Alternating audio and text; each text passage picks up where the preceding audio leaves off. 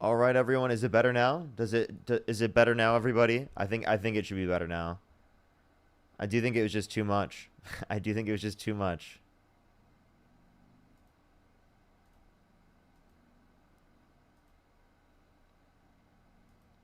What's up, everyone? It's better. It's better. Okay, for sure, for sure, for sure.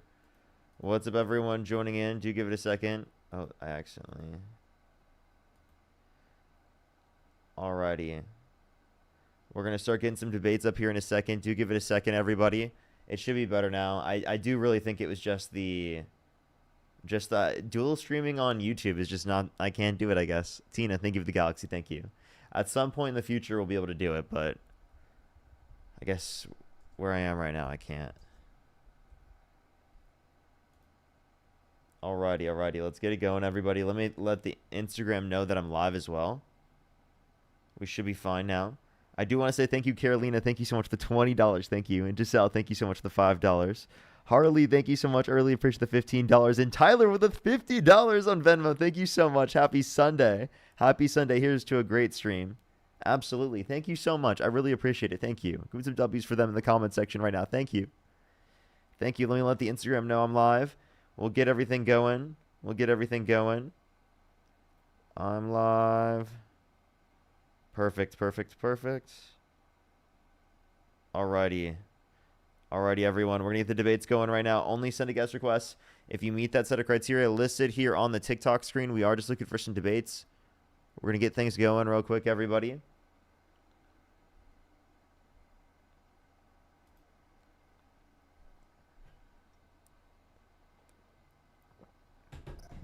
Yo, what's up? How old are you?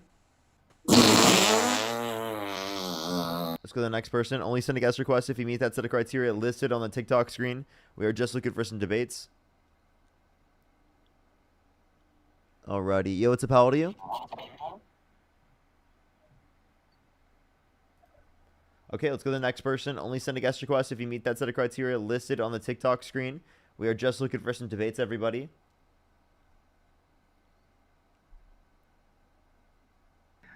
Yo, what's up? How old are you?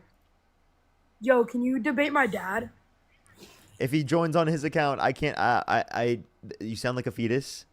And I typically I don't want people to be able to click through onto your account and whatnot. So, if they could join in on a different account, if you could make a new account even actually that just doesn't link to your account at all, that would actually work as well. Yeah, I always just want to be safe. Yo, what's up? How old are you? I'm 25, What's your birth year? 2000, March. Okay, if you could go back in time and you could either vote for Donald Trump or Kamala Harris, who'd you rather vote for? I will vote for Trump. I'm sorry, I don't know. Is it still lagging, everyone? I hope it's not. Yo, what's up? How old are you? No, no. Okay, good, good. Alrighty. Let's go to the next individual. Only send a guest request if you meet that set of criteria listed on the TikTok screen. We are just looking for some debates. Only send a guest request if you meet that set of criteria listed on the TikTok screen. Yo, what's up? How old are you? Okay, this is the alt account. Can you debate my dad now? For sure. All right, hold up. Let's go. I love you, Parker.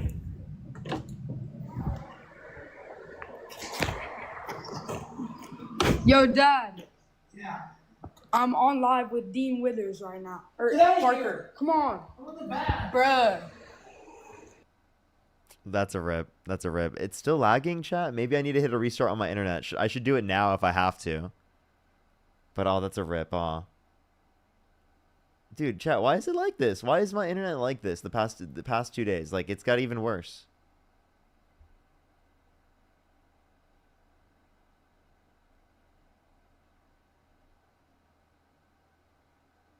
We're not lagging? Okay. It looks fine, actually. You know, we should be fine. We should be fine. Okay, I apologize, everyone. And yes, we are apparently Dean Withers, chat. We're apparently Dean Withers. They're so funny. All right, let's go to the next person. Only send a guest request if you meet that set of criteria listed on the TikTok screen. Yo, what's up? How old are Hello? you? I'm 20. Do you support Donald Trump? Yes, I do, because his decision to cut federally funded school lunches. Okay. Are we still lagging? Oh my gosh, chat. This is getting ridiculous. What's going on? It's not lagging right now. No, not for you. I'm talking about for the chat. Yeah, it was It's lagging before. um God damn it, dude. I'm so annoyed right now. This is getting so frustrating.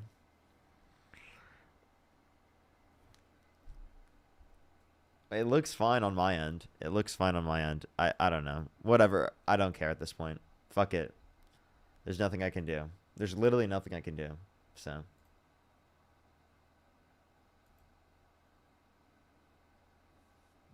yo, what's up? How old are you? 18. Do you support Donald Trump? Yeah. If you could go back in time and you could either vote for Donald Trump or Kamala Harris, who would you rather vote for? Donald Trump. Because he's the Okay. GOAT. Why so? Because you're a nigga!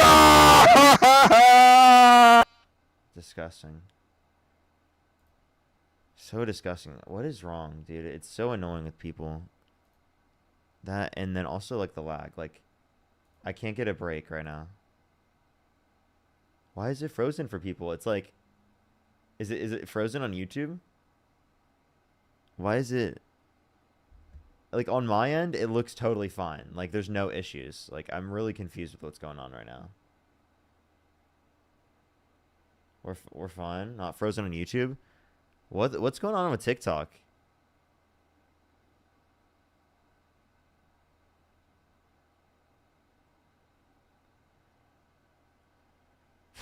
I don't know what to do. I might have to hit a restart at some point with on the internet. That might be like a good idea, but I don't like doing all these restarts on the streams. It's really frustrating. Yo, what's up? How old are you?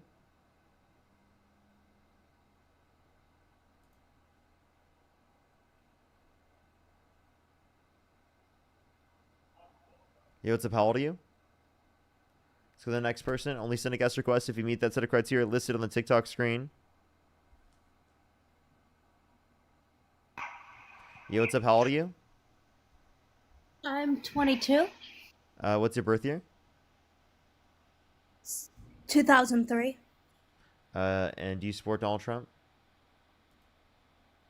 I did vote for him. If you could go back in time right now, with the level of knowledge that you have right now, would you vote for Donald Trump? No, I would vote for a third party candidate. Okay. So the next person, only send a guest request if you meet that set of criteria listed on the TikTok screen.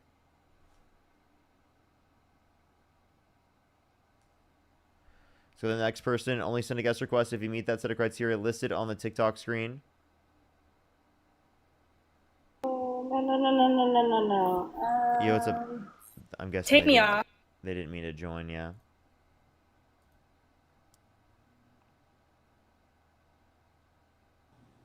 Yo, what's up? How old are you? I think Napoleon Bonaparte is the best person.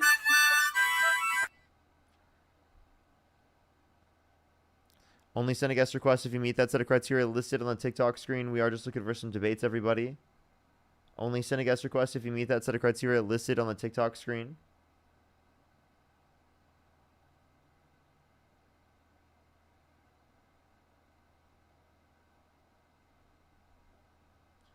Let's go to the next person. Only send a guest request if you meet that set of criteria listed on the TikTok screen. We are just looking for some debates.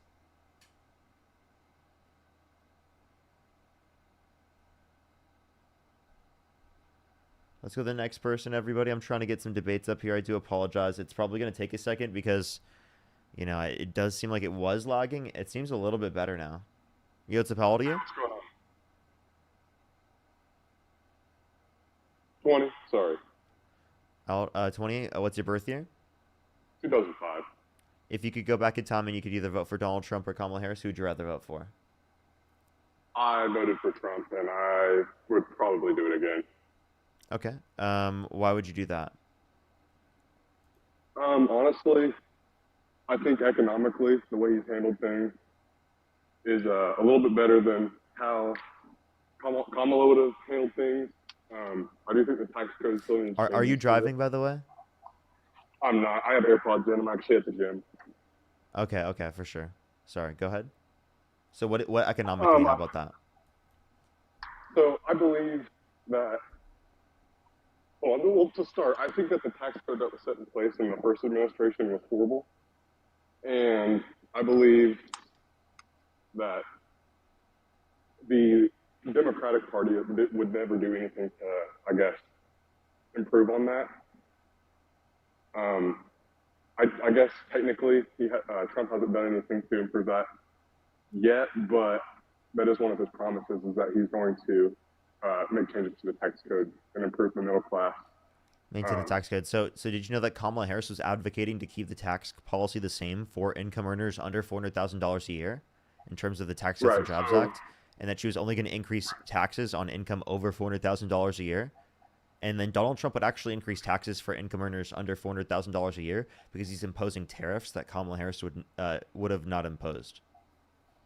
Right. So that's by affiliation, you're saying, is that due to the tariffs that it's increasing our taxes, not necessarily written in the document. Tariffs are taxes. Right, but not necessarily written into the, how would I say this? The actual, it's not per person, it's per importation. Sorry, I can't really tell what you're saying. Maybe it's the AirPods. What would you just say? Let me just.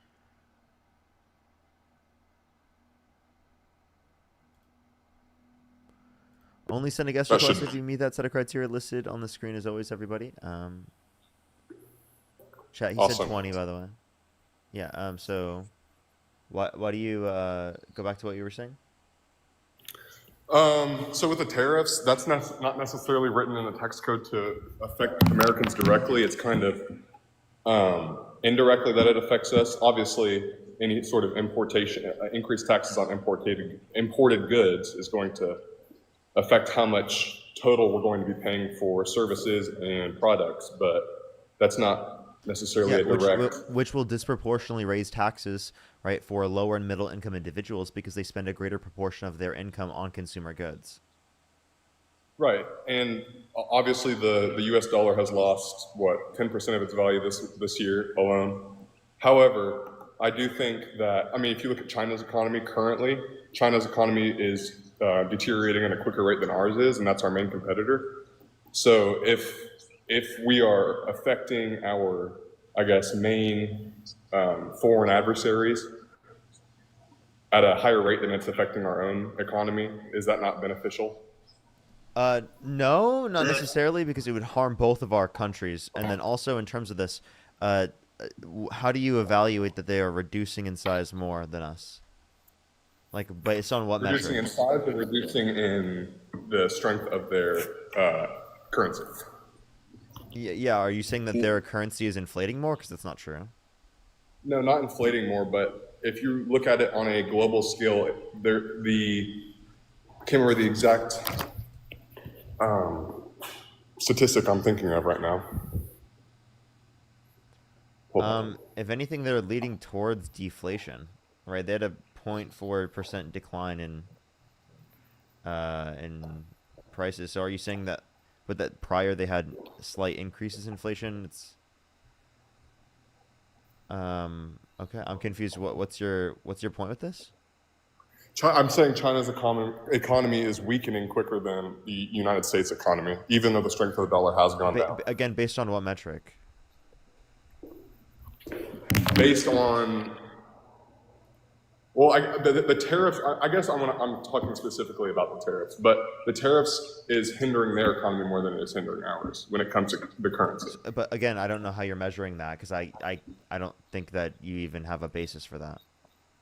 If anything, there was an increase in the past few years on the year to year basis.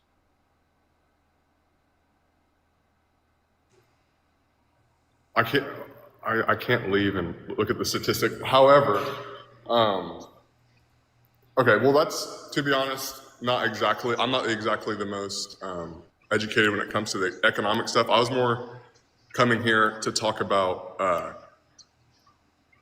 I guess the whole Charlie Kirk stuff that all happened and what Tell me- Candace Owens is doing right now. Tell me why you support Trump. Why I support Trump? Yeah. I would say his foreign policy is better, but I would just say it's better than any other option that we had. Okay, like what foreign Of policy course, specifically? character, foreign policy on Ukraine, foreign policy on Israel. He's actually pro-Ukraine now. He thinks that they can take back the entirety of Ukraine that was taken by Russia. Right, then exactly, and that's going back to Crimea as well. Yeah, so I'm confused. Is that a better position? Because that's not what he originally held. Yes. Correct. Yeah, he did. It was I'm saying his current position, being pro-Ukraine, is good foreign policy. Obviously, what was stated in earlier this year, I think that was more of a bargaining tactic and kind of like unpredictability aspect that he kind of put into the negotiation between Volodymyr Zelensky and Vladimir Putin. I think his what seemed to be indecisiveness kind of played into a benefit into actually regaining control of Ukraine and possibly regaining the land that was taken in 2014. So you think that? So do you think Trump is putting us in a position where it's a greater defense of Ukraine or a worse defense of Ukraine? 100% greater defense of Ukraine. Ukraine's in a better position now than they have been for the entirety of the war. No, than what it would have been otherwise in terms of under the Biden-Harris administration? Or under the Harris administration? So what under the that would Biden have been? administration, they were in a worse position, and When I'm talking about comparative to like What- if Harris were in office right now, because there would have been a greater defense of Ukraine because they would have never cut funding to Ukraine in the first place. right, but does that not add into, I guess, does that not add an element of indecisiveness and unpredictability that maybe Vladimir Putin would have, I guess, I don't know, maybe taken into account saying, okay, we can kind of have this different sort of method of attack and method of gaining land in Ukraine when Trump started to, I don't know, cut ties a little bit with Ukraine and then out of nowhere support regains, and then surprisingly Ukraine is immediately in a better position than they were for the past 3 years. So you're trying to write it off as So, like it's a better Kamala set of wouldn't have conditions for Ukraine in terms of its defense, but that's obviously not true. Like there's less funding in terms of its defense comparative to what there would have been otherwise. Right. You have so to acknowledge that puts them in a worse Right, set of so otherwise- circumstances. that would make sense. Yes, I agree 100% with you. In theory, that does make sense. However, that's not the reality because they're in a better position now after we cut funding and then re-implemented support. What? So Okay, the fact that they're in a great position now is due to Trump's tactics of basically rescinding support and then re-implementing support. No. It's the indecisiveness factor. Can you tell me how that impacted it in a better connotation? How cutting the funding benefited their In a better- defense? The results speak for themselves. No, you can't just say specifically number higher than other one. You have to make a comparison to what it would have been otherwise. You're comparing Here's the what it number would to have what been. it was in the past. previous 4 years of the Biden Wait, administration. Okay, you understand that it is the case that again, if the Harris administration were in office, again there would have been a greater defense of Ukraine because there would have been more funding to defend Ukraine. You have to at least acknowledge it from that perspective, right? That is what her claim is. That's what the truth is. That is what she was planning to implement. Yes, she was going to continue to fund Ukraine to a greater extent than Trump. And that, so answer me this then. So if you're saying that you're in agreement with me that Ukraine is in a better position than it was under the Biden administration currently, that's a fact. So you could say that Ukraine's in a better position now, but that's after the fact that Trump has changed his position back, and it would be better right now if it was the case that Trump was never in office. And what's your grounds for that? I want to know why do you believe that? And it cannot be just from the funding aspect because funding was pulled and opinions were, or his stance was changed once again and now they're in a better position than they ever have been. You keep restating the same point. Should I That's just what go I'm on trying to the to next say. person? Like, this is a useless conversation at this point. Like, I don't know why just we're going over the same thing over and over again. I've already responded to that point.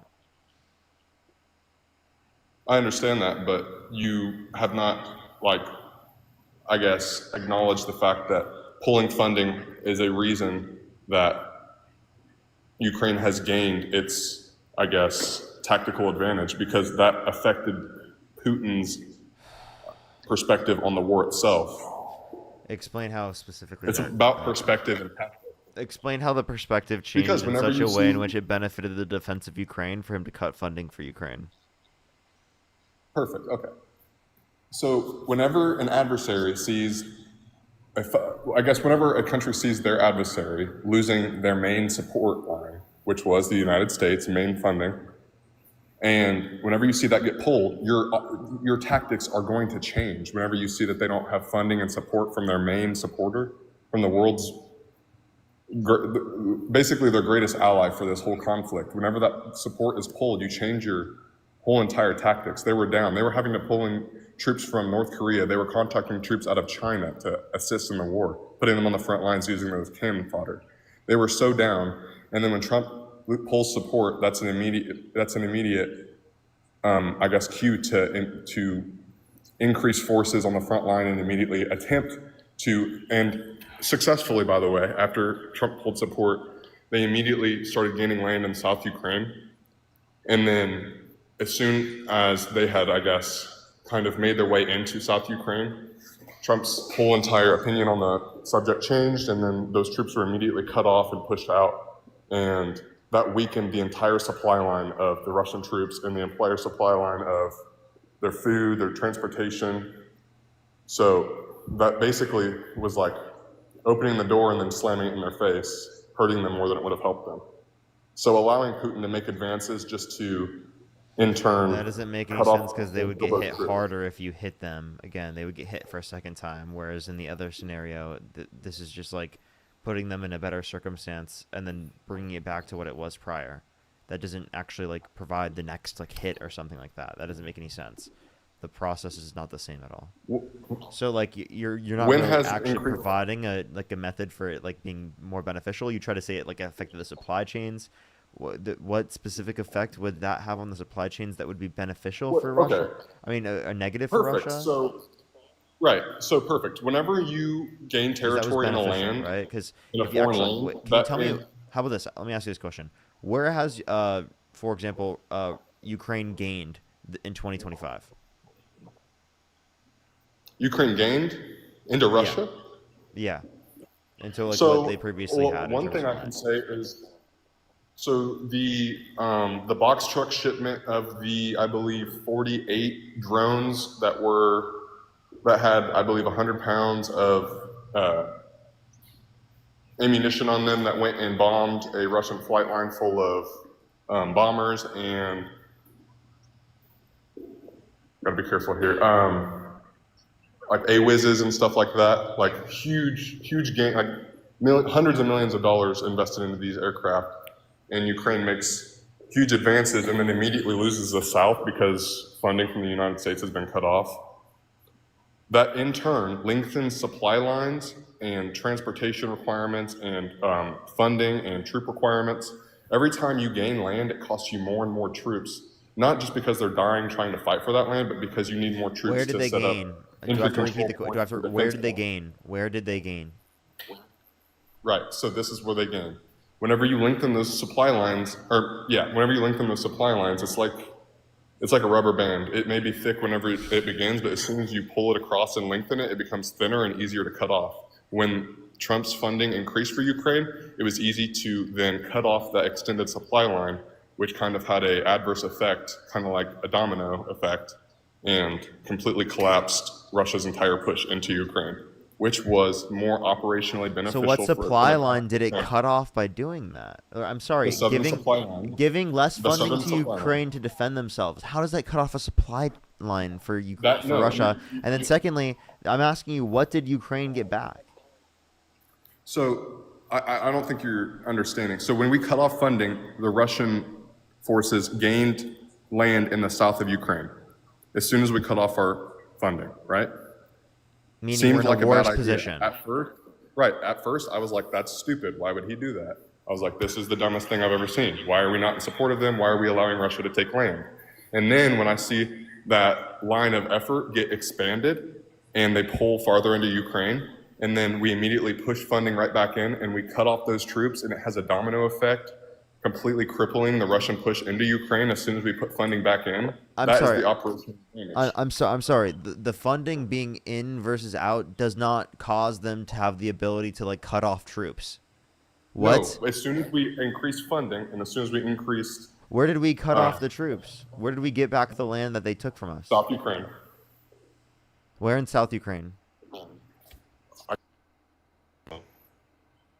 Can Do you give me have a a- do you single? have a- Can you give me like a single article that reports on that?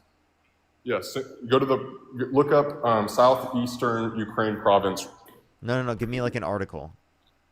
I'm on my phone right now. I can't exit TikTok right now. You can swipe out, and you can go and find it, and then come back and tell me.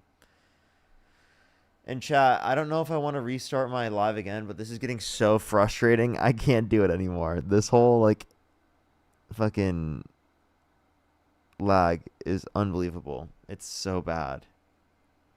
It's intermittent. I understand it's intermittent. And right now it's fine. So we're just going to hold on to it being fine, but like it's just going to be bad in a second again.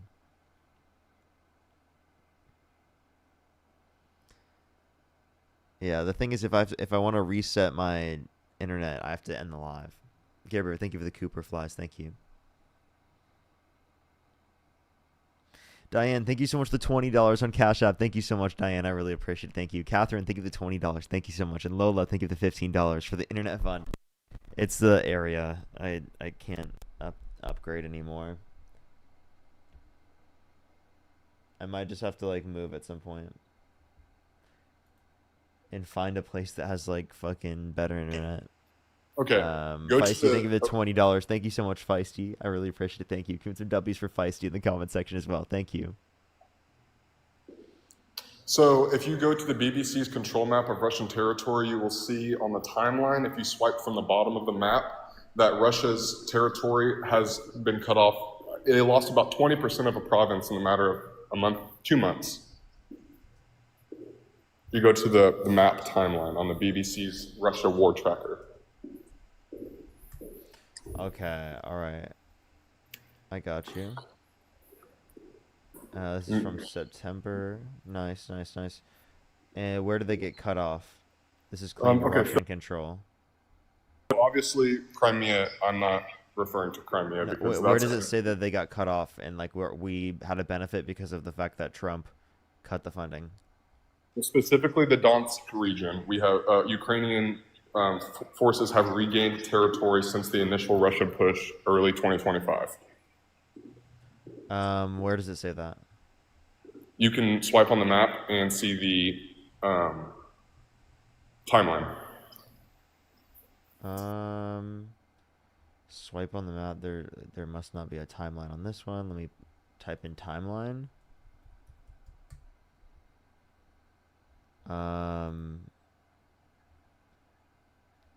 Don't really see what you're talking about, actually. What's the title of the article you're looking at? Can you just clarify so that I can ensure that I could look at it?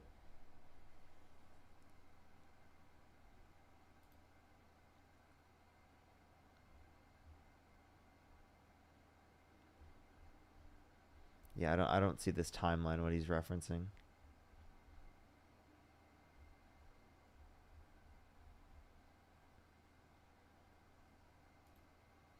Alright, if you're on YouTube, hit that thumbs up. If you're on TikTok, tap that screen, everybody. Helps get it out to more people. Let me make sure the internet is fine. Hopefully it's good now. It's getting really frustrating. I just don't get it. It's if you scroll down to the bottom of the article, you can see the older maps, but it's not. What's the title? What's the title? I can't hear you when you're out of the app. You gotta come back into the app to tell me. Okay, my bad. Ukraine and maps tracking the war with Russia, originally posted in 2022, and it's updated 24 September 2025. Yeah, that way that's the one I'm on. Where's the timeline? the farther you scroll down, you can see the older maps. Can you not scroll on the timeline on the first map? Wait, no, I see. I can scroll down, but scrolling down doesn't tell you specifically that we cut people off since 2025. This is talking about 2022. If you're looking And early here- August. Here's September 2025. If Right, anything, early there's more August land to early taking. September to late September. Early August to late September. Where does it say early August to late September? Wait, early August How is specific? 2024. It looks like Russia gains control. I'm confused which one you're looking at that tells you what you're talking about. How If anything- military control of Ukraine has changed. Wait, restate that? How military control of Ukraine has changed. Look at the September 2025 map and tell me what you see around the city of Mariupol. I'm looking And at then exactly compare what that you're to the saying, map and that's on not top. coming up.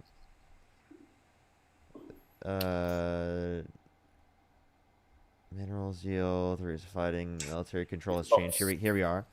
Right. This the is top right map. 2022. Right. Look at the top And right it map. just of shows the format. Russia controlling more land. Are you saying that maybe you have the argument for the north of Ukraine, but that was like in 2022 it was gone, and Ukraine gained ground in 2022 in November. Specifically, I'm referring September to 2025, it says Russia edges forward. So actually, Right. it's saying that you're wrong. So it's edging forward.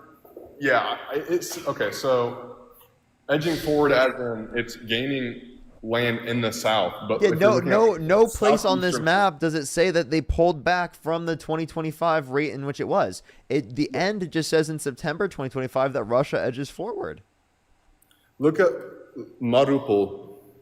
Look at the city of Mariupol, and you will see that they've lost control of Mariupol. Where do you okay? That was in 2022.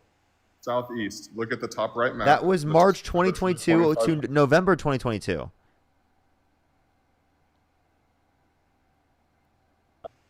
That was in 2022.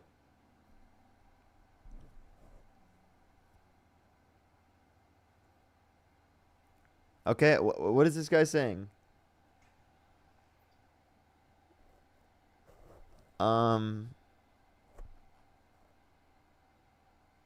Sehen, thank you so much. I really appreciate the $20 on Cash App. Thank you so much. I really appreciate it. Thank you. Thank you. Thank you. If you're on YouTube, everybody, hit a thumbs up. If you're on TikTok, tap that screen. It will help get it out to more people. I apologize for all the lag, everyone. I'm really not trying to have lag. It's been very unfortunate. I apologize, everybody. Hopefully it's a little bit better now.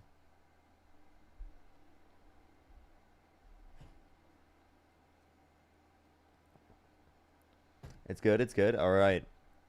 All right. I'm glad it's better now, at least for now. At least for now. I'll take it. I'll take it. I'll take it. If you're on YouTube, again, hit that thumbs up. If you're on TikTok, tap that screen. We're going to keep going with the debates, everybody. We're going to keep it going. Okay, so I actually found the YouTube video that I watched. The YouTube video that you watched? Oh, no. It's Jason J. Smart, and it's Why are you telling me a YouTube video? breaks Russian line in Donetsk region, which I'm is the sorry, region. can I have something other than a YouTube video? Okay, you can. It's got. Hold on. Like, I don't know where else to find the article because Yeah, I'm pretty sure that that's its own probably infographic. an important thing for you to justify, you know? It has to be an article rather than an infographic created by somebody who tracks foreign affairs and global affairs. Yeah, And instead of just some random YouTuber. Yeah, I would love for it to be an article. That'd be great. Well, Like he an has actual multiple journalist. articles cited in his video, is what I'm trying to explain. Okay. So if I'm so pulling- then why don't you tell me the citations for those articles? How about Because that? I'm not pulling up the. You've watched the mute me? video, right? Like, I mean, I'm a YouTuber, so can I cite myself? Can you? I mean, yeah. Technically. Yep, if you have a I say you're wrong, buddy. Look, I cite Parker Get a Job. He said that actually you're wrong, bud. You're saying you can't cite yourself? Yeah, no, I'm citing myself right now, and Parker Get a Job said you're wrong, bro. I Oh, cite okay, Parker Get a fair Job. Owned. Look at that. I'm citing Parker Get a Job, best source you've ever heard of.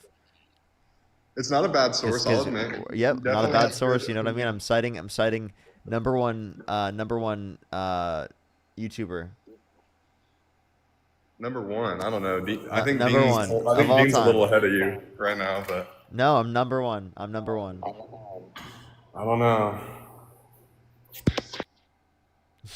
I agree. Jennifer, thank you for the $5. Thank you, Joey, with the $5. Melissa, thank you for the $5 as well. Thank you. Okay, well, I'm not gonna pull the exact articles that he used, but if you look up 7 towns in Donetsk freed, and you'll get articles. Wait, repeat that again.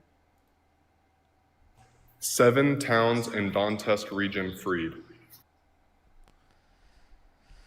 And Donetsk region freed. Okay, and what is it from?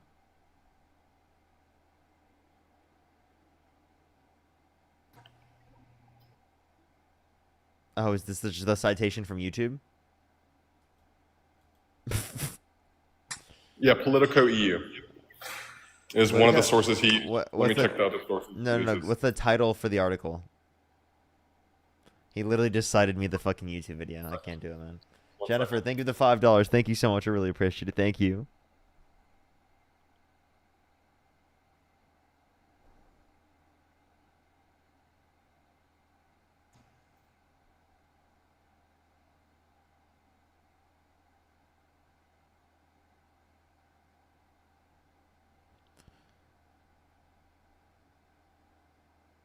Sorry, everyone. I was responding to my girlfriend. London, thank you for the $10. Thank you so much. Hashtag Parker number 1. Thank you. Thank you. I appreciate it. Thank you.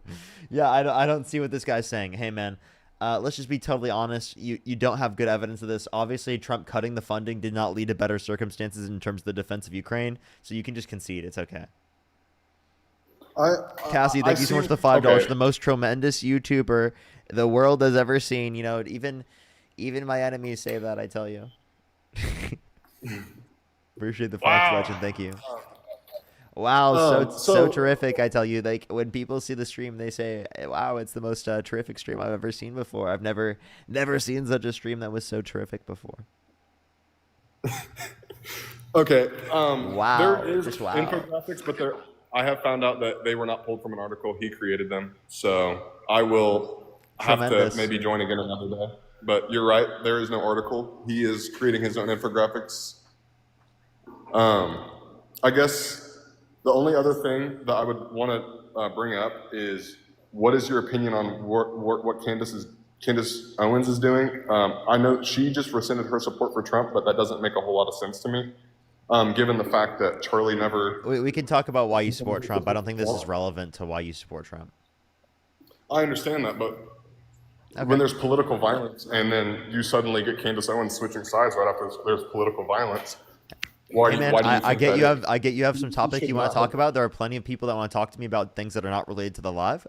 We're only talking about things related to the live here. If you want to talk about something else, you can always start your own stream if you'd like to.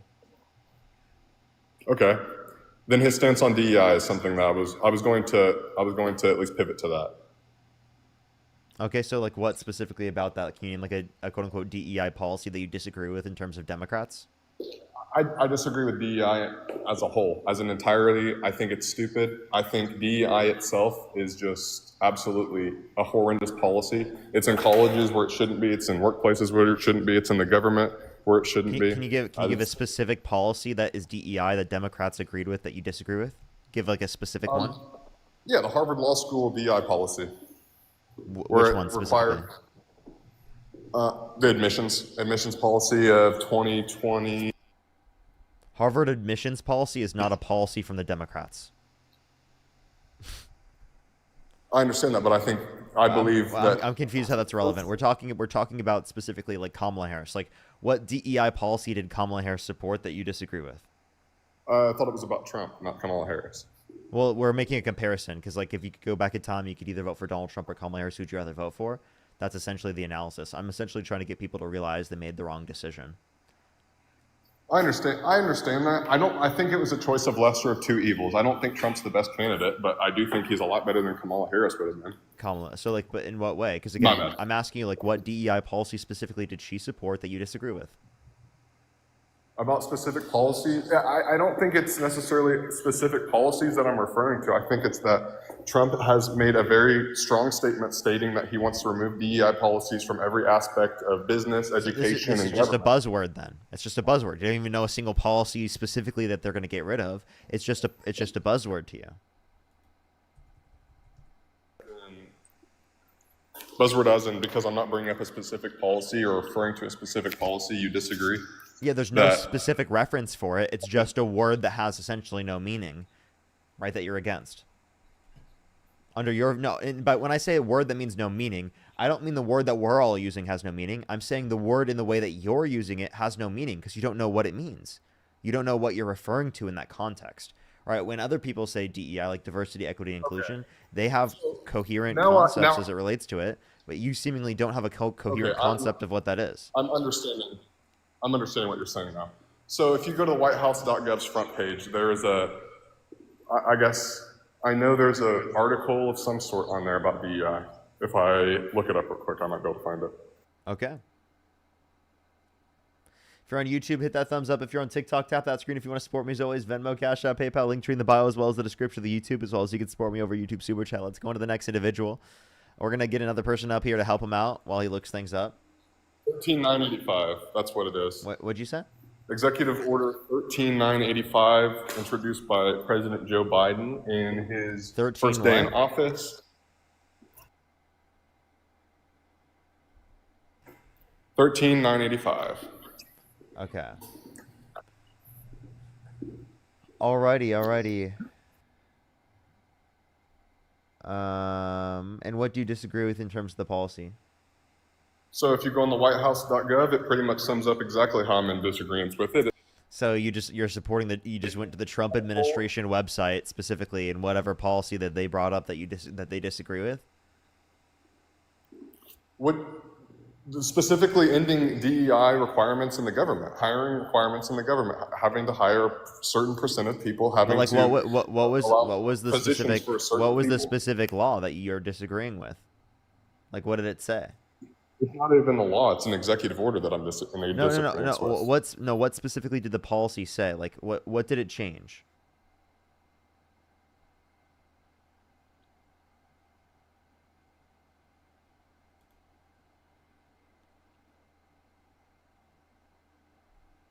So the new White House policy on ending the radical and useless spending on the DEI policy.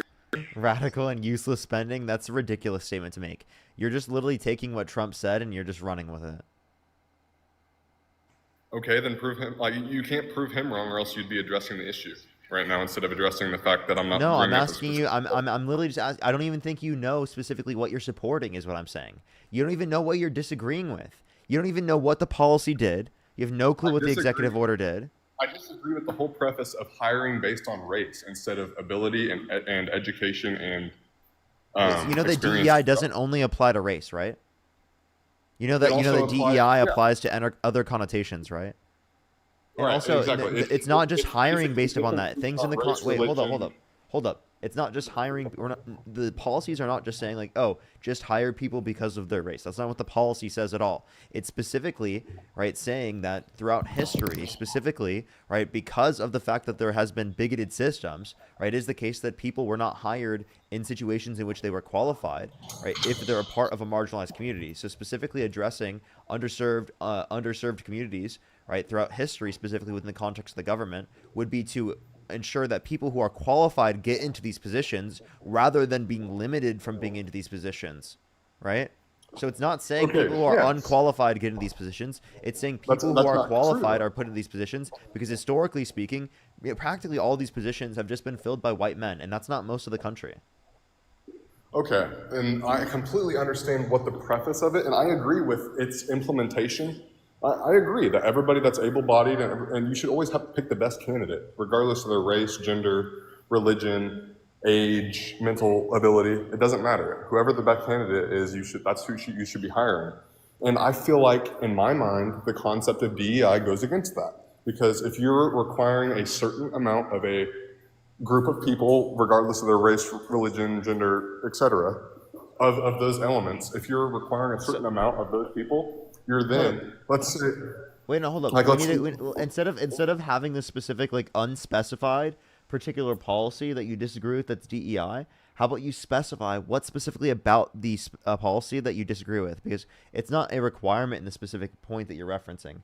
It's specifically to highlight communities in which specifically have been underserved by our federal systems and underrepresented, right? And by underrepresented, that means like less proportionally comparative to what the population would be making up on terms of like our overall population. Does that make sense? Rephrase, I guess, what are you asking? I'm asking like what specifically did the policy establish that you disagree with? I disagree with having a hiring requirement for a certain percent of a certain group of people. What was the requirement? Where in the EO was the requirement? There's multiple. It's setting a basis for a requirement. It's setting a basis for legal Where? action. What does it hire say for a job. specifically that requires? In which policy specifically? The one that you brought up. The White House policy? The Executive Order 13985.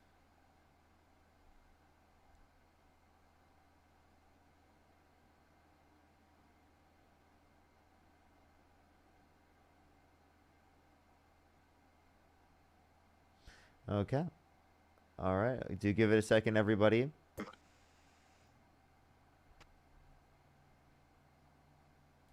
It seems like he doesn't even know what you don't even know what it is. You're looking it up right now as we speak. You're literally looking it up right now as we speak because you yourself don't know. Quotation, because I know you're going to tear me apart if I don't get the exact word. No, but like I'm just saying, you didn't know yourself already, and you're looking it up right now because you're trying to find that information. It was literally a boogeyman. DEI is considered a boogeyman to you. It's just like something that you're specifically saying is bad, but you don't even know what specifically you're disagreeing with in terms of the policies on behalf of the Democratic Party. I just told you it's exactly what I just said. It's a hiring requirement for a certain race of people. But religion where was of the people. requirement for this specific policy? The policy itself. Yes. And that's what I'm trying to get the exact verbiage for you, so you don't tear me apart for not getting the exact verbiage. Go ahead. We'll give him a second. If you're on YouTube again, hit that thumbs up. If you're on TikTok, tap that screen, everybody.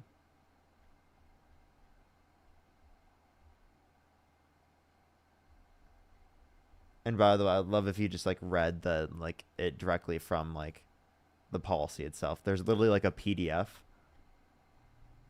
as well you could look over.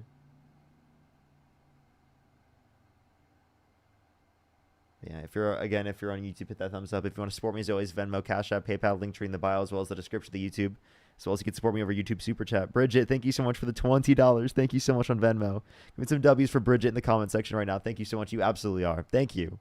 Lulu, thank you for the level up.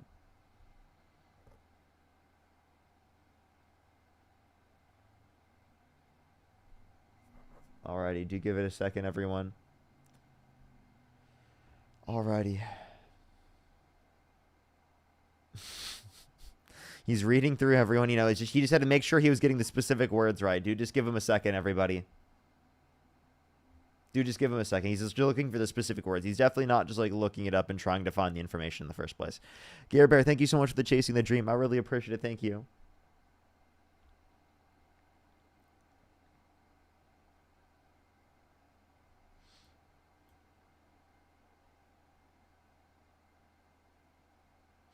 Number C says, independent agencies are strongly encouraged to comply with the provisions of this order. Encourage. Interesting.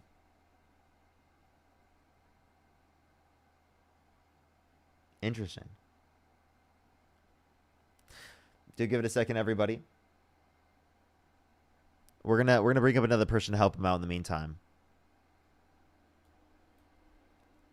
Let's bring them up real quick. Sarah, thank you for the $2. Thank you.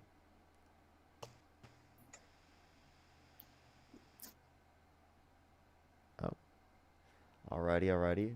Do you give it a second? I apologize, everyone. Moose, thank you for the $20. Thank you so much. I really appreciate it. Thank you. Thank you so much, Moose.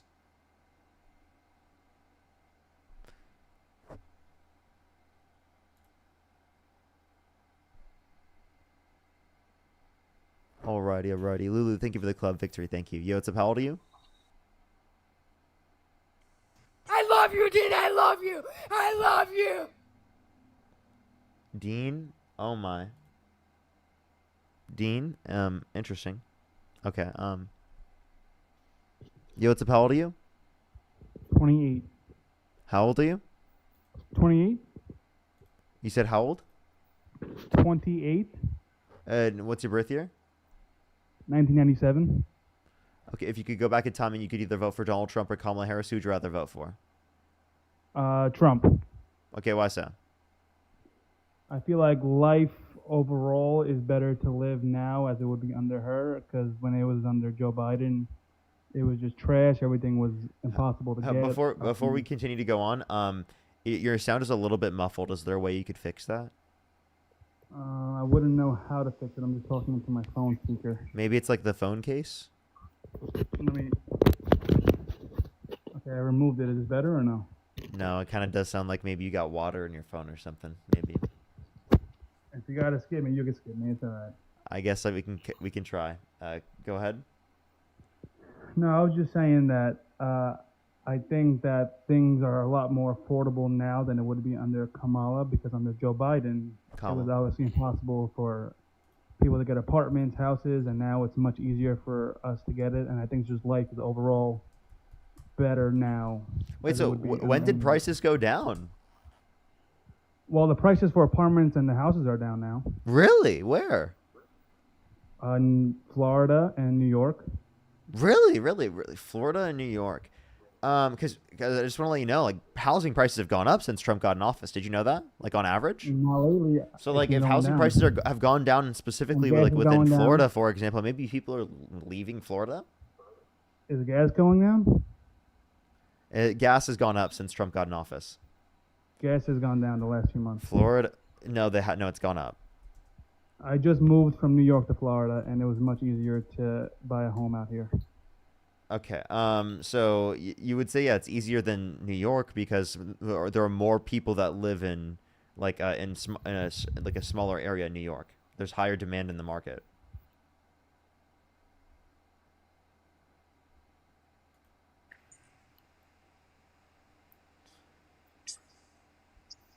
Okay. Any response? Oh, I think he just wiped out. Andrew, are you there? I can't hear you. And it doesn't look like housing prices are lower in Florida, by the way. Yeah, if I could join in on Andrew's side, the value of the dollar has gone down at a higher rate this year specifically. So things may feel cheaper to buy, but in reality, the dollar was stronger under the Biden administration, but prices were higher. So it's kind of just your own perspective on things. Well, that doesn't make any sense.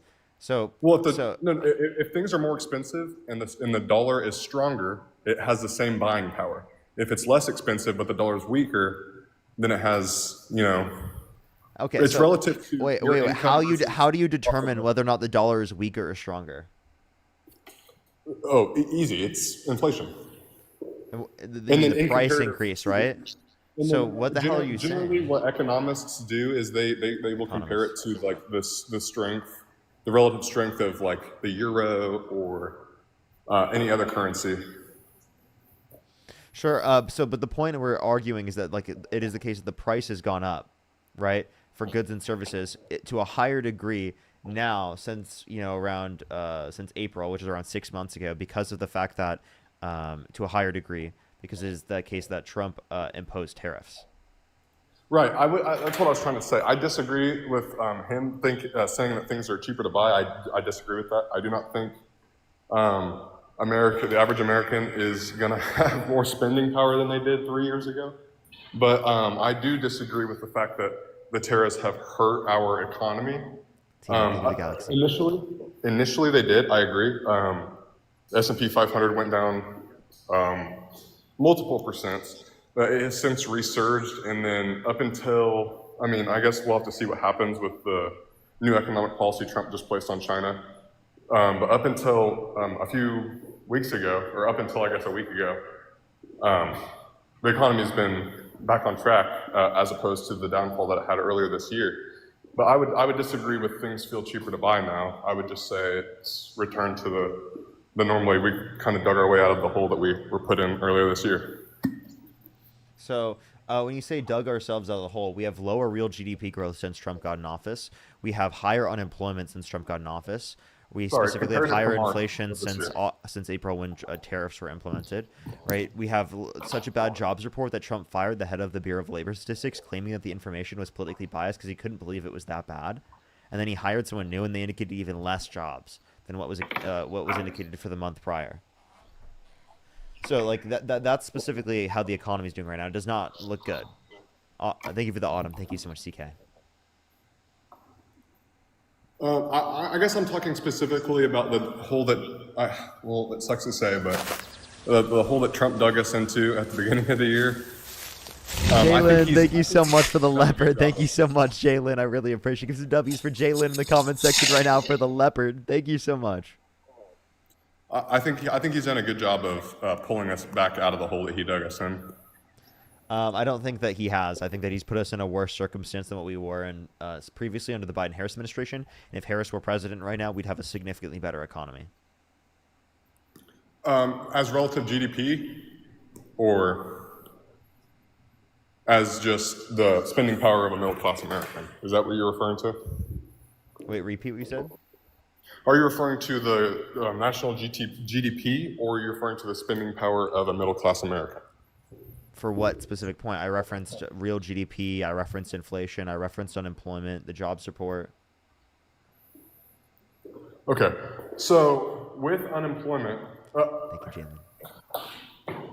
Well, I guess, okay, fair enough. In his first term, Trump created large amounts of jobs and contributed to unemployment. Yes. Really? So what did he do to create jobs? Jalen, thank you so much for all the galaxies. Thank you. And Gare Bear, thank you for the galaxy. Well, first of all, slowing the outsource of jobs to Mexico and China, and then as well as...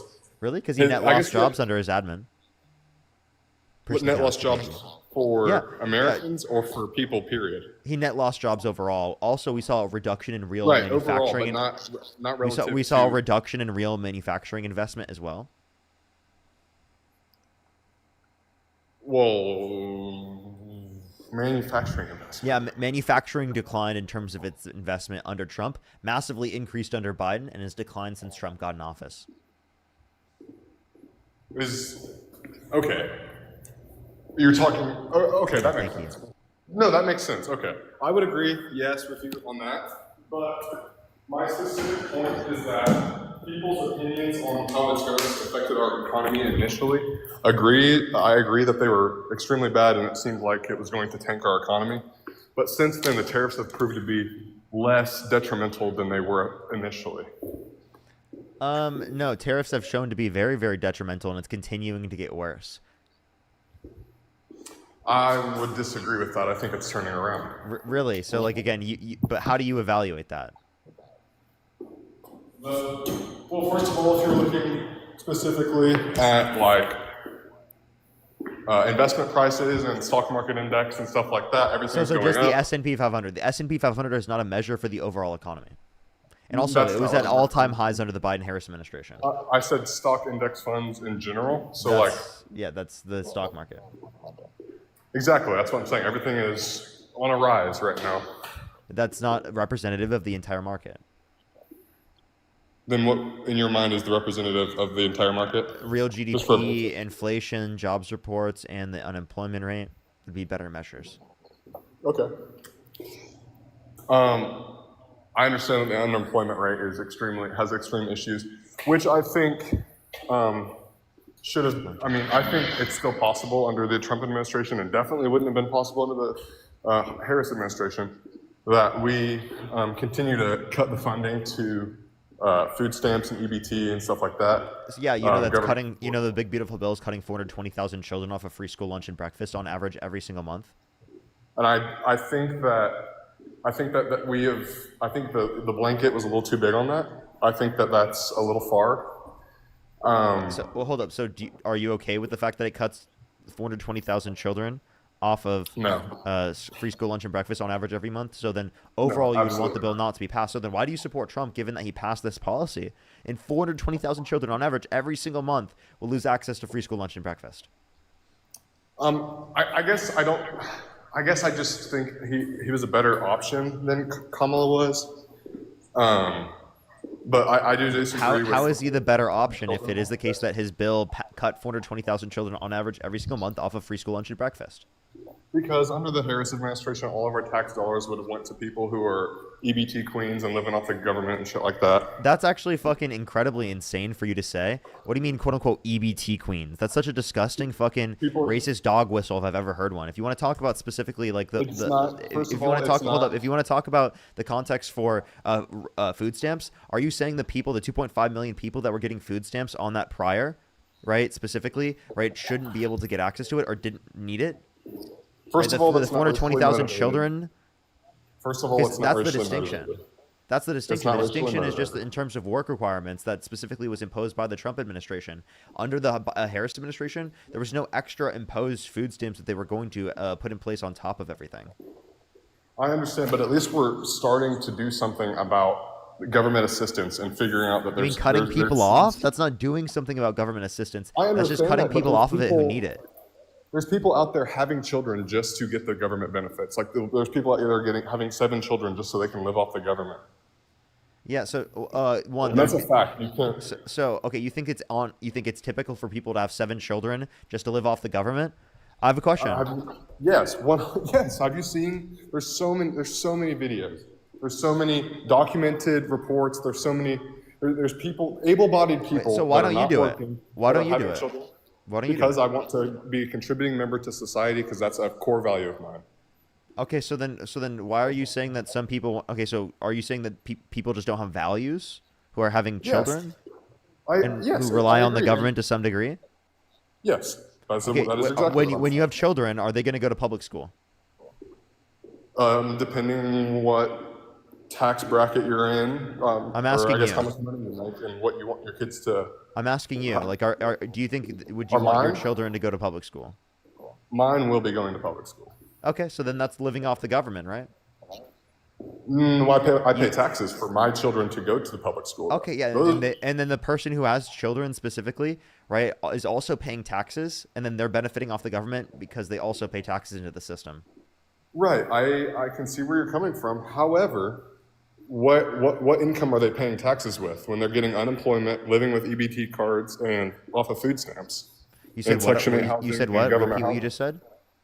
Those people that you're saying are contributing to the public schools or to their government assistance with their Section 8 housing or government housing or food stamps or. What, you're just assuming that people are unemployment. specifically, like, literally just getting everything paid for in their life, right? And they're just able to live with absolutely doing nothing. And that's just not true. I'm sorry. This whole narrative that you have built up in your head, that like a huge portion of people specifically on these programs are just on these programs specifically because they just want to live off the government and they're not using them as sort of like a safety net to ensure that they can take care of themselves and their families is ridiculous. Literally, you have no studies to indicate the percentage of people. You're just trying to stereotype people who are particularly on food stamps, Section 8 housing, on all of these different governmental programs because they need to be, because it's a necessary safety net, and you're trying to stigmatize them to an even greater extent for no reason.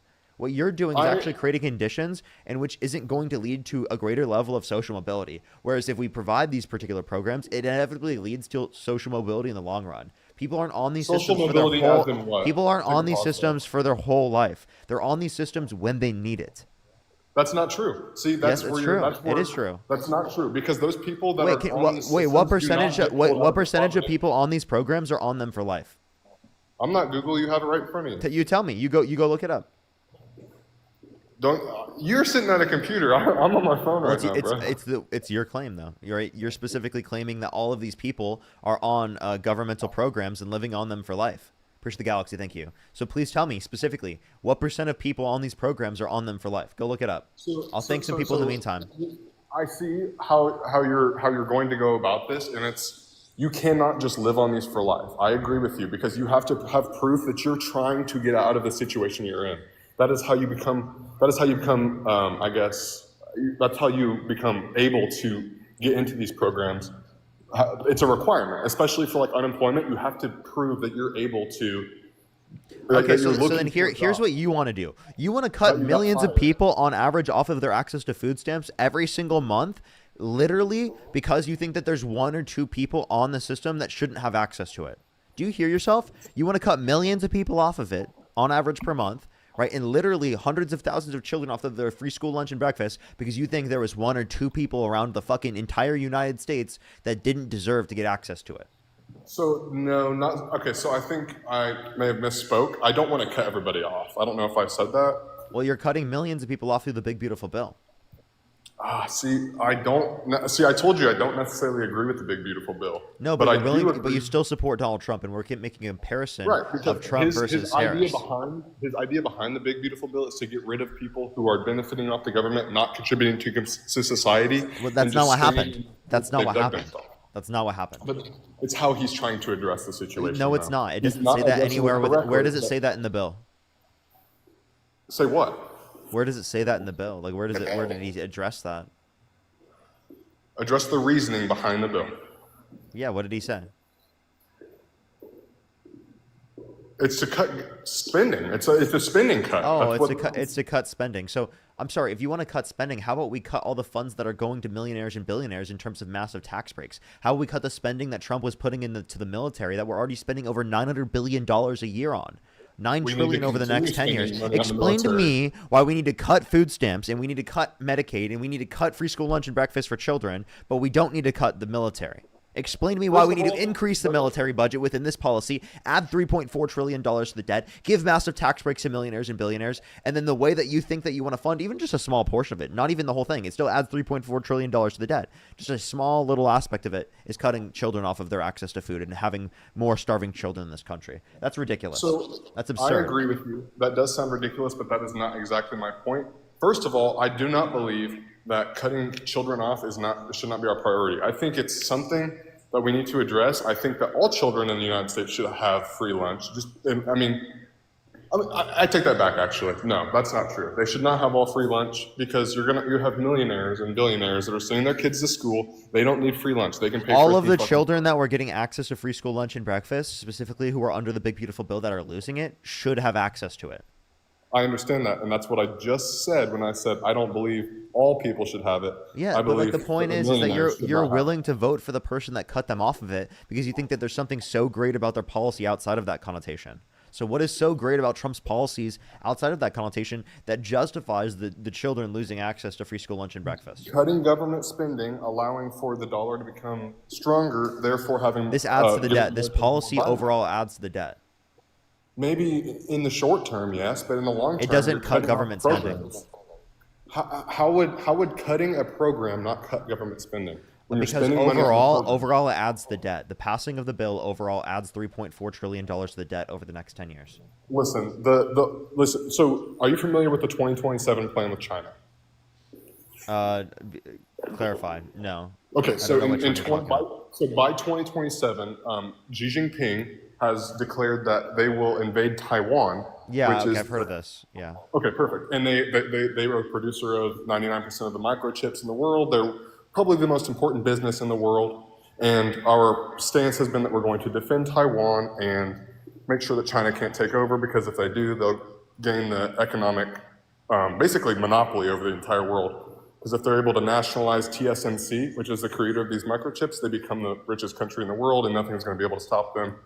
And that's a fact. So Xi Jinping has came out and said, hey, we have an aging population. People weren't having kids, and our population is aging at a dramatic rate. And post 2027, we're not going to have enough military-age people to in turn invade Taiwan, take over this TSMC. What is this pivot? My neck hurts. Okay, perfect. Whenever you say that it's bad that we're spending more on the military, Cutting these programs is a permanent thing, something that in the long term is going to save us money. The military spending is not a long-term thing. We are gearing up in preparedness. I'm in the military, by the way. We are gearing up in preparedness for Hey, the bro. 2027 Sorry to invasion break it to you, but of- Trump signed off on more debt-related spending. How the hell is this saving us money? What do you mean, how is this saving us money? Yeah, It's Trump cutting signed off on programs. $4 trillion more debt-related spending in his first administration. The big beautiful bill that you just talked about added $3.4 trillion to the debt over the next 10 years. Explain to me how Trump is saving us more money. Because he's cutting off a program, and then, okay, he's spending money, but it's in preparedness for the short-term goals that we need to reach in order to be prepared long-term. So long-term goals. Yes, for long-term goals. Which ones? Economic stability and the strengthening of the American dollar. Yeah, he's making that worse off by imposing tariffs. Short-term, Tariffs yes. weaken our dollar. Tariffs are not long-term, they're not permanent. Okay, if they're not permanent, then they're not going to cause a permanent increase in domestic manufacturing. So what's the point of tariffs? To, in the short term, leverage China. That's what the whole point of this is to Then leverage why are we China. placing tariffs on other countries outside of China? It's all leverage. That's all it is. Everything Wait, is why are we leverage. placing tariffs on countries outside of the context of China? Well, first of all, the EU tariffs were mostly because they were not contributing their fair share to NATO. You understand that they were heavily increasing and they got over like the 2%. So what do you mean? What's the fair share? And well, they should be able to hold. First of all, they did not get over their 2% before tariffs were implemented. That's a misconception. Yes, wait, Yes, they did. On average, they're over 2%. On average for Europe, period. I'm talking specifically by nation by nation. We're talking about NATO. Certainly- Yeah, they are on average Yes. over 2. That's not correct. Yes, it is. How many countries are in NATO? I can check. So you're saying if all the 32. countries put together, 32? So that means everybody on average is going to spend 3%. 2%. basically- that's a- 2% of their GDP. You're talking about European countries specifically on Yes. average. Yeah. Or my yes. bad, EU countries, I should NATO. say. Okay, EU NATO countries were not spending their fair share as compared to the US.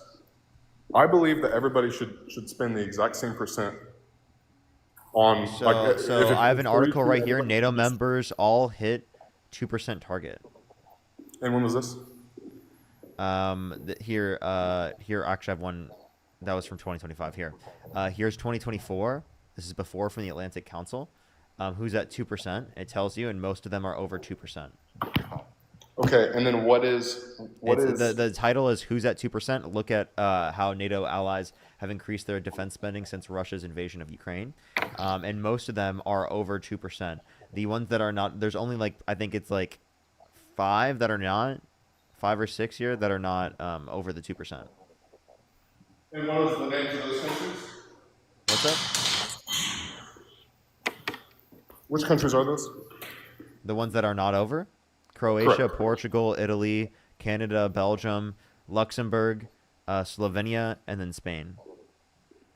And Luxembourg doesn't what make is- sense to do 2% because of the. No, I agree, their size, 100%. but- They need to be. They're already kind of subsidized by European countries in the first place, so that would not make sense. I agree. But Okay, but like, do you understand my point? Like, most of them are already above. Like, I can tell you, I can give you the examples. I understand that, but when it comes to what percent that the United States puts into NATO, which is pretty much a treaty to defend Europe itself. I mean, I understand that Article 5 says if one NATO country is attacked, they're all attacked. That's mostly going to be European countries because that's where shit Wait, breaks can you out. just acknowledge that you were proven wrong? That it was not because of the 2%? Because most were already at the 2% What's 100 in divided by 2024. 32, Parker? What's up? What's 100 divided by 32?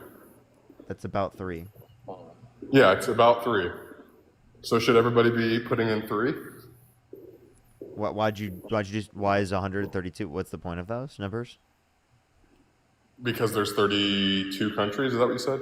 Oh, okay. What's the point of dividing it by 32? Why would you find what percent GDP they need to do? Because if everybody put a exact same percent, that's their fair share. They could do 2%. Why does it have to be 3%? I don't know why you got. I Is don't know there why you 50 divided those countries? numbers to get 3%. Is there 50 countries or is there 32 countries? There's 32. Okay, Why you and if you divide by one- 32 though? Why do you divide 100 by 32? because that equals 3, not 2. Everybody should be putting in No, but 3%. I'm asking you, but why do you divide 100 by 32? What's the point of doing that? because there's 32 countries. But why are you doing 100 divided by 32? Because there's 100% in one whole number. Why are you trying to get what do you mean 100%? What are we getting to 100% of? Funding. NATO funding. What? What is this reasoning? If each country, if we have a designated NATO number for funding, countries should be putting in 3% of their GDP. Wait, I'm sorry, I'm because sorry, we want to not have 100% of the funding doesn't mean we take 100 divided by the amount of people who are on NATO, and then that determines what the percent should be. That makes no sense at all. Why not? Then everybody would have the same. My brain is melting. It's actually melting. What is going on? And listen, that's why these European countries have free healthcare and shit, because we're spending all the fucking money They on. meet the 2%. They meet the 2%. I And they understand spend half that. as much per individual as we do here in the United States. The reason why they specifically have universal health care is because they don't have as much specifically limitations in terms of putting universal health care in place, because it is a case that we have a greater level of corporation control over our politics. And I believe universal health care is a human right. I think all Americans should have that. Okay, and then you support Trump. Yeah, that's one thing I cannot get with on him. But, there's more than one policy or more than one opinion that you have to. I honestly probably disagree with more than I agree with on him, with Trump. But I disagree with more stuff about You Kamala disagree with than I more do than you agree with. Kamala. Okay, so again, can you name 2 policies of Kamala Harris's that you disagree with? That she advocated for? Allowing transgender athletes to play in sports, she did not speak on it pre-election. Talking pre-election here. She did. What's the second one? Shit, name it. I don't care. She wasn't going to change the DEI policy, and Trump did. So Okay, that's period. so he doesn't know the second policy, and the first one he said is that he brought up the policy, and then he said she never talked about it. You contradicted yourself, you fucking idiot. I'm talking about 2 different policies. First of all, I just What? said the You DEI didn't talk policy. about 2 separate policies. You said one of them that she never even talked about. So how could it be Exactly, a the policy she transgender advocated athlete for if she never talked about it? How could she be advocating for the policy if she never talked about it? That makes no Because sense. she declined it. She declined to answer questions about it because for the That's first. not advocate. That means she didn't advocate for it. I understand that, but she didn't advocate against it, and Trump did. Boom. There's one reason. Wait, okay, so you're saying advocate against it. I asked for a policy that you disagree with. So I'm not, you didn't provide a policy you disagree with. The fact that she doesn't support getting those athletes out of professional and collegiate sports, that's my reasoning. Okay, so can you name one trans person playing in sports that you think is Leah dominating? Thomas. Who? Leah Thomas is not playing currently, and also was not dominating. She was definitely not. Okay. And was she playing? Yeah, Under but the she wasn't. Biden In the past, she wasn't dominating. In the past, she wasn't dominating. Yeah, she wasn't was- dominating. I understand that, but she was a transgender athlete that was very competitive in the sport. That doesn't mean that she was dominating. And also, again, Did give me like a I give me a. say anything about dominating?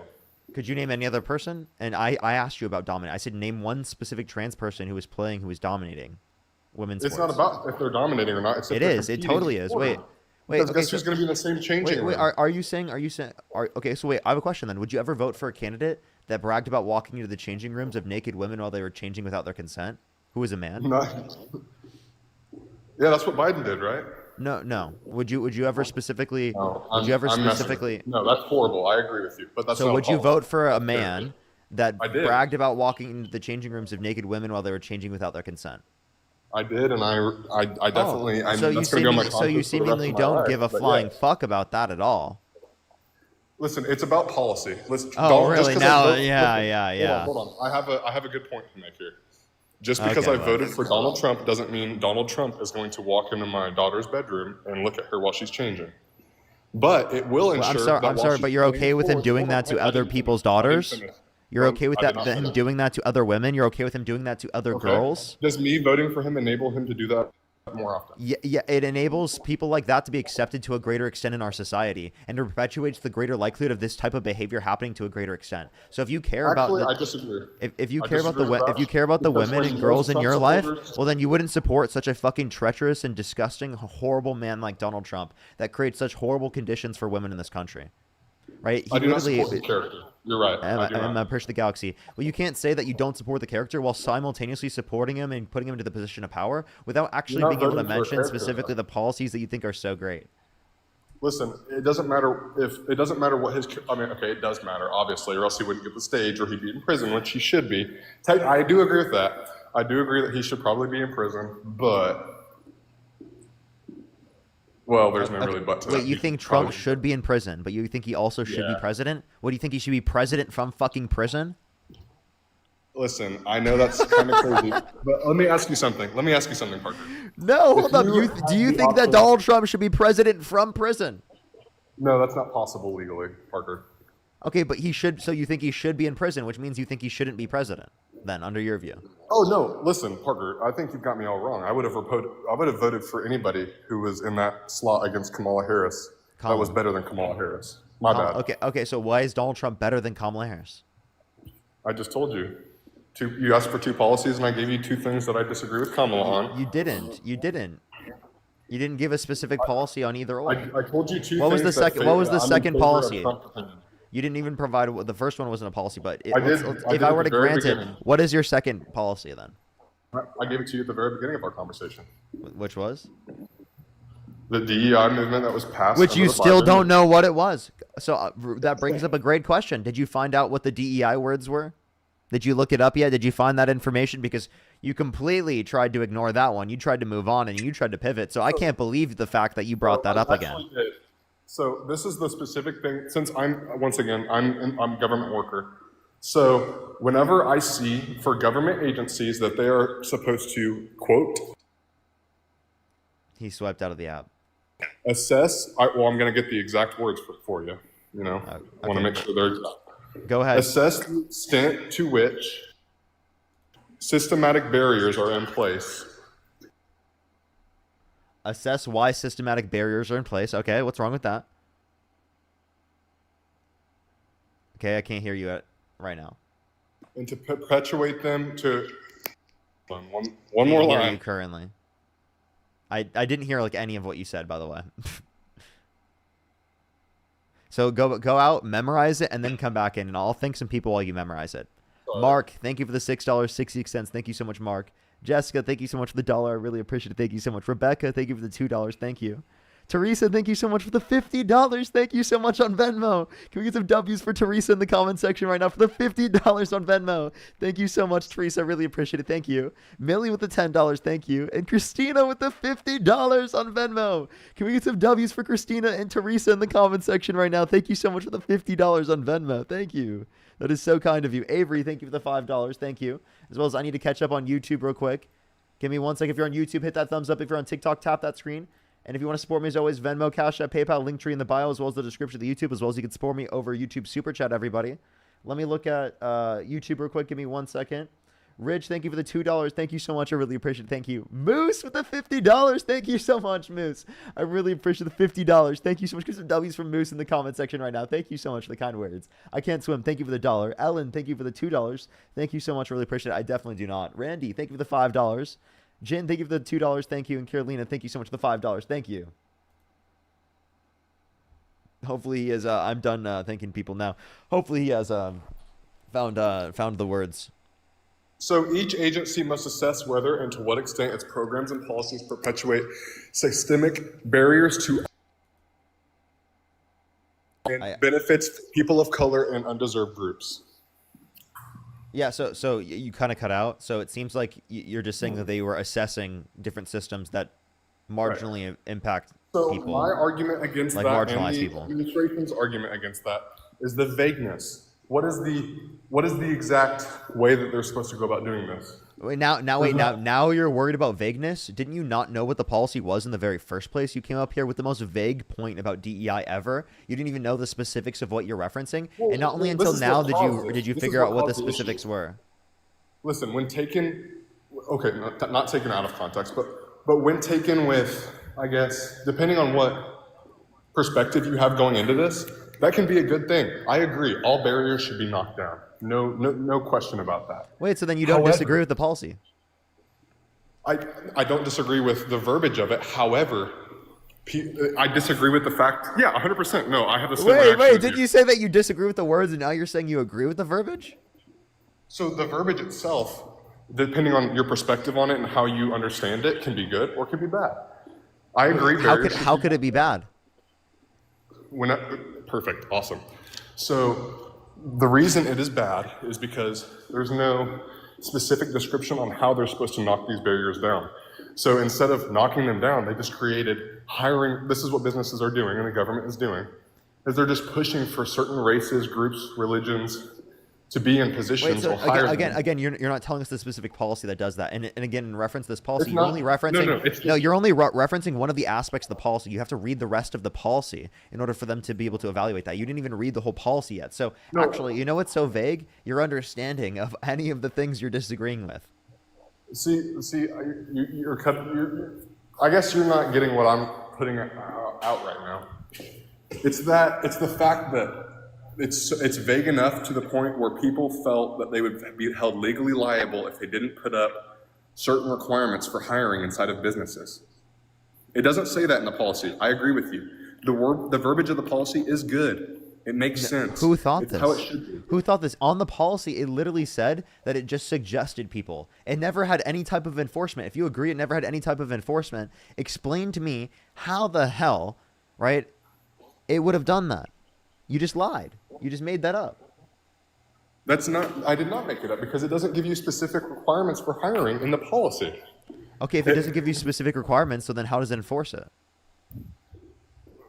Because you can pull up that exact verbiage that I just said, and you can say, oh, they denied me hiring because I'm black and or I'm a Muslim, or that I'm gay, or that I'm, identify as transgender. I'm sorry. If you were denied based upon those reasons, you shouldn't be denied. According to the Civil Rights Act, specifically, you wouldn't be I denied. 100% agree with I you. mean, Again, you shouldn't be 100% denied, agree. right? That's the law. The law 100% makes it so that agree. you cannot be denied about those things.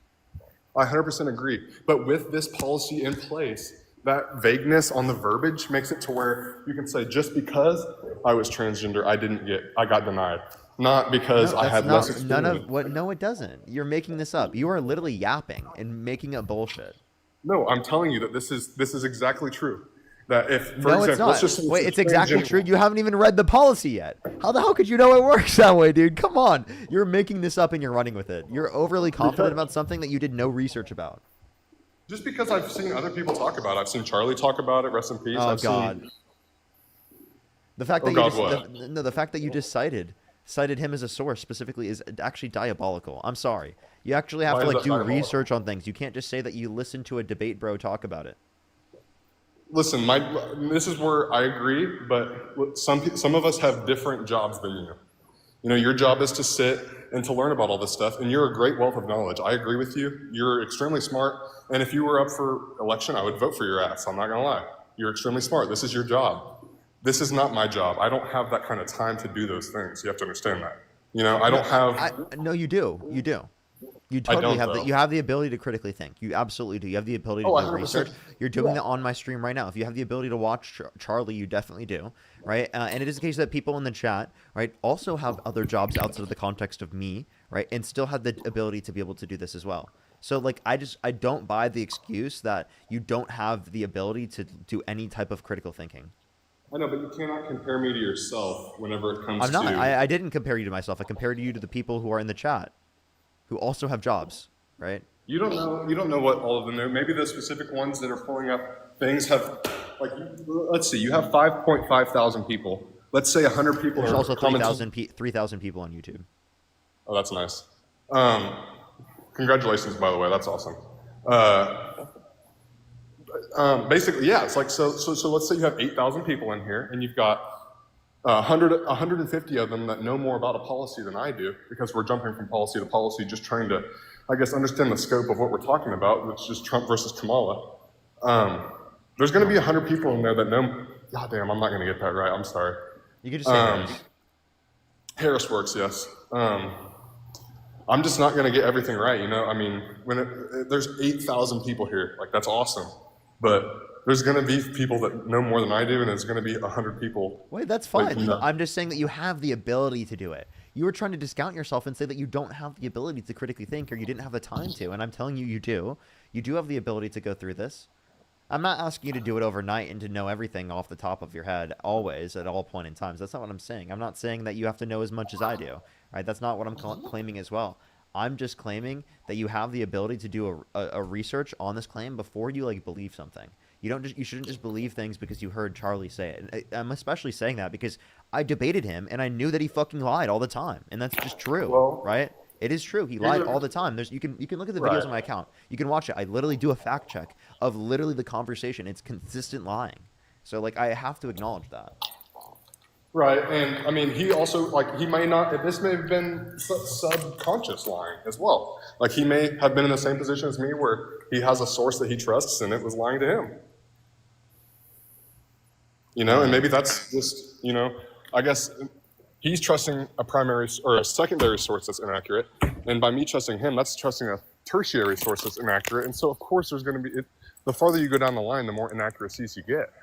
There's only so much you can take from perspective, but when it's a game of telephone like that, you're gonna have obvious things that are wrong. So like fact checking during a debate like this, both sides are gonna have things wrong, and that's a fact. Okay. Yeah. So, but I definitely think it's going to be more prevalent in terms of that side for sure, because of the nature of the conspiracies that you have to believe in to be able to like follow along with MAGA.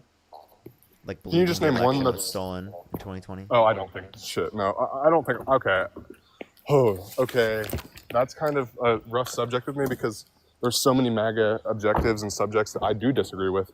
I don't label myself a conspiracy theorist. I don't label myself MAGA, Project 2025, Hold up. any of that. Let me see if I can get you real quick. Do you think that if a presidential candidate incites a violent insurrection, that they should not be allowed to be president? Well, January 6th, that's what we're speaking of right here. I disagree with January 6th. I 100% think he was in the wrong for that. No, just in general. Do you think if a presidential candidate incites a violent insurrection, do you think that they should be allowed to be a presidential candidate? That's a good question. More legally, I guess technically he can. Morally and ethically, it's probably not the best idea to have somebody that does that. No, legally But, you you know- actually can't. If it's proven that you incited a violent insurrection, you can't. And I would say So the why proof, is he not? the proof Why, is why is he in office then? Yeah, because it is the case that the proof specifically that he incited the violent insurrection comes after the point in which he pardoned the violent rioters, which he did from the position of presidency. Right? So this isn't something that could be ingrained in the context of the law, at least from a criminal law perspective, because he's currently president.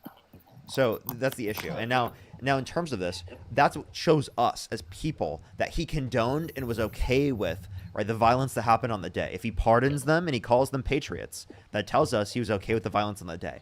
Prior, he had enough plausible deniability to say that he didn't want the violence because he said peacefully protest, right? Although it took him hours to send the National Guard and to tell people to go home, right? It is the case that he had enough plausible deniability by just saying that. But he doesn't have that plausible deniability given that he pardoned violent rioters who beat police officers. So if we can just establish from this basis that he has incited a violent insurrection at the Capitol, right, an unjust insurrection, then clearly wouldn't we say that he shouldn't be allowed to be a presidential candidate? Sorry, you cut out there for the last, I'd say, 2 sentences you said there. So shouldn't we say that he shouldn't be allowed to be a presidential candidate given that he does, or he has incited a violent insurrection at the Capitol, an unjust violent insurrection? I definitely think it hurts his case. I think if, let's say we didn't have this two-party system, there's no shot. But the fact that we had 2 choices, You cut out. I can't hear that's you. why. That's the only reason I voted for him. Okay, Sorry, again, the you're only not reason I really would- showing I how own- Kamala Harris is worse. Look, Kamala Harris is an extension of the Biden administration, in my opinion. And? Biden was not all there. Trump is losing his shit right now a little bit, I would say. He's shown that he's declining mentally Hold and up, physically. I have a question. Are you driving? But, Are you driving? No, my buddy's driving me home. Okay, for sure. Sorry, what were you saying? Repeat what you just said. Sorry about that.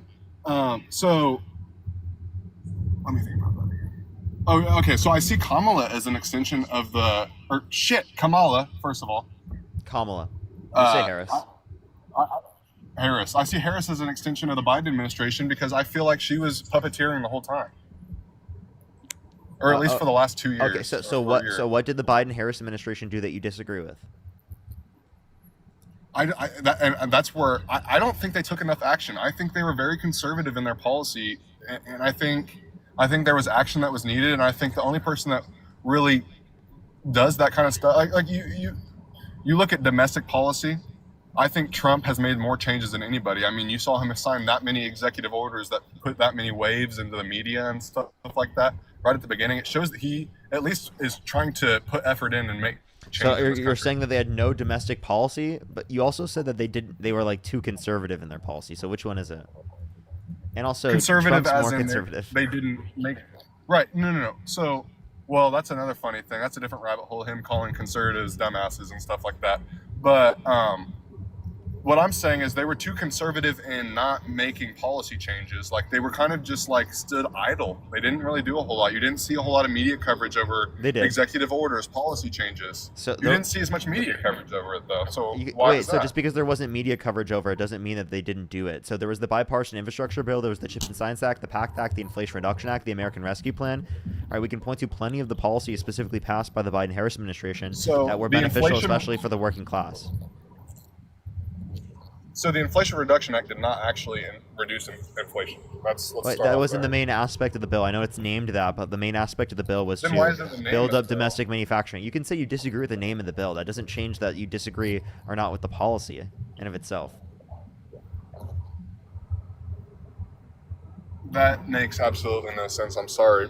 What? How? How does that make no sense? If the name of the bill is to an Inflation Reduction Bill, the point of the bill is to reduce inflation. That's like saying a circle is a circle. Yeah, and the big beautiful bill is not a big beautiful bill. Okay. And it did reduce inflation. It just didn't reduce inflation to a very high degree.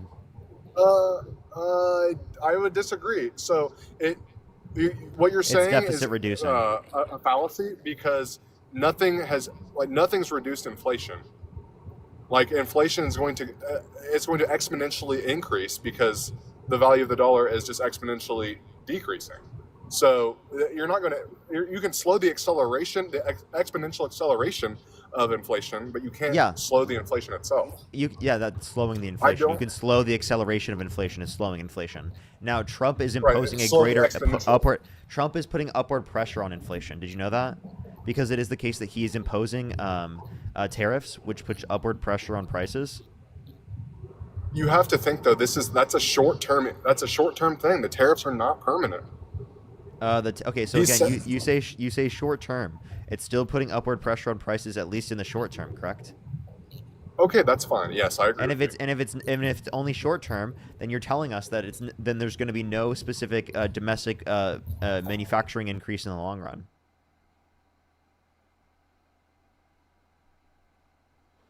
Did you hear me? Yeah, sorry. I'm cutting out really bad right now. So if it's just short term, then there's no domestic manufacturing increase in the long run.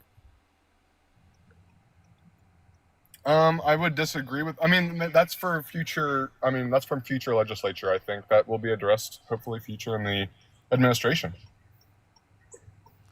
Wait, repeat that. Sorry, you said that will be addressed by the administration. In what way? I guess we'll have to see, but I don't think that's written in. I don't think that's written in the sand yet. I say that because things change so often. So. Okay, so you're just saying like, oh, maybe the economy won't be bad in the future. That's not like a reason as to why like Trump is a better candidate, you know? I understand that, but I don't think. I mean, there's no proof. Kamala has never done anything. She has never had an achievement of her own that changed any sort of economic standing for our country. Yes, she did. The Inflation Reduction Act, she had a tie-breaking vote on that, which is the largest investment in renewable energy ever, and the $35 cap on insulin for those that are on Medicare. Okay, so this idea that she didn't do anything, let me ask you this question. Name a single thing that a vice president has done as vice president in U.S. history. Let me think real quick.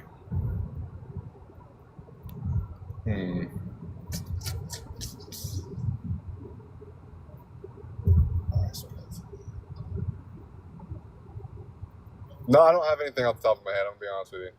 Yeah, you could have said that JD Vance spent a lot of time on the couch and vacationing, but it is the case that you didn't know a single thing a vice president has done in U.S. history. So if that's true, then how could you evaluate what Kamala Harris did as vice president? You clearly don't know anything a single vice president has done throughout the entirety of U.S. history, so you obviously wouldn't know what she did as vice president, so you couldn't evaluate what she did or what any other vice president did. I think her case is a little different, though. I think that she had to take a bigger step because it's a fact that with the cancer and everything, Biden's condition was worsening at a rapid pace, and it was time for her to step up and make the decisions, and she failed to do that. When you say she failed to do that, what are you talking about? How did she fail to do that? Did you see anything come out, any legislature come out with her name on it, or did she speak at all during that time? In between Yes, whenever... I just gave you an example. Did you hear me at all? The Inflation Reduction Act was passed through a tie-breaking vote of hers. Just because she set a tie-breaking vote on a liberally created bill, like she's obviously going to vote in favor of the Democratic bill. Well, I'm sorry. You understand that that's something that she did and that she influenced to get passed. She was literally influencing and advocating for people to pass a certain legislation. She got certain aspects of the bill put in. What certain aspects did she come up with on her own that got put into the bill, or did she just advocate for so she things that were created by others? She was specifically advocating for the increase in the investment, specifically for especially in the infrastructure bill, the what's it called, broadband for rural communities. So it was expanding access to like Wi-Fi and broadband to rural communities. They need food, that's something not that she fucking specifically Wi-Fi. advocated for. Oh, what's up? They need food, not Wi-Fi. Wait, so then why do you support Trump even though he cut 420,000 children off of free school lunch and breakfast on average every month and 2.5 million people off You want me to be access honest food with you? stamps? Yeah, that's not increasing people's access to food. Wait, hold on. So you're saying that he cut off in those third world countries and stuff, he cut off the infrastructure that we put up over there, right? Dude, did you hear anything I just fucking said? What? Trump specifically engaged in policies that reduced people's access to food, reduced food stamps, and also reduced access to free school lunch and breakfast to the tunes of 2.5 million people for food stamps on average every month and 420,000 children off of their access to free school lunch and breakfast. Kamala Harris, on the other hand, specifically advocated for policies like the $6,000 for the first year of a child's life, $3,600 through them being 5 years old, $3,000 through them being 18 in terms of a child tax credit, which reduced childhood poverty by 45% when implemented through COVID emergency policy in 2021 through the American Rescue Plan. You got to come back into the app for me to be able to hear you.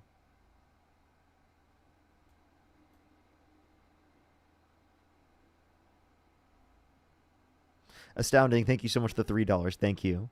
Thank you so much. As well as Dakota, thank you for the $5. Thank you so much, Dakota. I really appreciate it. Thank you. I think you muted me, or I muted myself on accident. You swiped out of the app.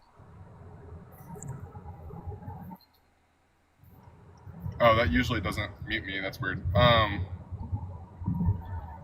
So, I'm guessing I'm trying to, I guess, address your claim that Kamala Harris was. You said she wanted to give Wi-Fi access to third world countries, correct? No, that was here in the U.S. You dumbass. Okay, I did not understand exactly what you were saying. So why are we subsidizing Wi-Fi access when we should be focusing on getting these people the education and capabilities that they need and to dig themselves out? Like, you teach the fisherman to fish, he feeds himself for life. You can't just give it to them like that. Dude, when we're talking about providing access to food, yes, you do just give people access to food. That's how it works, right? I understand. Especially children. Initially, yes, you're right. You understand? There's a safety. It's a safety net to ensure everyone has access to food. Okay. Okay. And also, yes, increasing I agree. access to Wi-Fi increases access to education, which clearly MAGA needs, and it increases access to social mobility. You can drive to McDonald's and get free Wi-Fi there. That problem's solved. Like, In rural communities. Yeah, they tell me they want to drive to like how far in order to be able to get to the right McDonald's, bro. Come on. I'm sorry, we're talking about rural communities getting broadband where they are that increases social mobility, it increases access to education, right, which clearly this country needs. And what changes has that made? What changes has that made now? Do we see higher education? Do we see people getting out of poverty? Do we see people getting out of the social class that they've been stuck in? Well, specifically, those particular policies did lead to people having better conditions. Like, dude, you would be, if we were like in the fucking, right, in the 1900s, you would be the person advocating that, like, we shouldn't have expanded electricity access to rural communities. Why should I have to pay for them having electricity? I'm confused. How? Yeah, you would have advocated against having electricity in rural communities to a greater extent, imposed particularly through, right, different governmental programs, which they were. Am I against giving electricity to Americans? No. To rural Americans, like historically. No, I'm not against that. Okay, that's the same policy you're essentially advocating for here in terms of specifically saying that, like, oh, what's the reason why we need to have access to internet, right, for specifically people in rural communities? Internet is similar in terms of its positive impact in terms of social mobility, right, and quality of life. Listen, I do agree with you on that, but how does that affect, like, what are we seeing results-wise now?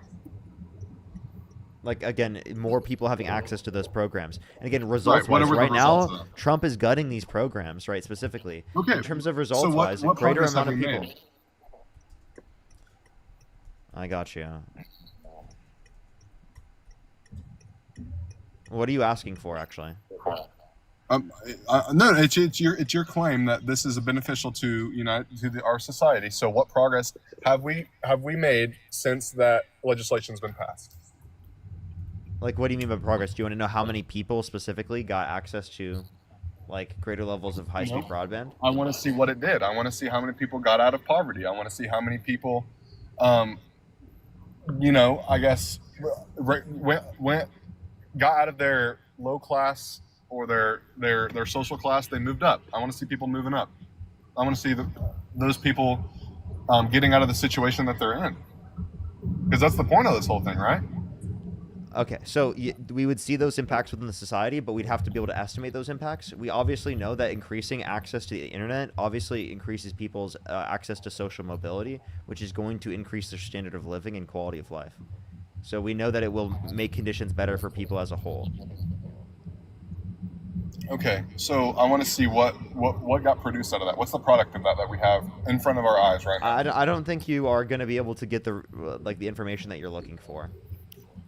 Because there's not a specific claim of this many people specifically were taken off of poverty because of the access to access to high-speed broadband, right? But it increases access to internet, which increases social mobility, which we know is positive for our economy as a whole and important for people in rural areas, which is especially why we did something in the past, specifically like providing access to electricity to rural communities. You could have said the same thing. Like, if someone couldn't have had a specific study back then to specifically claim that, right, then you have to have electricity nowadays to live, basically. In America, specifically. Yeah, and it's important specifically to have access to the internet now in order to be able to get access to things now. So, what's your point? You're right. It is important. It is important. I agree.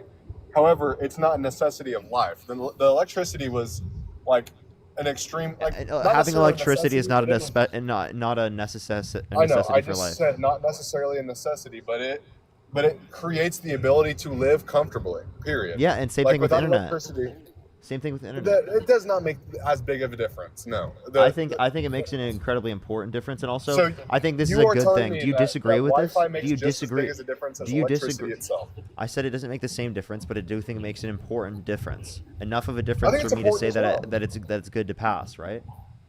Yes, I do. I agree. Okay, so then that what it's are you important. disputing here? I'm disputing the fact that we are giving we're subsidizing communities instead of giving them the tools that they need to get the hell out of the situations that they're in, or not communities, but social classes. What you're not understanding is this increases social mobility, so it is giving people the ability to do that. This isn't providing Understood. everything for people. This is providing the ability for people to have greater levels of social mobility. The internet is a tool. It doesn't hand everything to you. It's something that you can use to make your life better. And you're actually advocating against increasing people's abilities to get things that they could use to benefit their life in that manner. So you think internet will directly change the dynamic of the of the low class social class. I think it absolutely benefits our country. So, do you think that all lower class neighborhoods and lower class areas and lower class counties and stuff like that, that typically income stays around the same? And I believe in universal internet access. Like, I think that we should have internet access funded across the entire United States. I actually fucking hate ISPs, like, in general. I think that we need better infrastructure for internet and stuff in general. So, like, I think right now we don't have good infrastructure for internet, and we need to have, like, more government involvement in ensuring that people have adequate access to internet, and they don't get ripped off by fucking shitty ISPs, you know? I think that Starlink is the future. I think that may affect that, and I'm hoping that. I don't necessarily think it should be. I don't know.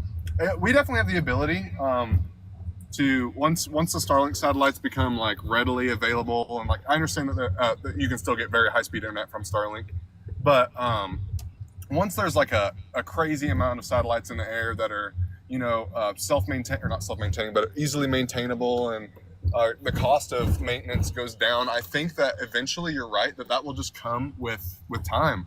I think that's something that will come with time, for sure. Okay, so like, in general, like, again, this is another example of how Trump is not better for the set of circumstances. So, like, why do you want Trump? I think that's something that comes with time, regardless of who you vote into office. That's not an aspect of it. So then, like, why do you want Trump? Like, what's so good about Trump here, man? Because it seems like, to me, like, you're starting to agree with me more. Oh yeah, I told you probably 25 minutes ago that I agree more with you on a lot of subjects than I do with Trump. However, I do think that he at the time was a greater candidate than Kamala or Harris, and I believe, like, if you look back, I remember in like November-ish, December-ish, I was starting to kind of get my regrets and stuff like that, but I remember, like, very early election cycle of 2024, Harris was very absent in going to press conferences, media coverage, statements, taking. I think she kind of expected to inherit. She definitely did go to a bunch of. She had 107 days. Okay, she went on a bunch of media tours. She went all around the country, did a bunch of different things. She was constantly working. Okay, the idea that she didn't do enough, I think, is very ridiculous. I mean, there are a few things I could point to, like maybe like it would have been good if she was on Joe Rogan. She could have convinced Joe Rogan or something like that with Theo Vaughn, things like that. But in reality, right, saying that she didn't do enough is, saying she didn't do enough, I think, is more ridiculous. Actually, I think that really the ownership for, like, specifically doing more work, I think, definitely is more to be put specifically on the voter base, because the voter base, if they did 1 ounce of critical thinking, would have voted for Kamala Harris over Donald Trump. Literally, like, the main reason in exit polling specifically for why people voted for Donald Trump was because they attributed inflation to the incumbent president, right, the Biden-Harris administration, which they had no evidence to indicate that it was caused by the Biden-Harris administration. And Trump's policy ran on increasing prices through the context of tariffs. So if I'm going to be honest with you, at the time, if I'm just going to give you the reason why I voted for him, it's going to be because at the time I was in military training. I didn't have, I did it for about a year and a half. I had training and stuff. And so when it came election time, it was my first time kind of getting into politics and stuff like that. And I took a quiz online. I made sure that your audio just got really bad. I took a quiz online, and basically it said that I aligned 61 or 63% with Trump, and that's literally the only reason I voted for him. I know, but that's pretty much that's how I know I agree with more of his policies, because it showed me which policies I agree with his and which ones I disagreed with of Kamala, of Harris. I'm gonna go to the next person. I hope you change your mind, man. I hope you change your mind.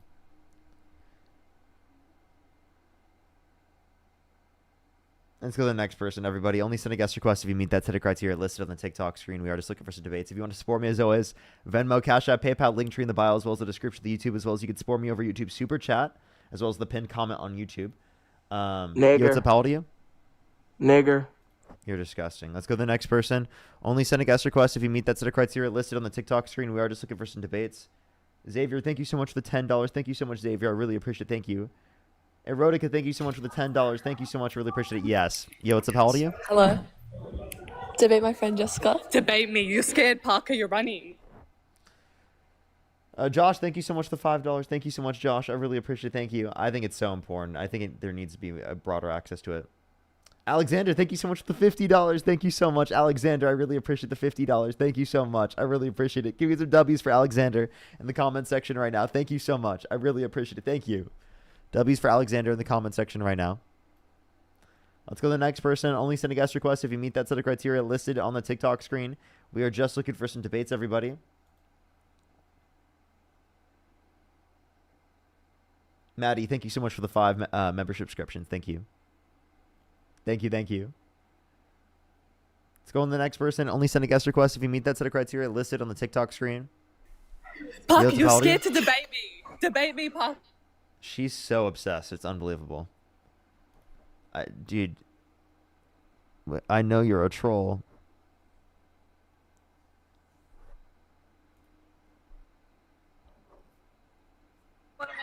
Yo, what's up? How old are you? Debate me, baby.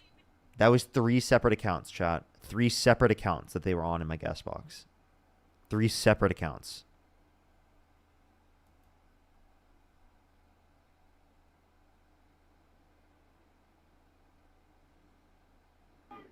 Yo, what's up? How old are you?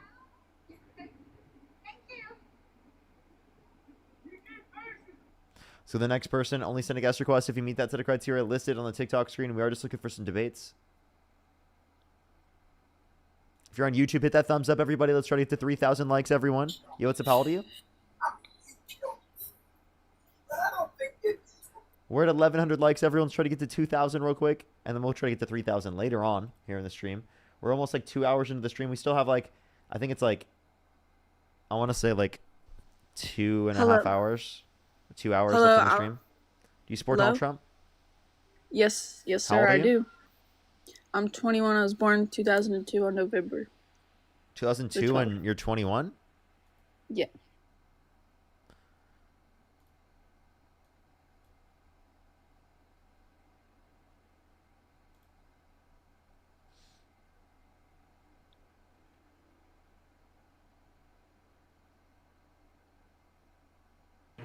Yo, what's up? How old are you? How old are you? Okay, let's go to the next person. Only send a guest request if you meet that set of criteria listed on the TikTok screen. We are just looking for some debates. If you're on YouTube, hit that thumbs up, everybody, as always. Joe, thank you for the $10 on YouTube Super Chat. Thank you so much, Joe. Yo, what's up? How old are you?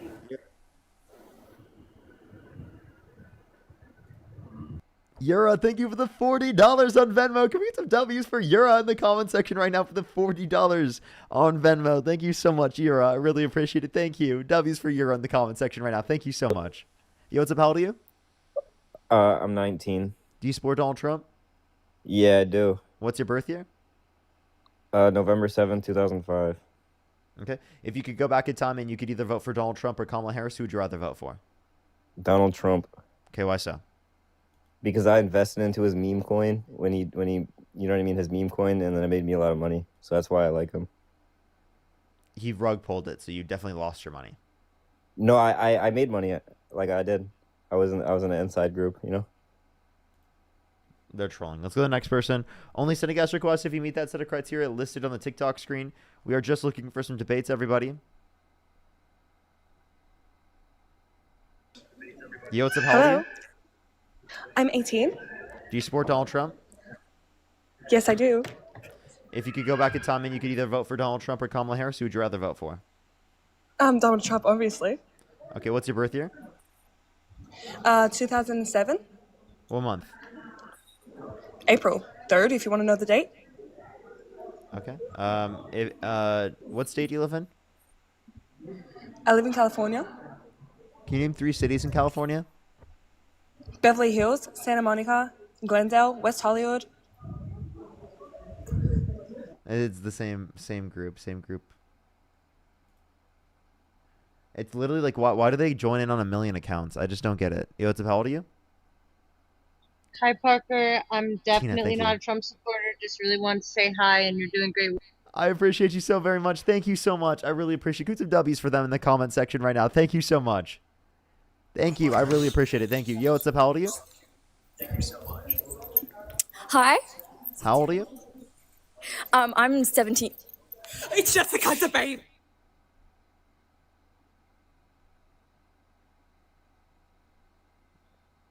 Hey, genuinely, stop. Please get out of my life. Like, this is ridiculous. This is crazy. Like, I'm serious. Please leave me alone.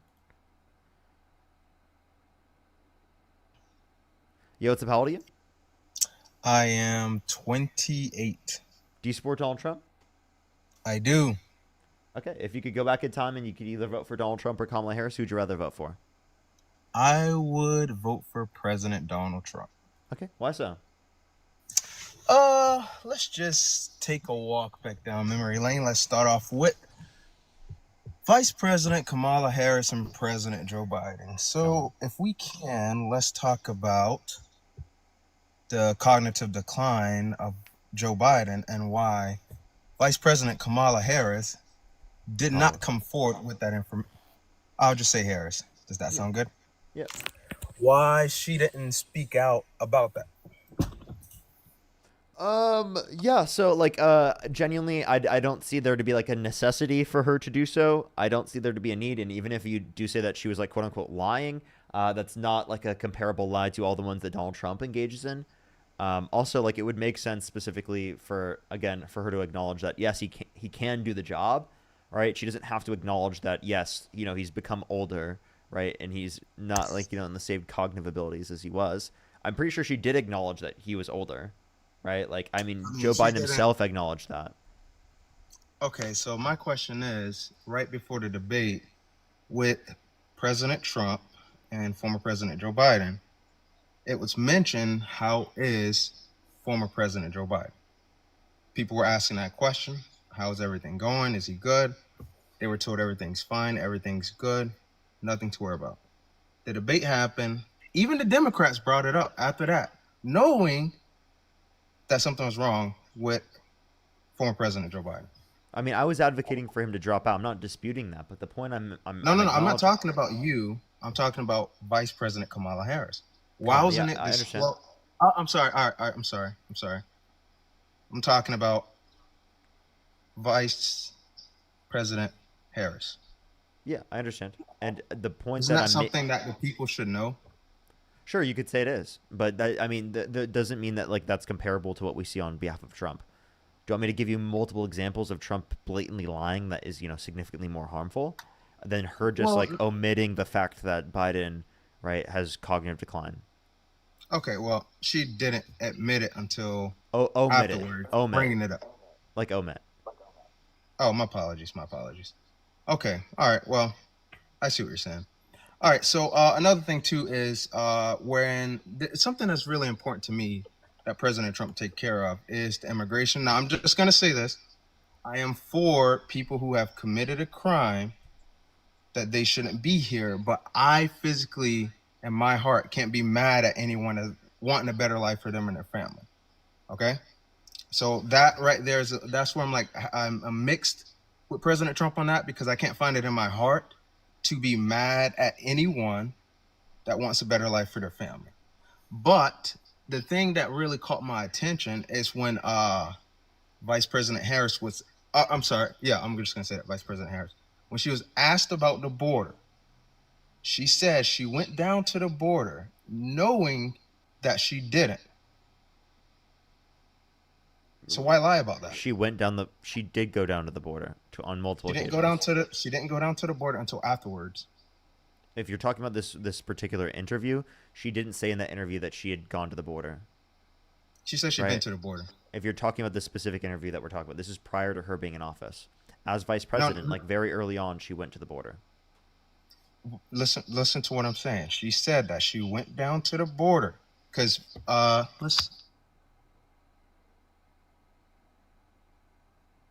Okay.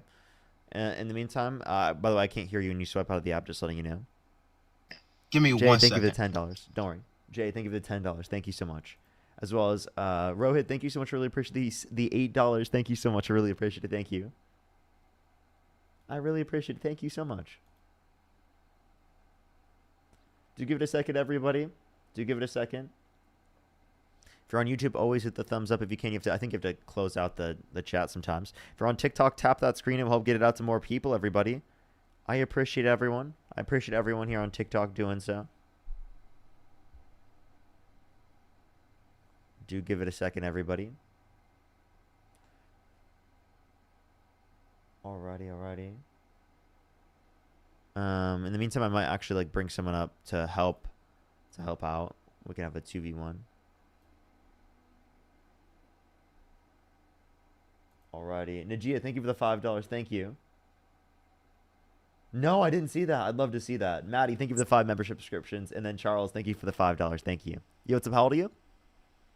18. Do you support Donald Trump? I voted for him. If you could go back in time and you could either vote for Donald Trump or Kamala Harris, who would you rather vote for? Neither of them. They're both Jew lovers. That's a crazy thing to fucking say. That's just anti-Semitism. Erotica, thank you so much. I really appreciate the $5. Thank you on YouTube Super Chat. Thank you. Thank you so much. No, seriously. Brian, thank you so much for the $5. I really appreciate it. Thank you. It can only good happen. It can only good happen. Yes, you know, Trump was very much on it, medically speaking there. Hey, listen, there's going to be differences, but what I'm trying to say is Vice President Kamala Harris was tasked by former President Joe Biden at the time, or former President Joe Biden now, whatever. But she was tasked to go down to the border and figure out the issues. Correct?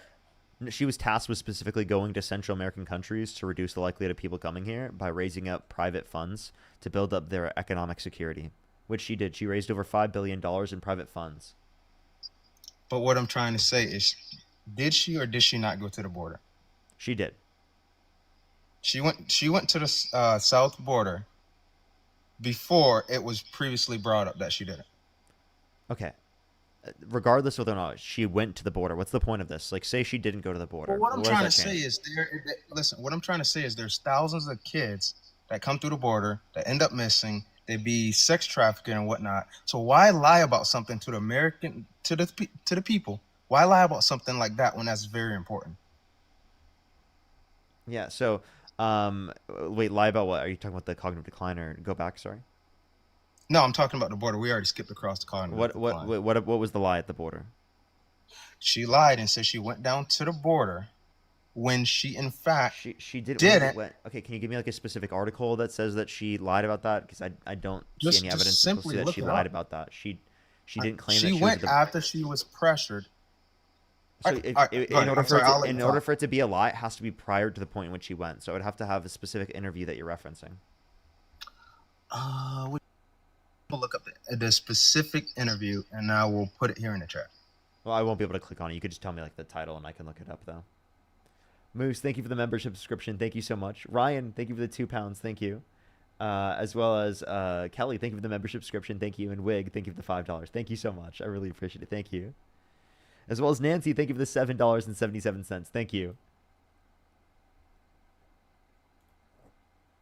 Alrighty. Yo, what's up? How old are you? I'm 47. Do you support Donald Trump? Yeah, I do. Okay. Well, if you could go back in time and you could either vote for Donald Trump or Kamala Harris, who would you rather vote for? Oh, Donald Trump for sure. Okay, why so? I would say I'm definitely lean more libertarian.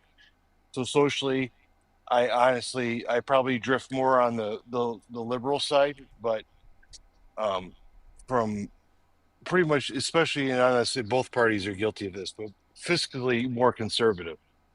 And I think the Republicans' approach, and it's not universal because there's some bad ones out there. Their approach is less government intrusion in our lives, the better.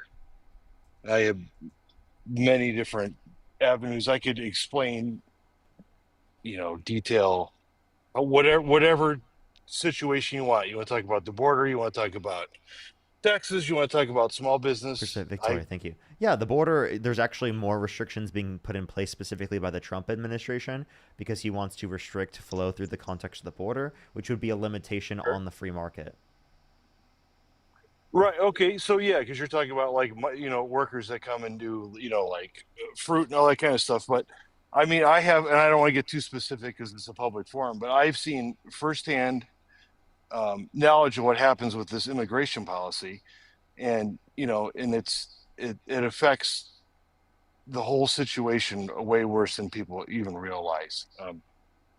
The people get the whole thing. The whole reason that he did that, we'll say that whole administration was just to try to increase their base. I mean, if you look at that part, let's take the Democratic Party as a whole. If you look at, I would probably caucus more with a 60s Kennedy Democrat Party versus today. They went completely off the rails. So what do you disagree with in terms of the Democratic Party today? Democratic Party? Well, I'll tell you what, you pick. You tell me what specific I'm asking vein, you. What do you specifically disagree with in terms of the Democratic Party today? Well, first they've become a very pro-war party. I mean, if you look at, I don't know, 10, 15 years ago, it was, Could you give me an everything was example? peace. Let's see, government. Let's intervention. Try to intervene in Ukraine. Give me an example. Ukraine. Trump wants to intervene in Ukraine. Okay, so he wants to intervene in Ukraine, but let's take an example of, let's say, Hillary Clinton. So if you look at the 60s and 70s Democrats, it was all about free expression, free speech, and then now that party, that's a perfect example. No, I asked for specific examples of pro-war in terms of the modern Democratic Party, and then in terms of this, like, we could also acknowledge the Department of War. Trump quite literally changed the name of the Department of Defense to reflect the fact that they're going to be taking the offensive to a greater extent. Right. Do you understand why that is, though? I know exactly why it is, because I have friends that are in the military. So the whole premise with the Department of Defense, I get that, because you don't want to seem like you're becoming overly aggressive and pursue any sort of get into a conflict for just no reason. We can look at pretty much every conflict we've gotten into over the last 50 years has been completely BS. We all know that. So but Trump if is you putting ever us have, into more conflict. That's what I would say. I don't think so. Absolutely not. Yeah, How trade could you, how, trade so wars. He's put us in more trade wars. Okay, He's so- bombed Iran. so you're- He's specifically literally Okay, so- bombed so you- and extrajudicially killed multiple boats of people I don't specifically. agree. Well, okay, so Off of you said Venezuela. you're getting us in trade war versus military war. So which one are you picking? So let's Both. take military. Military, I don't know. I don't see that at all. So okay, so let's the Venezuelan. But I do not agree with that. So I take more of a Rand Paul approach to that. There's no way we should be doing that without going through the appropriate channels. That's, to me, that's just extrajudicial killing just because for fun, not for fun, but for a reason. And Obama did the same thing. They did the same thing with the drones. And every president takes that. I think those powers should be reserved for Congress. You should be going to war for the absolute. That should be your last. So again, can you give me an example how, say, for example, Kamala Harris is more pro-war than Donald Trump? More pro-war. Sending money without any oversight to Ukraine. Let's just take the whole Democratic Party. There was There's oversight. It was through Congress, and Trump is sending money to Okay, Ukraine. so what oversight? So I can tell you personally, I know 3 people that are from Ukraine. Okay, they're now in the United States, and that we are funding their retirement benefits paid through the Ukrainian government, and they're getting over $6,000 a month, and we pay for that. So how is that fair? What When is we the have- retirement benefit for? Working? working for literally 2 months. And by the way, we pay for defense and we pay for the weapons. We're not paying like salaries. Would you like to provide me any evidence that we're paying salaries? So over there, so we are subsidizing part of their pension system. That's been proven. Can we have a source? I could give you a source, but Go ahead. let me look one up. Go ahead.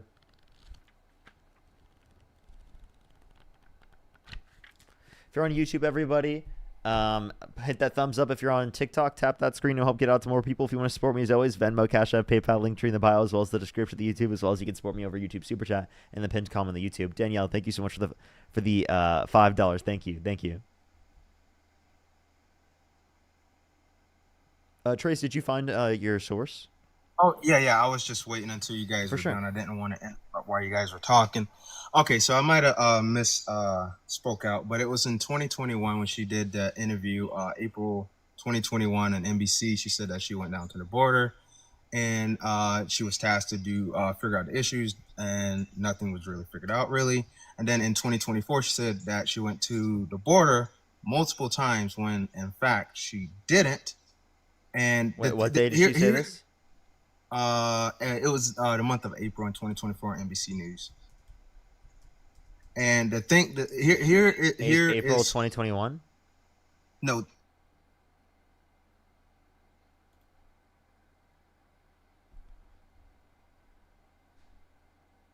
April 2021 is when she did it, and then April 2024. What did she say specifically? April 2024 says she went down to the border multiple times. Wait, again, what did she say? What was her quote? Let me get the exact quote. Because I'm pretty sure in that interview she said that she had not been, and I think that like some people brought this up and quoted that she said like that she's never been to some places in Europe.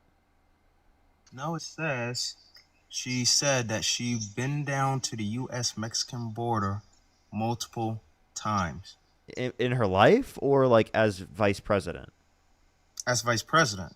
Okay, wait. So then I would gotta hear what's the title for this? So I'll look it up right now.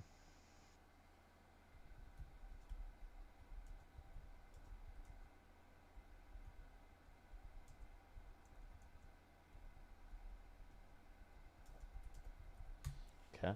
Andrea Mitchell is who she did it with. What's the title?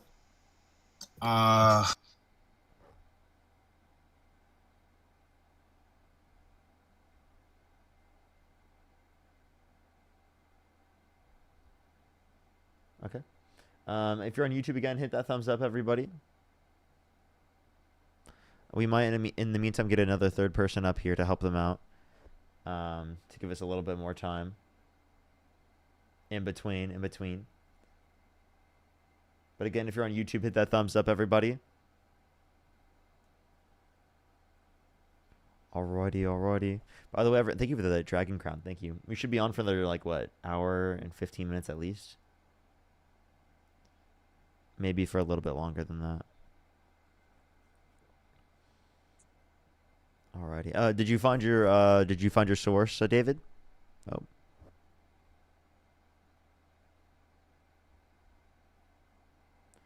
Okay.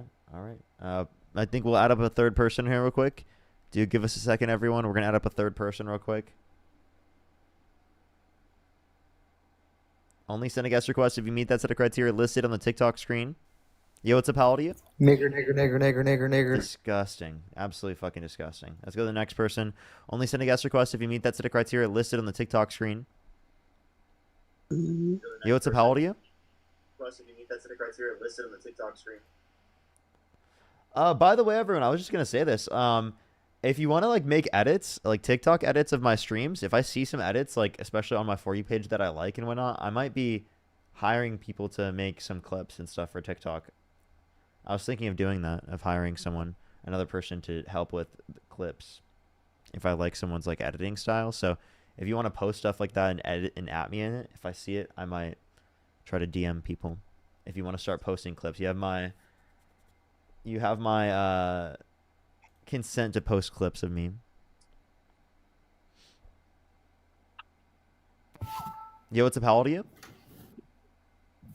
29. Do you support Donald Trump?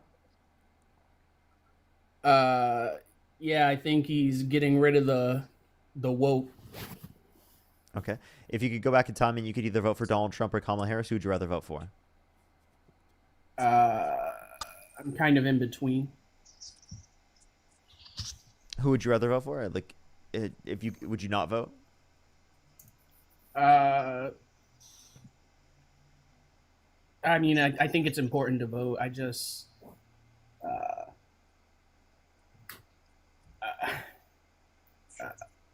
I'm sorry, man. I was just messing with you. I voted for Kamala. Okay. David, did you find your source or Yeah, Trace, I did already you find said your it. source? What was Yeah, it, David? I found it. I can't hear you when you're out of the app. Just letting you know, David. You got to remember Sorry. and then come back into the app. Hey, you got to remember, I'm a Gen Xer, so some of this stuff still catching You're up. fine. Don't worry. CBS, it's the August 24th, 2023 article. And what was the title? That's what I would need. All right, stand by. You're good. You're good. Yeah, so I can't find the exact video, but it was 100%. I know for a fact it was mentioned when she did an interview on NBC News. I just can't find the exact one. But what I'm trying to get at is, well, it was talked about time after time that she'd been down to the border, right, with the crossings and whatnot. And now that it's with Trump in office, we have hit a record low of crossings. I don't think that's a good thing. I think that we need more immigration. I think immigration's really good for our economy, good for tax revenues. It's good for allowing us to maintain the same levels of Medicare and Social Security. I think that the population is going to be declining by 2050, according to the Congressional Budget Office estimates, which is obviously going to be bad for the growth of our economy.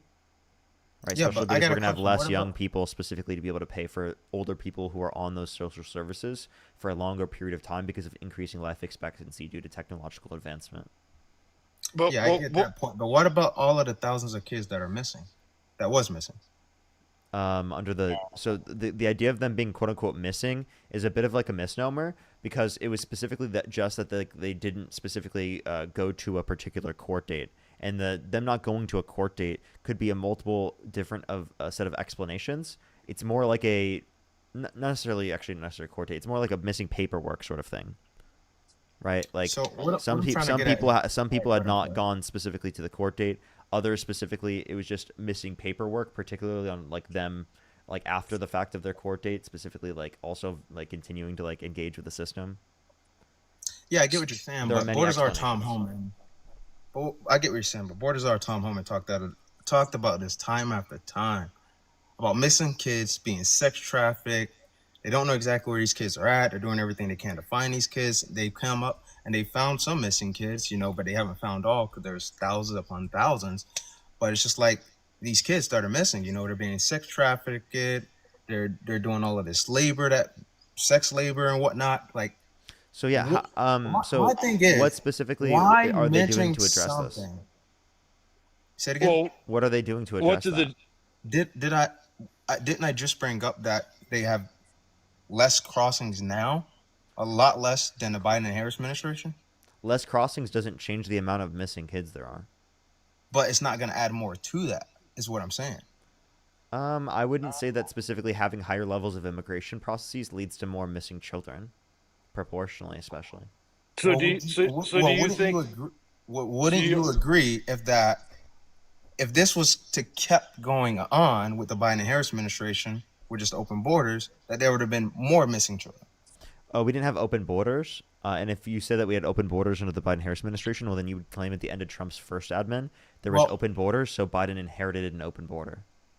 Well, not as secured borders, I'll say. Yeah, so it wasn't secure under the end of Trump's first term because there were higher average border crossings on a daily basis comparative to the end of Biden's first term. I'm talking about Biden administration compared to Trump now. That's what we're talking about. Yeah, I understand. But I'm making a comparison specifically at the end of the Biden administration versus the end of the Trump administration because that was what the border Biden took over. So if you're saying that specifically, or there were too many crossings throughout the entirety of the Biden-Harris administration, well, then it would be true that there were too many crossings at the very end. And if there were more crossings at the end on a daily average under the Biden-Harris administration, or less crossings as a daily average at the end of the Biden-Harris administration compared with the end of the Trump administration, well, then that would mean that the border that Biden inherited, there were less crossings. More crossings on a daily average than the border that he handed over to Trump. Does it make sense? I get what you're saying, but Trump has been in office how long? He's been in office for almost 9 months. So it took President Trump 9 months to get lower border crossings, which you and I can both say that that means less added to the number of the Harrison Biden administration crossings, right? I think less border crossings is a bad thing, but I was No, just but what I'm trying acknowledging to the say reality. is if we would have continued with the Biden and Harris administration, unsecured borders, that there would have been more, I'm going to say, How do you identify a secure border? Like, how do you know when it's secure? when we have less crossings. But less in comparison to what? What we dealt with previously. I mean, listen, Trump has Wait, been in office 9 months, and now we have. Technically, at the end of the Biden-Harris administration, we were less than what we were at the end of Trump's term. Therefore, it was less. Therefore, it was secure. So Trump inherited a secure border already. Can I ask one question? Go ahead. How could you honestly believe that the Biden Wait, David, immigration? Hold on, David. Let Trace finish real quick, and then I'll let you ask your question. Sorry, brother. I was trying to help you. I'll acknowledge 100% when I'm wrong, but you and I both know now that numbers are low, that it would not add to the numbers compared to the Biden and Harris administration, correct? With the thousands of children that have been missing. What I'm trying to say is, if we would have continued with the Biden and Harris administration, unsecured borders, you and I both know that the numbers would have kept going up, correct? Okay, so No. Listen, I'm looking for a yes the or no. number of people that we didn't have documentations Alright. for specifically would go down because there would be an incentive for people to go through said legal process. If you're talking about people where you don't have documentation specifically, there's just a missing paperwork. That's not necessarily that they're missing, they're being sex trafficked or anything like that is happening. If there were more people coming to the country, would there be more people coming to the country? Yes, but there's none issue with more people coming to the country. But there's an issue with the kids being sex trafficked. Yes, and what is the Trump administration doing to address sex trafficking? Did you not just see they put out that President Trump has the lowest crossings? No, it's not based on I don't crossing. I'm saying level of sex trafficking. Do you have any evidence that there's a lower rate of sex trafficking within our country? I mean, I got evidence that they're at least targeting it. You can go look up any video of Tom Homan. He's talking about it time after time. Yeah, so just because they talk about it doesn't mean that they're actually doing something to address it.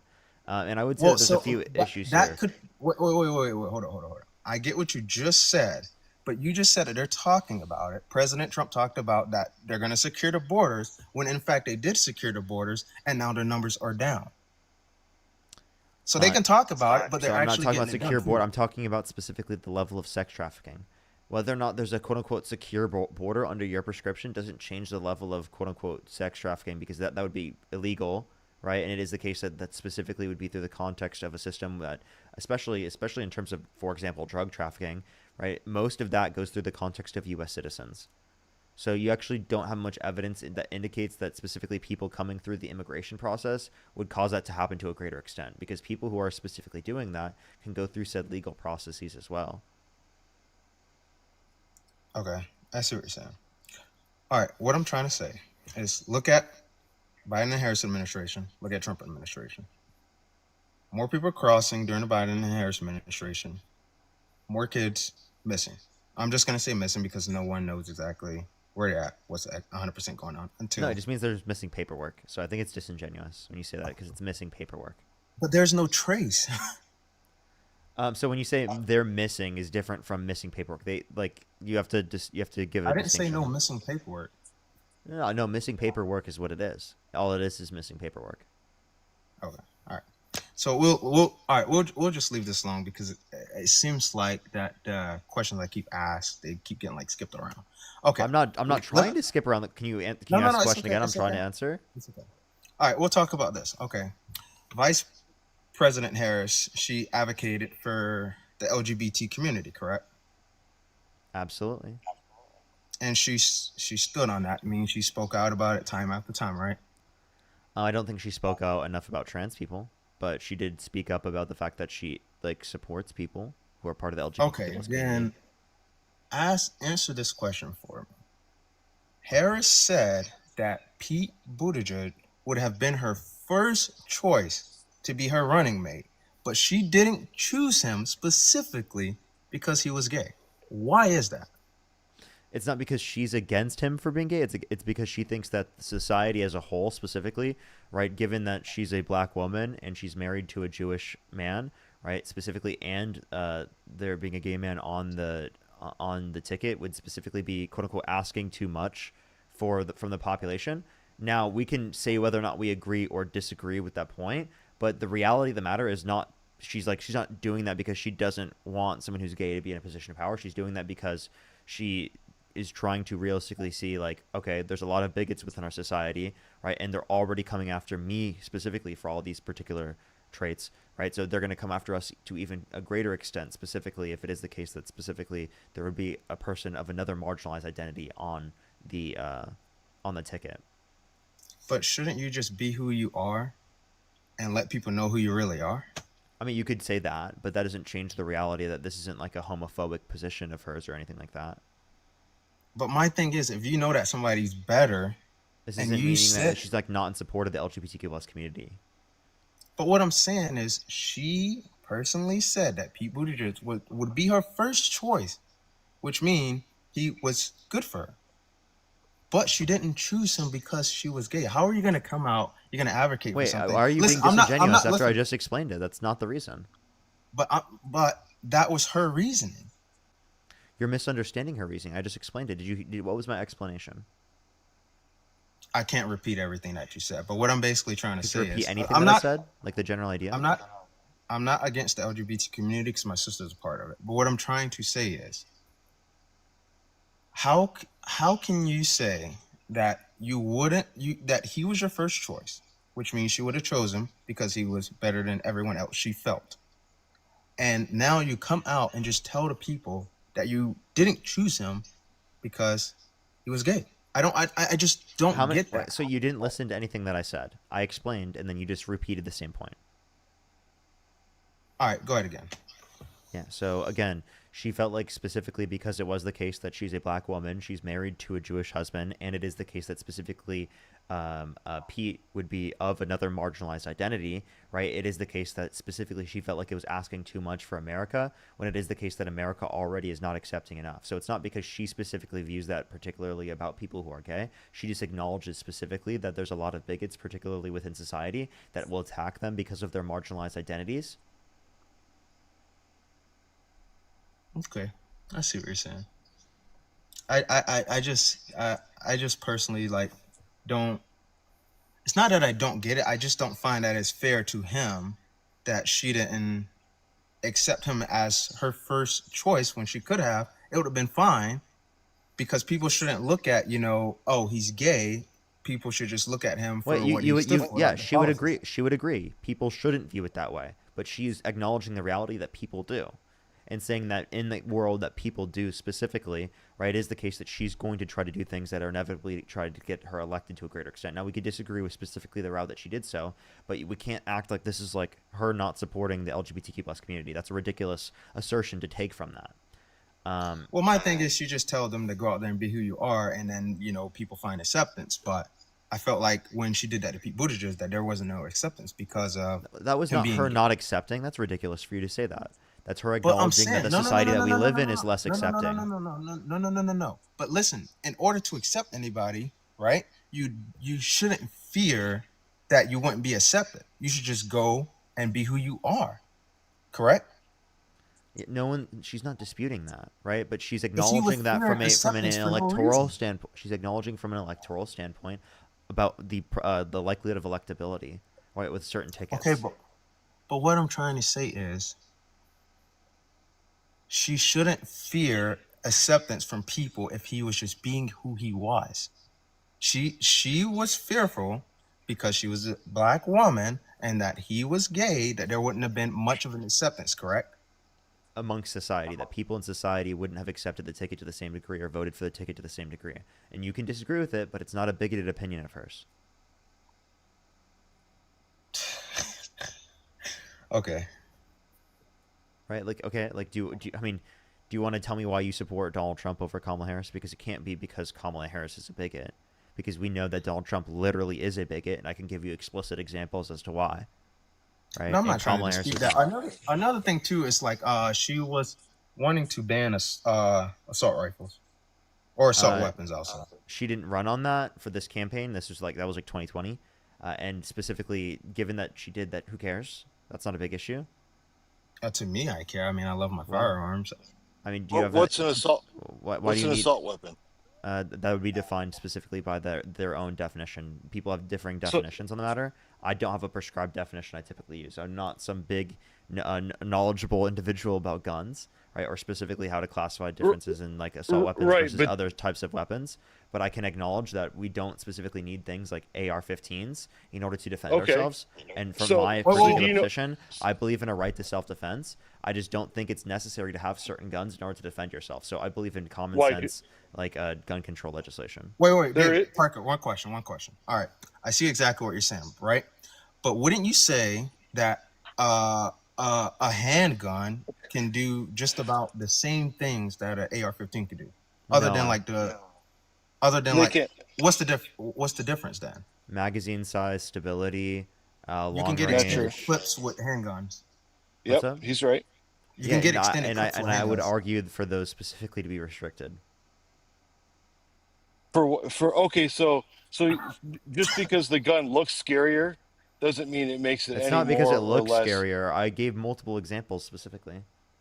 Okay, so all right, so go ahead. I'm sorry. Yo, no, go you ahead. All right, guys. so the whole assault weapon thing, you can use an example. So that's a semi-automatic. So let's just get terms right here. There is automatic weapons are illegal. Okay. We cannot own any automatic rifles or assault weapon or And you assault agree? And weapons. you agree they should be illegal, right? No, I don't. I think I actually advocate for, in some regards, less gun control. I think right now it's yeah. There's So, no. do you think I should? Do you think I Go should ahead. be able to open carry a minigun? Well, if you want, well, okay, or you can try. Good luck. I don't know how you're going to carry down the street. So I should legally be able to open carry a minigun and an RPG? Well, RPG you can't buy. That's Well, classified. no, Or, that's a banned weapon. No, I'm asking. It Like, is. do you think it should be banned? What's that? Do you think RPGs should be banned? They already are banned. No. Do you think they should I said be? certain. Okay, I said certain things. Do you certain think they guns. should be banned? What's the RPG? Yeah. Yes. Okay. Yeah. Why should no reason for RPGs be banned? That every- sounds like a violation of the Second Amendment. Okay, so all right, so let's go back. All right, I understand what you're saying, but that's a grenade. That's not a gun. So there's a difference there. Rocket So propelled grenade launcher. So like you understand that ro- like a rocket it is and a fire, that's a going rocket on. and That's a an gun arm. are different.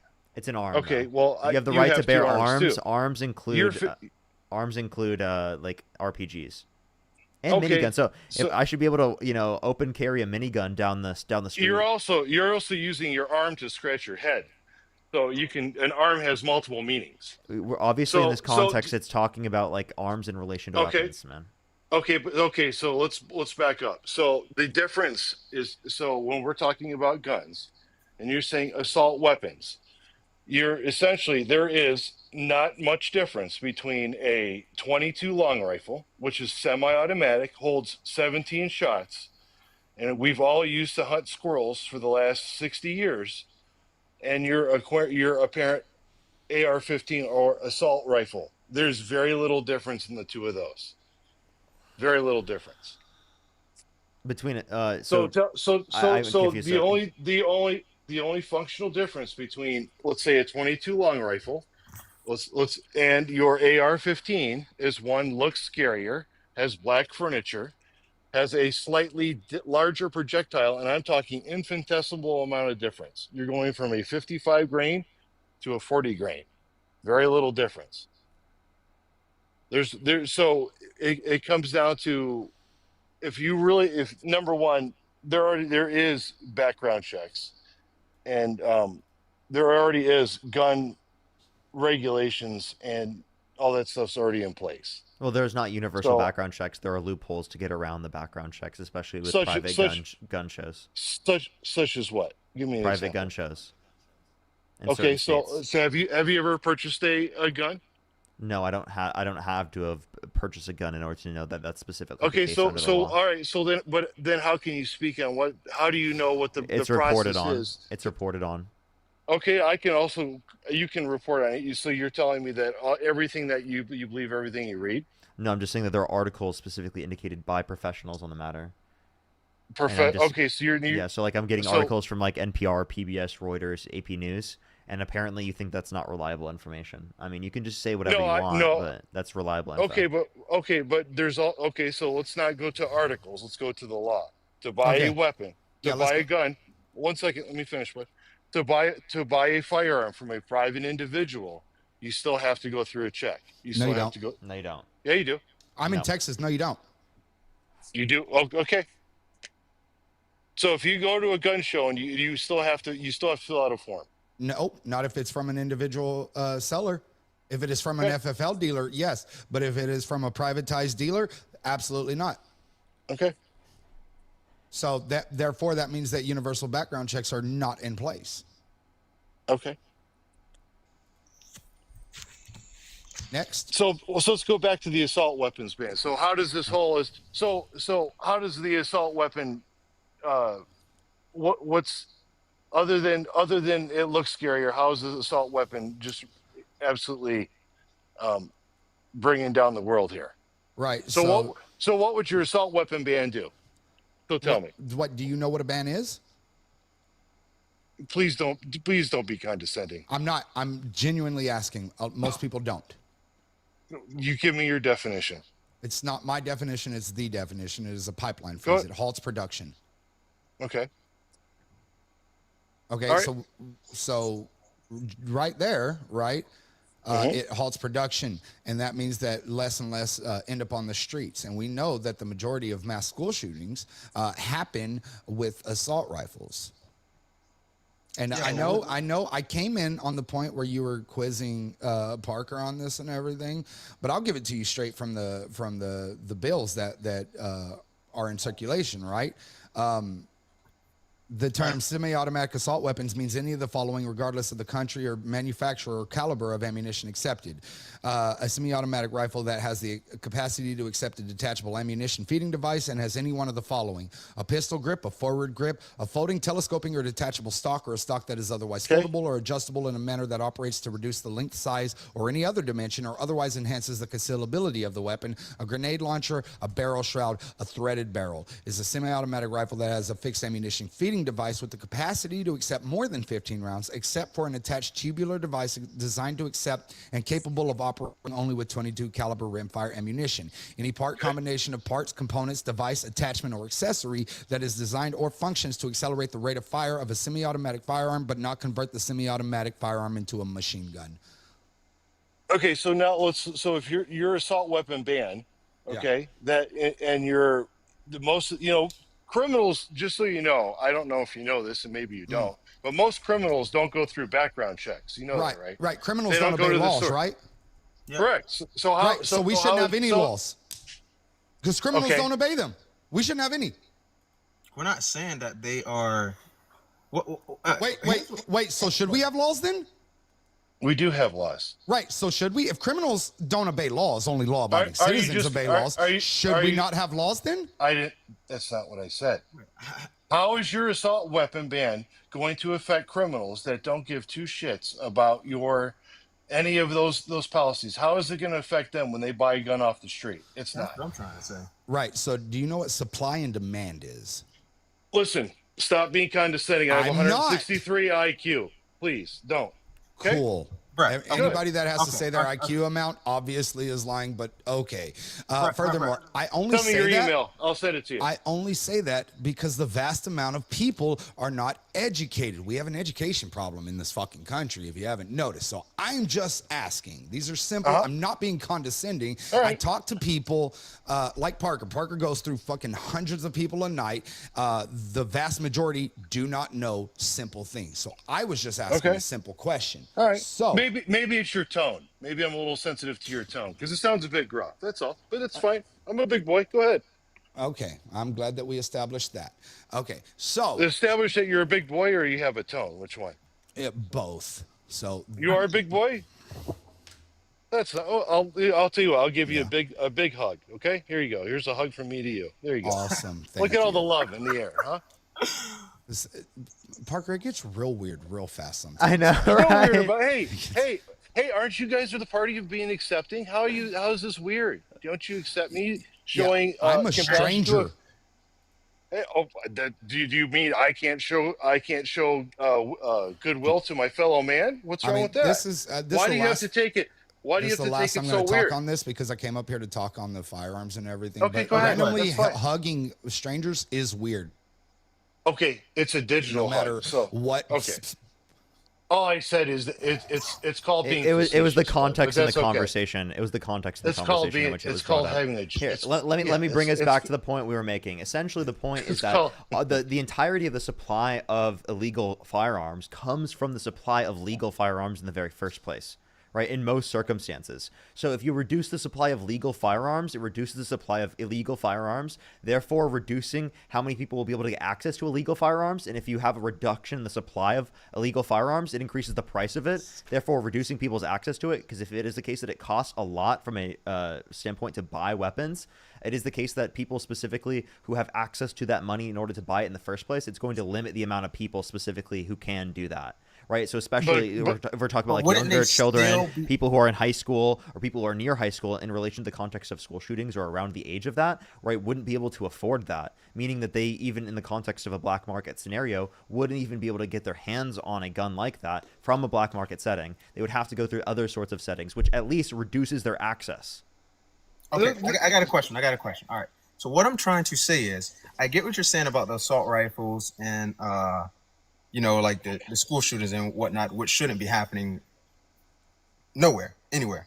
But what I'm trying to say is, I get that you're saying you're trying to ban the ban for the assault rifle, but couldn't a Glock with a switch on it do just about the same thing, other than the damageability from the bullet itself?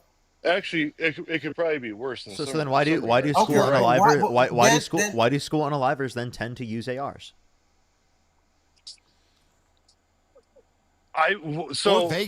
Or Vegas. So why do they use it? That I don't know, but there's also a lot of other ways to kill people. Well, okay, then all right, that's fine. Let's take school shootings for as an example. Why do we not have like where my kids go to school? I'm not gonna get into where that's at. There is sheriffs, armed guards. Awesome. Yeah, not. Hold on. I please don't. I didn't say armed guard. There is county sheriffs that are there all the time. We spend all this money and all this other stuff. Why? What is so wrong with having either armed guards is fine or police there to supervise? And then also, where's one more thing? And then I'll let you go. And where is the personal responsibility of some of these parents to some of these kids that aren't keeping track of where their kids are or where these firearms are? And I 100% agree with you. Those things should be locked up. Awesome. Agreed. How did that work in Uvalde? How did that work in Uvalde with what? The armed guards.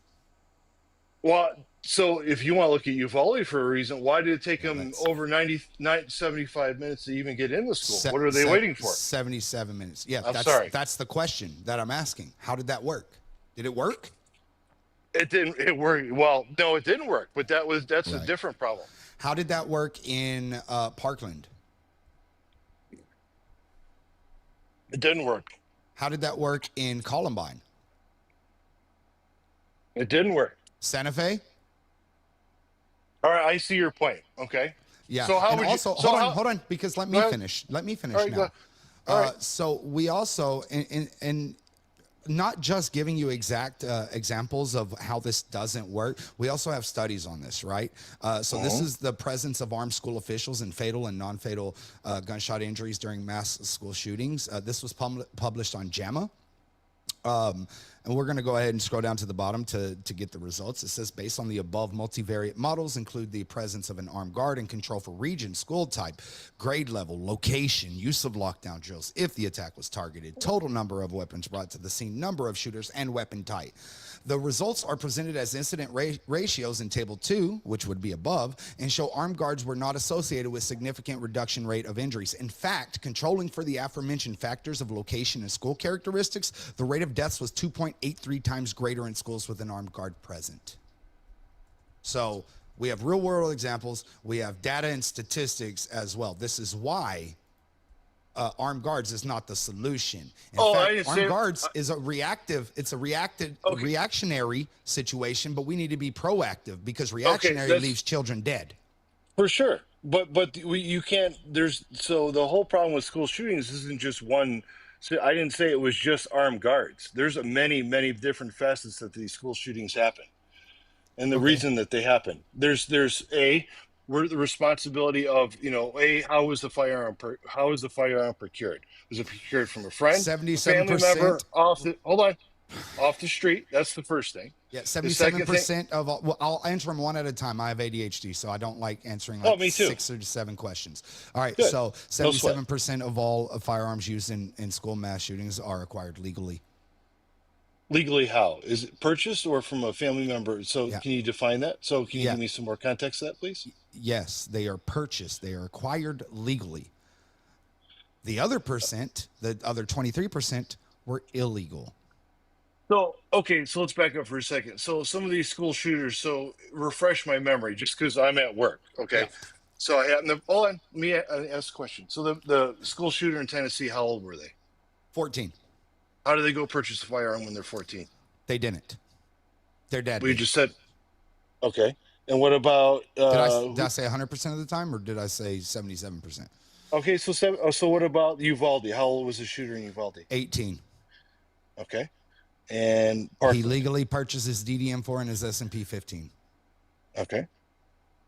So we both, as we stated, that this problem has many different there's many different issues, not just one. So one is perhaps. Well, so I agree and that I have we need to do ADHD something. too, so I'm with you there. So we need to agree to do something about that 23%, but why are we not focusing on the 77%? Okay, so that's fine. So can we table that for a second? Sure. Okay, so what are some of the other factors that contribute to these school shootings? You're the one that said you had a whole list of them. So no, I just said okay. So sorry, I told you. I got the number ADHD one. too. The number one is access to firearms because you can't shoot up a school if you don't have access to the firearm. Okay, and then also you probably have a some sort of, I don't know if you want to call it societal or some sort of, kids that have there's obviously a mental illness problem in this country. I would 100% agree in that. Right. So the statistics don't show that either. So you're telling me that the statistics say that there's no crazy people walking around? I mean, I can take you where I live. I can find plenty of them. That's not what I said at all. But statistically speaking, somebody with mental health issues is 5 times more likely to be the victim instead of the perpetrator of firearm violence. Okay, so the one in Tennessee, didn't that person have mental health issues? Yeah. Once again, I didn't say 100%. Oh, okay. So we can agree, though, as you're proving my point, is that I'm not proving your point. Where you keep focusing on the smaller number, and I'm talking about the higher number. Okay, but David, my point. How do you feel about Republicans specifically that aren't willing to fund mental health care? Right. For example, Democrats are advocating for universal health care, and that extends to mental health care. So I don't. We'll go back for a second. I don't necessarily believe in completely universal health care. And I have some examples why. I have family members born in Italy, there's things about public health care, universal health care that are good, and there's also some things that are bad about it. And a couple examples of people that were in Italy that has universal health care, and they waited 26, 27 years for 2 people needed kidneys, they ended up dying. So I mean, as anything, there's pros and cons to anything. So I don't. Universal health care is not the answer to everything, but Well, it mental- is though. but- It is if you're claiming that it's a mental health problem. See, that's the problem. Republicans always claim mental health, but then they never vote to fund it. Did Case you in hear point, me? no, I know. did I'm saying though. Here's the okay. problem. We don't obviously, as a country, believe that it's a mental health problem because if we did, we would fund mental health. Correct? I don't think. I don't.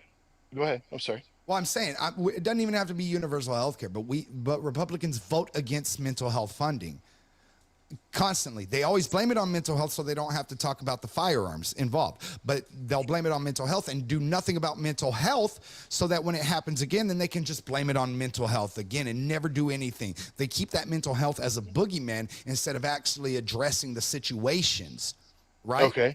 And we do that because if we keep having a boogeyman that we can blame and blame and blame but don't do anything about, then we never have to talk about the guns. Okay, and you don't think the other side does some of the same tactics? So the Democrats are completely innocent in everything. So Well, I'm not a they- Democrat, so such as what? and I'm not a Republican. So we can agree on that now, Okay, can't such we? as what though? Such as what? So let's go back for a second. Weren't we talking about school shootings and how to prevent them? So we have a mental health crisis. We have a. Do you think? Hold on, because I get that all the time too. We have a mental Sure. health crisis. Mental health. Do you think that we are on par with our peer countries as in terms of mental health crises? I honestly have no idea. We are. We're on par. Like with the UK, for example, we're on par with them. The problem is, though, What and this about- is really crazy. Hold on. This is really crazy. And there were 22 firearm deaths last year in the UK. 22. Same Okay. mental health levels, right? 22. Why do we do that in 5.5 hours then? How if many- it's the how- mental health and not the access to the guns. So how many stabbings are in the UK? How many Way people less. getting run over Less by cars in proportionally. the UK? Less per capita. Did you Yep. know that in the UK they have less stabbings per capita? Oh, okay. So, Didn't know so that. we have more knifings than they do, and we have the gun violence as well, Okay. which is substantially higher. Okay. So back to the school shoot. Once again, we all agree that this just isn't a one size fits all solution. It's not. So If we limit access to firearms, Well, okay, but how is 100%. how about okay? I have no problem with limiting access. How about it starts at home with parents and responsible people? Cool. That's where it needs to start, because you can pass all the laws that you want, Yeah. but as soon as you have somebody at home that doesn't give a shit, it's not going to matter, bud. Tell me how It's you not. legislate that. You can't legislate that. You so got to then how get. do you fix that? It's called people need to get some personal responsibility. And That's how do you legislate that? How You do can't you can't legislate your way out of. That's another problem with the left. You can't legislate your way or pay for or fund out of a problem when people need to Watch accept this. some personal He thinks responsibility. okay. So then, as of right now, is there something legislative we can do specifically to reduce the amount of people that could die In what regards? in relation to gun control? Are we? Is there a way? Because your argument here relies on there being nothing we can do from a legislative I standpoint didn't to be able say to no. address the I made conditions a of how many general people die. statement. I made a general statement that it seems that we just throw money at the problem instead of attacking the real cause of the problem. That's my What point. and what is the real cause? Is it access to guns? As I said 3 or 4 times, it's many different things. It's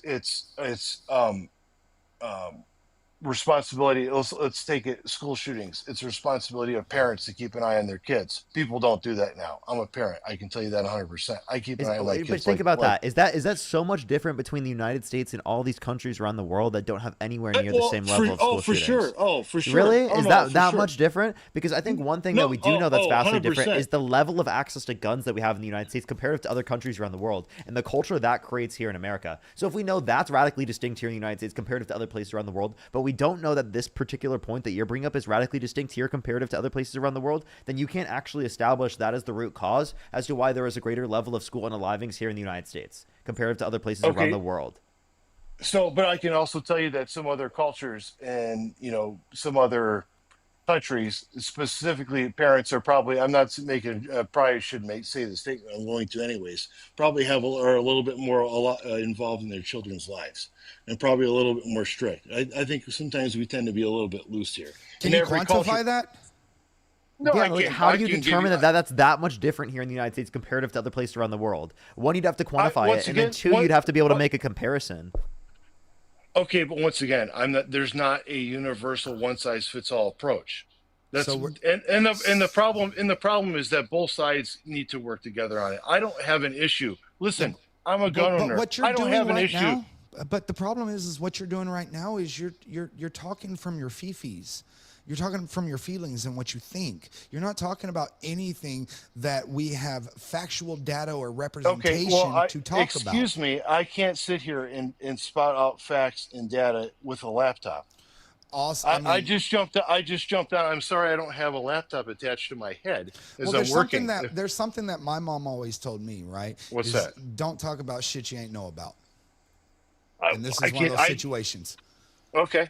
So you're telling me that we can't have discussion and dialogue unless I can, so people shouldn't interact and have discussions with people unless they have. I think we shouldn't make claims if we can't back them up.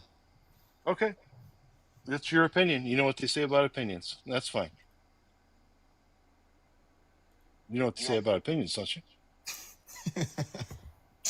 What are you gonna say? Everyone has them. Like yeah, and they all that's why we need. You just gave the reason why we need evidence. Like he literally just gave the reason why we need evidence. Like, God damn, he walked himself into the point so hard it gave him CTE. Yeah, Holy okay, you shit, two baby. guys are sitting behind computers and laptops and can pull up facts, and some people are out here like working and just want to have an honest dialogue, and then you guys. Here's another thing, and then you just Parker, you and I don't work, man. Hey, I didn't say that, but my point is that you sit there and condescend and talk down to people that just want to have an honest discussion. I do. I'm gonna be honest. Parker's a lot nicer than me. I am very condescending because children are dying, and it's individuals like yourself that do not care. Because I'm telling you what the problem is. I've told you what the problem is. No, listen. I've told you what the problem is, and you have skirted around every single thing, bringing up things that you think about or that you feel instead of fucking facts. And I'm speaking from this as somebody that has feelings and the stats behind me. You see, Uvalde could have been stopped had we had an assault weapons ban, 100%, right? It also could have been stopped if we had some actual cops that would have gotten in there and did something about 78 minutes faster. Right. Yeah. There was cops. There were 4 cops that were there. A school cop and then 3 city cops before he even walked in the door. Okay? So they didn't prevent it. So if he didn't have access to the gun, he wouldn't have been able to do that. And I say that because everybody tries. Well, they're going to get it illegally. He tried for years. For 2 years prior, he tried and could not access them until he was legally able to get them. And then what he did is he shot his grandma, and then he drove. And sorry, Parker, I'm not trying to get you. I'm able to talk like that on mine, so I do apologize. Then drives his truck, crashes it, starts firing at the people at the funeral home, and then walks casually over to the school. There's 4 cops there. They don't do a damn thing. And then he walks in, and then he kills my son and 18 other students and 2 teachers. An AWB would have prevented that. That's terrible. Secondly, Appalachia could have been prevented by red flag laws. In fact, he was known to the FBI, but since Georgia doesn't have red flag laws, they were not able to take the firearms away from the presence to prevent that. Need I continue? I can talk about all the children that lose their lives needlessly because we don't have safe storage. We could talk about all the gun violence that occurs when people that live in states such as mine in Texas, when I can go to my neighbor and sell him my gun for $20 and a handshake and then goes and do these things, and then we don't know where it's at. All of these things that I myself have presented and Parker has presented can stop. And I am sorry, but one life is worth it. All right, no. I'm not trying to say that we do not have an issue with gun violence. What I am trying to say is the ban on assault rifles, because let's say, for instance, you're right. They don't have access to assault rifles. They can still go get or do however they do to get a firearm to do the exact same thing that they did previously. That's what I'm trying to say. Didn't we just address this? Exactly. No. Yeah, What but I'm both trying, both Brett and I addressed this. What, One thing that I brought up What was specifically that All right, go ahead. the illegal gun supply comes from the legal gun supply. If you reduce the supply overall, it increases the price and it makes it less accessible for people to get access to guns. So, and then Brett brought up specifically the example of the Uvalde shooter who wasn't able to get access to the gun until it was the point in which they were legal in order to be able to get access to it. So it was specifically the law that allowed them to do that. If it was banned, they would not have been able to, like they weren't able to prior when they weren't old enough. No. What I was trying to say was I was talking about the gun violence itself. There is an issue with gun violence, 100%. But the way that I've seen it is exactly, it's like if they're not following the law, there's gun violence. I will admit that. But what I'm trying to say is if they're not following the law to get the gun 100%, because there's what we would say dirty guns everywhere. Brett, I just want to say sorry for your loss, brother. I mean, if I can jump in, 100%, man. I feel horrible. I get it. I'd be as passionate, and maybe I wouldn't even say more, but because I feel it. I got kids myself. I completely get it. My heart goes out to you. Well, I appreciate that, but here's my thing, right? And I'm not trying to be an asshole, but those are empty words until you apply those to your everyday lives and actually fight for common sense firearm reform, because that is the one thing that will save us. We are on par with the UK, for instance, had a school shooting, Dunblane, Scotland in 1996. They implemented strict firearm laws. They have not had a single one ever since then. And we can blame it on everything. We can blame it on people not raising their kids, but we're on par with that. We can blame it on mental health, but we're on par with the UK. We can blame it on music and movies and everything else we try to do, but that's stupid. The UK has the same music and movies. We are peer countries. This is why we are peer countries in almost every single aspect. So tell me, why have they been able to get it down to 22 in a single year, which is 22 too many, but we do that in America in every 5.5 hours. Yeah, if I can say one thing, look, I completely, and I'm glad you're such an advocate. All I can say though is sometimes, to get people to listen, I can handle it, but try to dial it back a little bit, because if you come off as an asshole, I'm not saying you are, but some people may not want to listen. And if you hold on, let me finish. If we all really want to work towards less violence, and especially with children, that's all I'm saying, man. I mean, you can say it, you can be the asshole as much as you want to me. I don't care. I'm just giving you some food for thought. That's all. I mean, the tone policing is crazy, but here's the thing. I don't just do this, right? Like that. I'm not just on TikTok. I'm at the Capitol. I'm at all these places. I'm at the rallies. I'm at the marches. I speak in however comes across the best at the time. Right? Yeah, and the problem is that especially on TikTok, we have a wide group of people that hide behind fake pictures and fake names, and that will just say stuff that don't know anything in which they're talking about. This is why I always say, have stats and facts, because everything else that you're saying is just completely false. And it gets tiring. It gets tiring that people try to talk and everything when they don't know anything about nothing while children are dying. Literally, there is somebody out there dying right now from gun violence, and people don't care. They don't care. And I'm going to tell you this, David, you're a father. I don't know about the bottom guy, but I'm going to tell you all this. And I typically don't bring emotion into this. I bring the stats and the facts. But the reason why I do this, and the reason why I associate myself with people that do this as well, such as Parker, is because I've had to make choices that nobody else should ever have to make. Right? I'm with you. I had to 100%. pick out which cartoon character went on my son's casket. That is a decision that no one should ever have to make. And while we are sitting here bickering about this, we know the solution. We know how to fix it. But what is it going to take? I don't want it to happen to your child. I do this so it doesn't happen to your children. That is why I do this. So I need you to really think hard about this. I don't need an answer or anything, but I want you to think about your child's favorite thing and imagine having to make that decision to put that on their casket. I'm going to need you to think of how it would look like for your child to wear their last attire, because I had to pick out my son's. Right. No, I appreciate all that, and trust me, I understand where you're coming from. But the whole problem with nobody, let's get honest, that the lobbies in our government are so thick, and it's so corrupt that will we ever? You know what I mean? It's like, Yeah, we can. Who did you vote for? Hold on. God bless you for going to watch. It's like you're swimming against the concrete because it's horrible. So, yeah, who did you vote for? I voted for Trump in this time, and I voted Libertarian the one before. So you actively voted against it. That's my problem here, right? You actively I get that. vote against it. Yeah, well, listen, of course, I didn't know you. I didn't talk to you before when the election happened, but I'm not a one-issue voter either, though. There's many things I didn't like about Harris. There's many things I wouldn't have voted for. I think she's okay. What's the one thing that means the most to you in this world? I don't want to get in a public forum, but my family, 100%. Your children, right? Sure. Right. Yeah. Oh, yeah. 100%. But you voted against them. You voted against their chance to live. You voted against if you have daughters. You voted against their will to their bodily autonomy.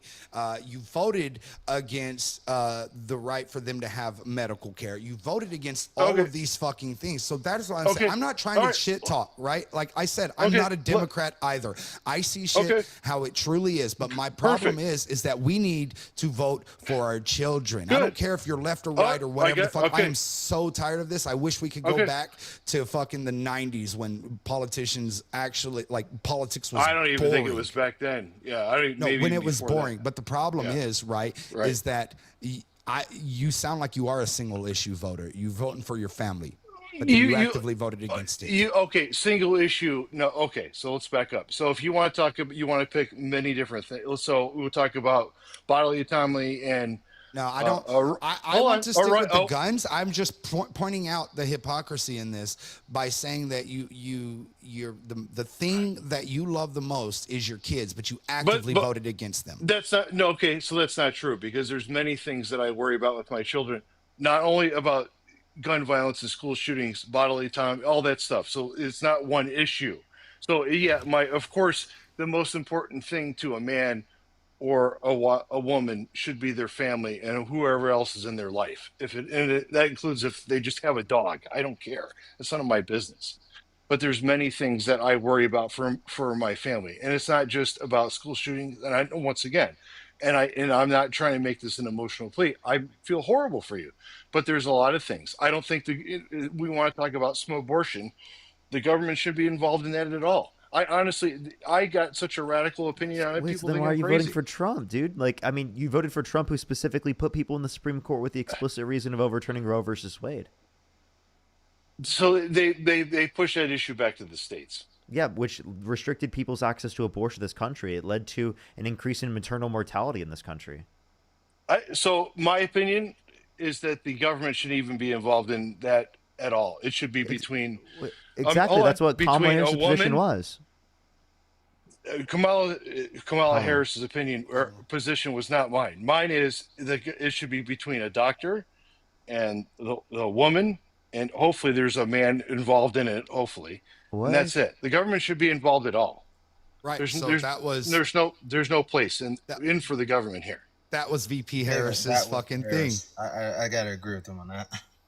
Okay, well, so if that's it, that's what I didn't know that. So once again, I don't think they should be involved in it at all but I also don't think there should be whether they happen or not. I don't know. I don't have the facts. I'm sure you're going to call me out on that. Hold up one second. I don't know if they do.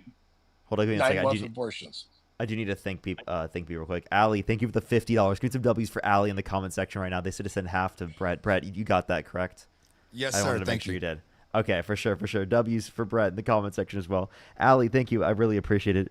Aiden, thank you for the $5. Thank you. Emma with the $5. Nicole with the $5. Thank you so much. Cecile, thank you so much. Really appreciate the $25. Thank you, Cecile. All right, you can continue. I just wanted to make sure. I got one real quick, Parker, if you don't mind. Go ahead. W's in the chat to Mallory, who sent 20. Big W's, big W's. Yes, everyone. Brett's Venmo, Cash App, and PayPal is in his bio as well. Make sure to click on his link tree if you'd like to support him. I'll follow you too. Same thing in general for me. Venmo, Cash App, PayPal, link tree, the bio, as well as the description of the YouTube, and as well as YouTube Super Chat. But yeah, everyone, make sure to like the stream if you're on YouTube. Hit the thumbs up. If you're on TikTok, tap that screen. Sorry, get back to where you were. I apologize. I don't mean to cut us off. Yeah, so as far as like, so I'm not saying that I never don't agree with anything that, let's say, if you want to make this into a Harris versus Trump thing.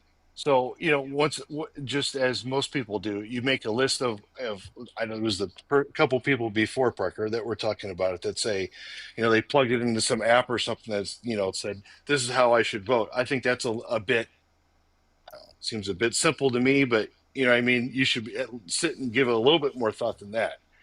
But, so in this case, I probably do agree with her. I agree with her on, a lot of things with, the LGBTQ thing. I don't, if you want, I don't care. I mean, everybody should be treated equally. I have no problem with that. The only issue I have with that is when it comes to children. That stuff, once you're 18, if you're a man and you want to chop off, what specifically was Harris's policy in relation to children? I don't. So you tell. Okay, so let me turn this back. So what was Harris's policy on LGBTQ? Let's take a specific issue. She said leave it up to the parents, the doctor and the child. And for doctor and the child. Yeah, and so they're not giving surgeries to children.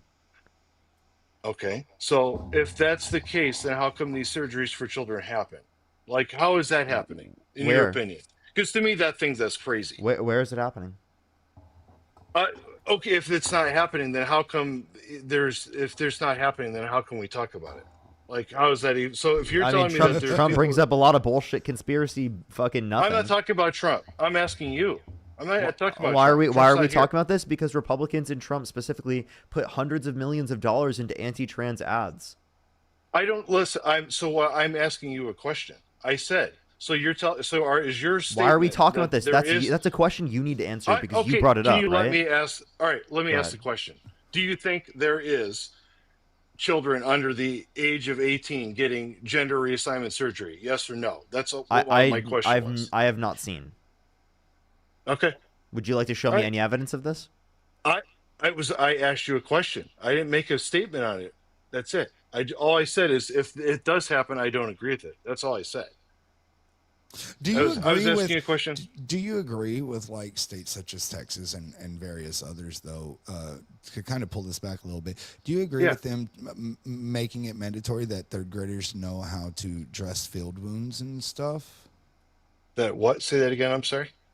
Yeah, so third graders are being taught to pack bullet holes because this is such a problem, right? Oh, so we're worried about drag queens in schools and everything, but like kids are learning how to protect themselves because us adults aren't protecting them.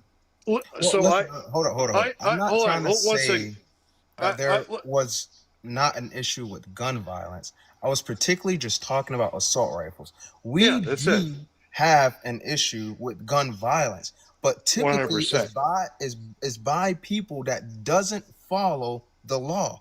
Exactly. And this goes back to so only law-abiding citizens follow the law. Only criminals are going to break the law. So then why have any law at all? So I think what he's pointing out is how is that going to fix the criminal? It's not. We need stiffer consequences is what we need. Exactly. So we need more regulation. Yeah. And that's reactionary too. We need preventative measures. Versus the stiffer consequences is a difference. Like if somebody getting, like, for instance, typically do you know somebody, brother, that has committed a crime and then they perhaps have gotten out a little bit easy and then go back and do it and they don't give a shit about what happens to them? You probably know somebody. I certainly do. I don't hang out with criminals. You gotta have compassion. I got somebody that was a criminal. You're talking about anecdotal stuff, though. That's the problem that we continuously keep having here, right? So what you're talking about, reactionary versus proactive measurements, right? Okay. So proactive will prevent this. Reactionary leaves children dead. We've already discussed this. Now, when we are talking about things such as like the AR ban and everything, you think that they care about what the consequence is? The vast majority of them go in there with the intent to die. They try to cause as much damage as they can. Sure. With more guns being in there means more people dying, right? So they go in there with that intent. So do you think that, oh, you're going to spend life in prison if you do this, means anything to them when we see that a shit ton of them fucking off themselves and then a shit more of them unalive by cop? Well, nobody's saying that we're gonna tell them, hey, you're gonna get life if you go do this. I'm talking about after the fact, so that they won't be able out to go do this stuff again. I've seen people What do you want to do? What would be your specific solution? Well, what I'm trying to say is, if someone commit a crime, they should just have a stiffer consequence. That way, they won't be back out to do the crime again. Such as? No cash bail. I've seen people. I've literally seen people. I don't know certain things that I can say on here, but I've literally seen people get away with certain. For example, for mass unalivers, what extra penalty could you put on to their sentence beyond what they're already going to get that would restrict them from doing this again? Would they be in prison for the rest of their life, or they would already be unalived? Or what specific consequence is actually going to change any of the conditions for whether or not this is going to occur? That's why we're saying we have to engage in regulation. That's what reduces people from getting harmed in this way. That's the only way we specifically can in this context. I keep seeing people comment, give up the guns, but wouldn't that violate the Second Amendment? Well, you said with the minigun, like RPGs, right to bear arms is what I'm trying to say. Do you think people should be able to have fully automatic weapons? You can't. No, do you think they should be allowed to? Because the Second Amendment, right, doesn't allow for that, right? It's well regulated. No, I'm trying to say. Go ahead. You can, but you have to have a Class 3 stamp. You have to go through a rigorous background. Right. So the only firearms that we have an individual right to own per the 2008 ruling on D.C. v. Heller by Antonin Scalia, right, is the individual right to own a handgun for home defense. That is the only one. The rest are just privileges. So, next. Yeah, I get what you're saying. So, and I understand where you're coming from with school shooting. I mean, I can also make the case though, like I don't want my children, they shouldn't have to know how to pack bullet wounds in 3rd grade. I have kids, they go through shooter drills too. I think it's complete bullshit. But I also don't think that I should have to worry about sending my son over across the pond to get blown apart in another country either. Cool. Are children doing that, or are you a legal adult? No, Who makes that decision? Well, right now, right now it's there. What I'm saying, if we ever have a situation where the draft was enabled again, and you had to go back. Wait. Let me ask you this question: do you think that like Democrats are more pro-war? Is that what you're saying? I think both parties are more pro-war than they should be. We're too focused abroad. No. When comparing the two, who is more pro-war? Let me think about that. Department of War. Because you're calling it a different name. No, I didn't. They did. So I didn't do that. So you're saying that that's more pro-war because you changed the name? That's what they said, not us. That's what Pete Hegseth said himself. I'm worried more about defending, right? Not going out and warring, right? Yeah. That's just us, right? To me, changing it from defense to war is more from their perspective. Once again, So if you agree with us that changing the name of Department of Defense to Department of War doesn't invoke any actual real meaning or any influence on policy overall, well, then you're telling us that the goal they specifically had when doing that was not met, and that it was completely irrelevant to do. They're just wasting their time changing names of things. I didn't get a chance to finish what I was going to say. Go ahead. What I was going to say is that I think that, and maybe it was a bit of an overcorrection, let's say, I don't know, I can't get into their minds, and I don't want to, frankly, is that probably trying to bring back some of that, let's say, if you had, that very butt-kicking, I don't know what you can say on whatever, TikTok, but they're trying to get back to a true warrior and not this. That sounds pretty pro-war to me. That sounds pro-war. They're trying to get back to the warrior? That sounds pro-war.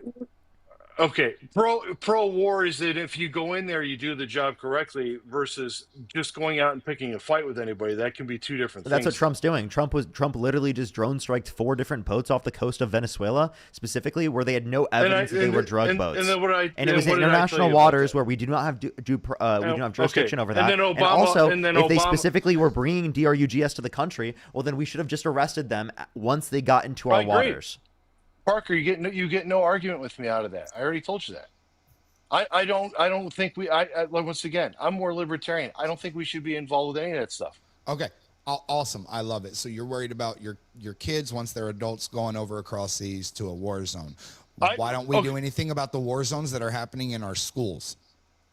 Why don't we do anything about our war zones in our streets also? Why? Yeah, I mean, why?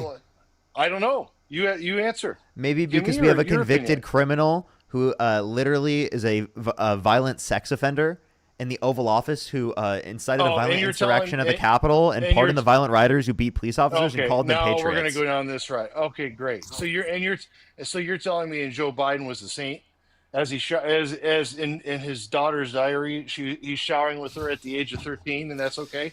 Wait, I'm sorry. can I There was no age listed. Also, that the contents were not verified. okay, Specifically, there was she the was- contents. Listen, the contents were not verified. Ashley Biden said herself that people were okay. misinterpreting and taking things out of context, and specifically applying things that were not the case at all. False accusations about people that she loves and cares about. So that was not actually verified in terms of the data. So in terms of the story. And then also, let me please finish. Let me please finish. All right, I'm sorry, go also, ahead. that was a All right, go ahead. complete pivot, and that didn't specifically have to do with the things that I brought up about Donald Trump.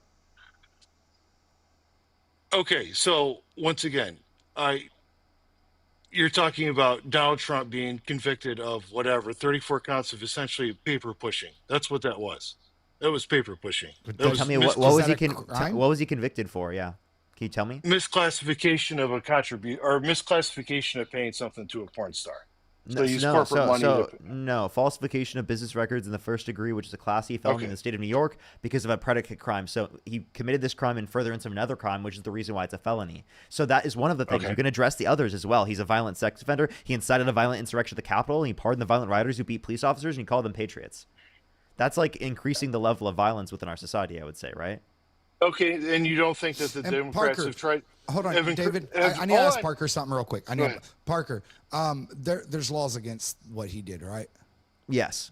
Actually, But like criminals are going to criminal, right? Yep. Literally, he continually violates the law. He violates constitutional rights, the First Amendment, the Second Amendment, the Fourth Amendment, the Fifth Amendment, and the 14th Amendment. Hold on. You guys like ganging up on this, Didn't- don't you? That's all right. Didn't the I asked Biden Parker Harris a question, administration not do about? Go ahead. I'm sorry, I don't want to interrupt you No, guys. go ahead, brother. Jump in. Didn't Biden and the Harris administration do the same thing and violate the First Amendment, or likely violated the First Amendment with censoring? They didn't. No, because they didn't? you're talking about Facebook and Mark Zuckerberg. Saying that like they should do something is different from like saying if you don't do this, then we're going to like give you this type of enforcement or this type of punishment. So there's a huge distinction between those two things. The government can recommend. There's no issue with the government recommending things. That's not against your free Didn't they speech. do it? What's that? But didn't they violate it? Violate? No, they didn't. No First Amendment right was violated in that connotation. So when people got taken off Facebook, they got taken off Meta. that was about the just because private of certain- platform. But wasn't they pressured into doing that? No, so not like enforced from a legal punishment sort of perspective. But All what I'm it trying to was say is that the didn't government was happen. saying you should do this. So the government exerted pressure, maybe, you think? Undue pressure, perhaps? So pressure doesn't mean that they legally are enforcing them to act a certain way. So I if think you th- have I the think way I of think the- I think the government enforces pressure on plenty of different types of speech. Right, especially those relating to public health and ensuring that like people don't die because of medical and vaccine misinformation. I'm sorry. If you can't realize the situation during the pandemic of how unique that is in terms of like that's a global pandemic. You realize that scenario and how much especially social media was used to like ramp up the amount of people who were literally fucking dead because of the fact that they didn't get vaccinated to a higher extent. Misinformation was rampant during COVID. I used to do lives where I would debate people. My live background was literally just vaccines and masks are effective. And I would have people in my guest box lined up to debate me who disagreed with me. Okay, like I'm Okay, serious. It well, was very prevalent during COVID. And that's a huge issue. yeah, there's also some issues that I think that during the, if you want to talk about COVID, that there was some serious government overreach too, as well. Like such as? Like I don't know, forcing closures of businesses Under Trump's admin? that affect, huh? Under No, Trump's admin? Because I remember lockdown was when Trump was president. Or forcing people to take a vaccine. Was that okay, during, so was that wait, during- what was that the during mandate? 2021. What was the mandate? So certain places, once again, I'm trying not to be specific on TikTok, that you had to be vaccinated, that were government buildings, or you had to be vaccinated for government employment. That already existed. And they did that for like flu vaccines. They did that for other vaccines already. No, they didn't. No, they did not have it for flu vaccines. You are incorrect. Wait, I know wait, this yes, they do. 100% for sure. Okay, all right. So give me an example. So no, they didn't. Not I'm just telling you that, they but is being a part of the Oh. military, is that being a part of a government job, because you I have to didn't get say it- vaccinated to join the military as well. Yeah. And that's mandated, by the way. So is that like unconstitutional or against it or And anything, there- or no? Well, Yes or no? well, you so that's a slippery slope. It's not a slippery slope. You say that it's a slippery slope because if you admit that that we've been doing it and that's just how it is, then you have to admit that there was nothing wrong with the vaccines being mandated. Or So you think enforced or whatever. so you think every single vaccine everybody should take them, Hold and on. there should Before be we do, no- I wanted to finish my point real quick. So in the context Go of the ahead. government, in the context of the military, and especially in the context of healthcare providers, for example, the ones specifically at Walter Reed that took care of Donald Trump, they were required to get different types of like vaccines, especially like flu Yeah, vaccines. I have people in healthcare. I know all about it. So go ahead. Yeah, so that's an example of government jobs that were mandated specifically to get the flu vaccine. And there, okay, so there's also, so you said that they're all the time. So once again, though, not the vaccine isn't always a one size fits all, fixes everything. It doesn't. I'm not pro-vax, No. pro or anti-vaccine. I don't care. I like it. Once again, Wait, I'm so up I to just individual wanna, choice. let me clarify here. The COVID vaccine you're Sure, saying was please. just specifically for governmental jobs, right? Again, that's fine. There's no issue with it being on I didn't governmental say, jobs. no, I didn't say that. No, so it was governmental jobs, but some people there's also a lot of other businesses that put that in there that I can't. Nope, that get one was specific. that one was determined unconstitutional. The OSHA mandate for businesses that had No. over 100 employees. No, that in the one was entertainment business, in the unconstitutional. entertainment industry, there was a huge prevalence of you had to be vaccinated to go That's back to work. private companies. Some of them weren't private, but that's okay. Which ones? A lot of the arts, I know. Oh, a lot Which of the ones arts were not foundations- private filming companies? What are you talking No, about? art. Okay, I'm not going to disclose where I live. All right, but I'm not asking you some of the. Okay, but some of the places that have this are not. They are government funded. I promise you. I know it for 100%. Oh man. No, close the book. I think that was on page 37. That one Close was. the book. Because I know exactly what you're about to do. Quick question, Parker. I find it kind of disingenuous that you like to just sit here and laugh and snicker and like, oh, I got you. I'm moments. sorry, you had I mean, no if you- evidence, if you and I got- pulled hold on. out the If you Trust Me guys Bro are book. really- It's a typical Hold on, joke. hold on. If you guys are really trying to foster people to engage and work with you, I'm telling you, this is not the right way to do it. Is to sit there and snicker and go, I got you. I'm sorry. You Tone can't policing? take a simple Not joke. tone It's a policing. Let's joke call it the because you didn't truth. have a source. All right. It's a joke because you didn't have a Once again. source. Right? Next- I think next time I that's get up- totally fair to do. If that turns you away, Sure, that's tough fine. shit. No, I'm not. There's no turn away. But next time I call, I'll definitely have my sources ready. Also, like, I mean, I don't That's really fine. think that's likely to turn people away who are Trump supporters. I mean, Trump had a nickname, an insult for every single person he ran up against. So, like, I mean, I don't think insults are going to really turn okay, you away I- that much. Yeah, but you know, so if Facts, you want to go dude. back, okay, if you want to go back to some of the, so you're telling me that let's go back to, we'll talk about. You're talking about inciting violence. So you're telling me like some of the Maxine Waters stuff, that some of that wasn't inciting violence as well. Are you familiar with what she said? She said go out and get in people's. So during the summer of love, during 2020. I'm confused how that's relative to, like, the national election. Well, okay. So you were talking about the worst day in American history, which was January 6th, right? That was worse than Pearl Harbor. It was like the end of the world.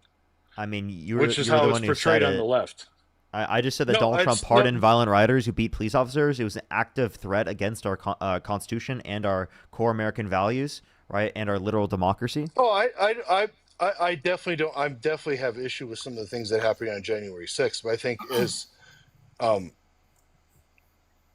but my point is though is in the same regards. Let's take that same lens and look at some of the stuff that was happened on the other side of the aisle, or Maxine Waters is telling to get in people's faces, and people that are going out to dinner, which I've seen like just going crazy, and getting their faces. You're and comparing disrupting. an insurrection to what? What is it? What's your definition of an insurrection? It's Isn't a an insurrection it's violent a violent interflow uprising against an authority or a government. don't you In usually have efforts to to have overthrow weapons? it. So how are you gonna? They how are did. you gonna? They broke in with a riot How'd shield. they overthrow Right, it? DJ Rodriguez How'd they drove a overthrow stun it? gun to the neck of a police officer after that police officer was beaten over the head with a rod. I mean, I can give you multiple examples of how specifically people utilized violence and they utilized specific weapons. But I'm not Parker, gonna- hey, hold on, let me ask Parker something. Parker, hey, you know these guys are like pro 2A people, right? And we know that the Second Amendment is about the well-regulated militia, yada yada yada. The 27 Oh, here we words, go with the all that. militia business. No, yeah. But isn't it funny though that like in the articles, right, it says that Congress has the power to call forth the militia to execute the laws of the Union to suppress insurrections and repel invasions. So if you were really pro 2A, you would have been on Donald Trump's ass to call in the militia, which would be our National Guard, to shut that shit down. Doesn't seem very pro 2A to me. Who's in charge of Capitol Security? Do you remember? Is the Isn't Capitol it- Security the militia? Is it the National No, Guard? so- No. But the so president it- is. The president, Article 2, Section 2 of the Constitution says that the president is commander-in-chief of the Army, the Navy, Okay. and of the militia of the several states. If I remember correctly, and once again, I don't have a laptop attached to my head, but wasn't there an order signed to have additional National Guard troops there? And didn't Nancy Pelosi deny it? Nancy Pelosi wasn't in charge of the National Guard. Nancy Pelosi is in charge of Capitol Security. No, Not she in did charge not, of the she National did not Guard. have the authority over the national security, or national security, National Guard. Capitol Security. No, there was an order signed for additional troops. Once Hold again, who's in charge of DC National Guard? on. Okay, so what I said, No, if who you will is it? please. Right. But this will answer your question. Who is in charge of the DC National Guard? DC. The president. Who was the president? Donald Trump. I know. So Donald Trump was in charge of the National Guard, which is the militia, which if you are actually pro 2A, I've already given you the article, right? Article 1, Section 8, Clause 15 says that Congress shall have the power to call forth the militia to execute the laws of the Union to suppress insurrections. An insurrection happened that day. That was a violent uprising against an authority or a government. So therefore, if you were pro 2A, then you would have been for Donald Trump calling in the National Guard to put them down. But you weren't. So you are not pro 2A, nor are you for this country, because Oh, an here we go. The insurrection. ad hominem attacks. I'm You not. guys are great This with isn't an this. ad hom attack, because if you were, then you you would guys. think that the insurrection on January 6th was a terrible thing, it was un-American, and was unpatriotic. Well, you won't even let me tell you what my opinion on the January 6th because Go you ahead. just keep interrupting. So if you just want to keep spurging over me, that's fine. Oh, don't use If that. you don't actually use want to that hear term. my opinion Don't, over it, don't then use that's that fine. term. Don't use that term. Okay. Why? Okay. Once again, that's fine. So what I was going to say is January 6th, there certainly was some violent people that were there that did things that they shouldn't have done. But there's also been violent uprisings all over the place. And I condemn violence in any form, facet, and type. But to characterize everything that happened, should it have happened? No. But there was probably, I don't know the exact numbers. I'm sure you guys do, but there was probably 200 or 300 people that were violent. They served their time, and then he pardoned some other people. I do know people that were there and that were outside and did 2 years in jail for just being there. Wait, we're not, physically we're not talking about people who are just there. Like, I mean, we think they're idiots, But and we could say those- we okay. think that they should have punishment. But the point we are making is about the people who assaulted punishment police. for being there. Hold on. How can you? Can I? So people were Can part. I please? So You people were getting mad at us cutting you off, but now you're cutting me off. No, okay. Can I just finish what I was going to say? What I was going to say is people that were there physically on site didn't even go into the Capitol. Some of those people were sentenced to 2 or 3 years in jail for physically being there when it is their right to be there, to redress. Sounds like they should have had stricter punishments beforehand so that they didn't do these things in which they broke the law again. Correct? Back to your previous argument. Are these the same individuals that you know? Previous argument for people that what I said is there was a lot of people that were there just to they shouldn't have been punished at all. If you just go there just to protest, so are you telling me that people why do you shift the conversation to start talking about this rather than addressing what we originally brought up in terms of the violent rioters who beat police officers and Donald Trump specifically pardoned? Because so once again, I said people that have committed violent acts should be prosecuted. People that didn't shouldn't have been. They were already convicted and Donald Trump pardoned them. I'm telling you this because it is the case that shows that Donald Trump condoned the violence on that day. He pardoned them. He called them patriots. And what about the people that were there, were nonviolent, and didn't do anything I'm sorry. wrong? Why do you keep bringing up them? That's not who I'm talking about right now. Okay. So what? How many years? So since you're judge, jury, and executioner, how many years should they have served for what they did? Like what's an acceptable form of punishment for them? Like, should they have been shot, killed? Like, should they have the death penalty? No, I don't believe in the death penalty. So when is your standard of justice? Didn't a lot of them go through?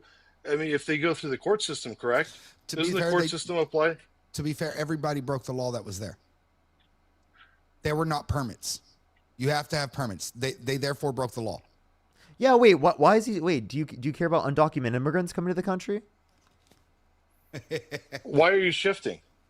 Wait, I'm sorry, because you said that they should have no punishment. You see Didn't you just people say who don't broke the shift? law and broke into our capital should have no punishment. So you should also agree undocumented immigrants who have not committed a violent crime or bad crime should get no punishment as well, right?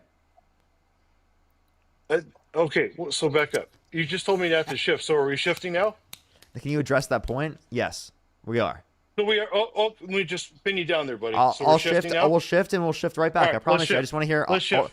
We'll transform. I promise you. Optimus Prime. Let's do it. Answer the question. Let's do it, brother. Okay, ask it again. Go ahead. Roll out. I actually like Autobots. Remember Voltron? You're probably old enough to remember that. No. Answer. You're not that old? Okay. All right, I already told you my point on the immigration. Wait, hold up. I want him to address that point. Permits. I asked You you have to to have- ask it again. Okay. Please. Yeah. Wait. Why is he? Wait. Do you care about undocumented immigrants coming to the country? Why are you shifting? Okay. Wait, You I'm just sorry. said don't Because shift. you Okay, you we're said talking about that this. they should have no punishment. You see Didn't you just people say who don't broke the shift? law and broke into our capital should have no punishment. So you should also agree undocumented immigrants who have not committed a violent crime or bad crime should get no punishment as well, right?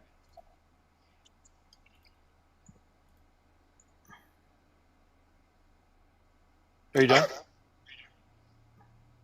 Okay, so I said people that if you break the law, then yes. Entering the country illegally is by definition breaking the law. Yeah, so they should be punished for it if they haven't I committed a said- violent crime or bad crime, right? People, if you break the law, you should be punished. Period. I said people that were there protest. I said Okay, people what that were about the there- people that broke into the Capitol on January 6th who committed said crimes? people that I said, okay, listen, replay it back if you want. I said people that were outside that didn't break into the Capitol. Listen. Okay, so clean up people who things- did break into the Capitol and they didn't commit a violent crime or bad crime, they should be that punished. did not. Oh, can you let me? Or are you just going to go? Okay, people that were outside, peacefully protesting, did not. I said people. I know of people that didn't even break into the Capitol or go into the Capitol or do anything that were sentenced and went to jail. And I think that was unjust. That is my So you know people pardoned by Trump? I know. So I'm not. So people, I'm saying. So you're telling me that you can't you can't go down to Washington and protest anymore? I'm just Don't asking. they do that all the time? I'm asking. Do you know people pardoned by Trump? I'm not gonna confirm or deny that. You just I'm said gonna that, plead didn't the fifth you? on that. Didn't you just say that? I said I know of some people. I So say you, if so I you know know them, people who were if pardoned I by know them Trump. personally or not, I will neither confirm. I'm going to plead the fifth. That's all I'm going to say. Okay, when you plead the fifth, we know what the answer is. Okay, I'm sorry. Not Do you think that necessarily. we're not MAGA? You know what I mean? Like, Okay, so back to what was my question is, I said, so you just said, so you can't, so going to the, I'm going to ask you a question now. So going to the Capitol to protest outside is illegal? That's what you're telling me. If And you people don't are have the breaking the, permits, is that a federal permit or is that a local permit or is that a state? you have to is have it- a permit to be there. So yes, so everybody you're does. telling me, okay. To protest 100%, you have to have And that the happens permits. all, so then if you don't, so if you don't, I've literally protested on the steps of Congress before, and guess what? We had to have a permit. And you know what we did? We got the permit. yeah, it's not that different. So they broke right. So then they broke the law. So by your own admission, people who break the they law should be punished. They should be All right, punished. so all Yes or no? So, okay, I have one question though. So people that went to Washington D.C. and gathered in the square, they need a permit as well. Like if you just show up you need a permit. Let's say Trump says there was 2 million people there, right? Isn't that what he says? Why are we even having a conversation at this point? Hold This, on, but like hold on a the second. point is Oh, that no, if no, no. you agree. I just wanted to clarify. You agree that people who broke into the Capitol, who walked in, who did I not didn't commit say a violent break. crime, Once again, you are. I said people that were out. Listen. No, let me finish my point. outside Listen to the my Capitol. listen to my full Okay, point. Then that's So fine. people But who then people listen who to what my walked question in, then. so people who walked in should not have been pardoned. I said people that were outside that didn't break into the Capitol should have not been Can you answer my specific question? prosecuted. People, if you broke inside, then yes, I have no problem with that. But outside, no. That's Okay, my. That's all I was if you trying to walk tell you. inside, you disagree with them being pardoned, correct? In certain situations, probably yeah. I probably So would agree with you only agree with a small percentage of people who are pardoned actually being pardoned. So we can talk about that in a second. I don't know know you the have friends specific- who got pardoned. Do you want them to be pardoned? Hey, whoa, Fine, whoa, I get whoa, that. easy there, but the buddy. point, Don't be doxing me. easy there. I didn't. You said that yourself. I'm sorry. We're not stupid. All right, that's Okay, right. we are not dumb. Hey. We can do 2 Never plus said you 2. were. We know that 2 plus 2 equals 4. You literally said it on the Some live people say it stream. isn't for. That's fine. I don't Okay? care. I'm not gonna act fine, like all people good. don't know that based upon what you already said. That's fine. It's all good. People know who they are. No big No, deal. people don't know who they specifically are, but you're bringing more attention to it by doing this. Okay, all good. Okay, I understand. So we're talking. Let's go back to what you're talking about. So undocumented immigrants. So you're telling me that. So once again, they didn't break the law by entering the country. Is that what you're saying?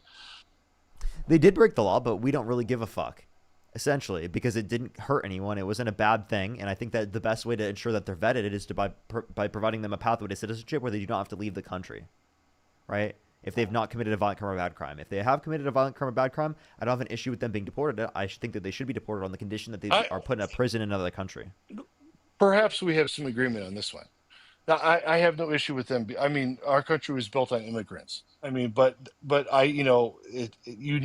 needs to be a process. I think we can all agree on that, correct? People just running across the border and getting into the country. Well, the process, we incentivize people to go through the process by making said process go quicker. The current process right now, it takes way too long to go through said process, and that's what incentivizes people to go through the process undocumented. But here, let's address it back and kind of get back to what we were bringing up earlier, because I think that a lot of these things are important to like bring us back to. I guess what is the main reason you support Donald Trump? Oh, we're going back to this again. Yes. Here, Like who's the other guy? planets. No, hold on. Who's the other guy in here? Give me a minute. I need to get the water. You jump in for a second. I need to get a water. All right. The reason why I didn't vote for Harris was because me personally, I don't think that she was ready enough. She tried this in 2020. The poll numbers were just not there, so she stopped. Then she became vice president, and She then dropped I out just to be don't- vice president. Yeah, but what I'm trying to say is she didn't have the polling numbers then And this time around, I just don't feel like she was ready to be president just yet. She did have the especially cool watching. numbers. 80% of the Democratic Party was satisfied with her being the nominee. In the primary, they voted for the Biden-Harris ticket, meaning if that Biden stepped down, Harris would step up. No one ran against her, so it was the case that she was like literally the undisputed candidate of the Democratic Party. If you cared about democracy, you wouldn't be voting for a guy who literally pardoned violent rioters who beat police officers after inciting a violent insurrection at the Capitol, and who also still to this day denies the 2020 election results with absolutely no evidence. Listen, I'm not trying to say I agree on everything Trump do. I mean, do you agree with everything that Harris? Yes. Yep.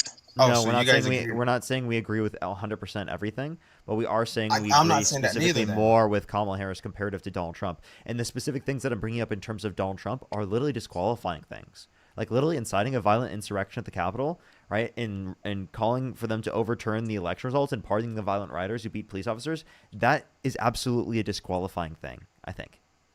All right. What I'm trying to say is I do not agree with Trump 100% on everything. But I think that he was a better candidate than former vice president so like Kamala. Why? Well, because, you look at the interview she did. Word salads. I'm just going to say that. You can agree to disagree, but she just had word salads. Some people, even in her Democrat Party, criticized her for having that. No, you could give me a single clip. Watch this though. I want you to watch this. I couldn't give you a single clip. Journalists acted here days, weeks, months, and does that have anything to do with the immigration judges you just spoke about being trained and staffed here? When you say, what was the first part of your question? Is there a specific time frame you expect the detainees to spend here? Days, weeks, months? In Florida? Yes, here at Alligator I'm going to spend a lot. Look, this is my home state. I love it. I love your government. I love all the people around. These are all friends of mine. They know them very well. I'm not surprised that they do so well. They're great people. Ron has been a friend of mine for a long time. I feel very comfortable in the state. I'll spend a lot of time here. I want to, for 4 years, I've got to be in Washington, and I'm okay with it because I love the White House. I even fix up the little Oval Office. I make it, it's like a diamond. It's beautiful. It's so beautiful. It wasn't maintained properly, I will tell you that. But even when it wasn't, it was still the Oval Office, so it meant a lot. But I'll spend as much time as I can here. My vacation is generally here because it's convenient. I live in Palm Beach. It's my home. And I have a very nice little place, nice little cottage to stay at, right? But we have a lot of fun, and I'm a big contributor to Florida. Pay a lot of tax, and a lot of people move from New York, and I don't know what New York is going to do. A lot of people moved to Florida. Can you tell me what the question was? I wasn't even paying attention to what she was. The question she asked, I was just paying attention to what he was saying. Because he was just scrambling. But listen, so he didn't even answer. He clearly didn't make a coherent point there. I can give plenty of other examples. He said that if Jesus were the vote counter in California, that he would have won. Right? He said specifically that the windmills were causing whales to die in numbers never seen before. He said that we should look into using disinfectant by injection to fight COVID-19. He talked about nuking hurricanes to prevent them from harming the American population. Listen, he said the climate change is a hoax and said the climate's going to start cooling and that science just doesn't know it yet. So can you, in the spirit of this, sorry, I didn't mean to jump in here, buddy. But can you give me one or two things, maybe three things you disagreed with Harris and or Biden? Because I sure haven't heard any. And I'd like to know some, if you're going to want to be honest about it. Can you address everything that I said first, and then I will address that point? Okay, that's fine. Fair enough. Go ahead, bud. I'm sorry, I didn't mean to run you over. Okay. All right. Sorry. I didn't want to talk over you guys while you were talking. But the CBS interview, word salad. You can agree to disagree, but they literally cut it because of that. So again, in terms of the no. Yes or no? The CBS interview that she did. Can you tell me one thing that she said that didn't make sense? They literally cut the interview because they knew that. What did they cut out of it that didn't make sense? All right, lots of interviews are cut. No. Answer this. Did they cut the interview? Lots of interviews are cut. Most interviews are. If you know anything about media, cut that interview, if you know anything about media production, it is cut. But I'm trying to say, did they cut that interview? Yes or no? Sure. Yeah. I mean, most of them. But why did they cut it? Well, you tell me. What did they cut out of it that specifically showed that like she didn't make sense? They specifically said that they cut that part because they didn't feel that it was relevant enough. Okay, yeah, that makes sense. Cutting stuff because you don't think it's relevant? That makes sense. Yeah, but what That I'm makes, trying to say wait, is shouldn't it that's just be a literally full wait. interview? I'm sorry, you don't understand that? No. But what I'm trying to say is I'm trying to give you said word salads. They cut the word salad part out. That's No, what I'm saying. What specifically did they cut out that was I'll find it. I can't remember the whole whole piece that then they how cut can you blame her for it and say that she didn't make any sense when you specifically can't point out specifically what they brought up that or what she said that didn't make sense? Because again, because they said that they cut it out because it wasn't relevant.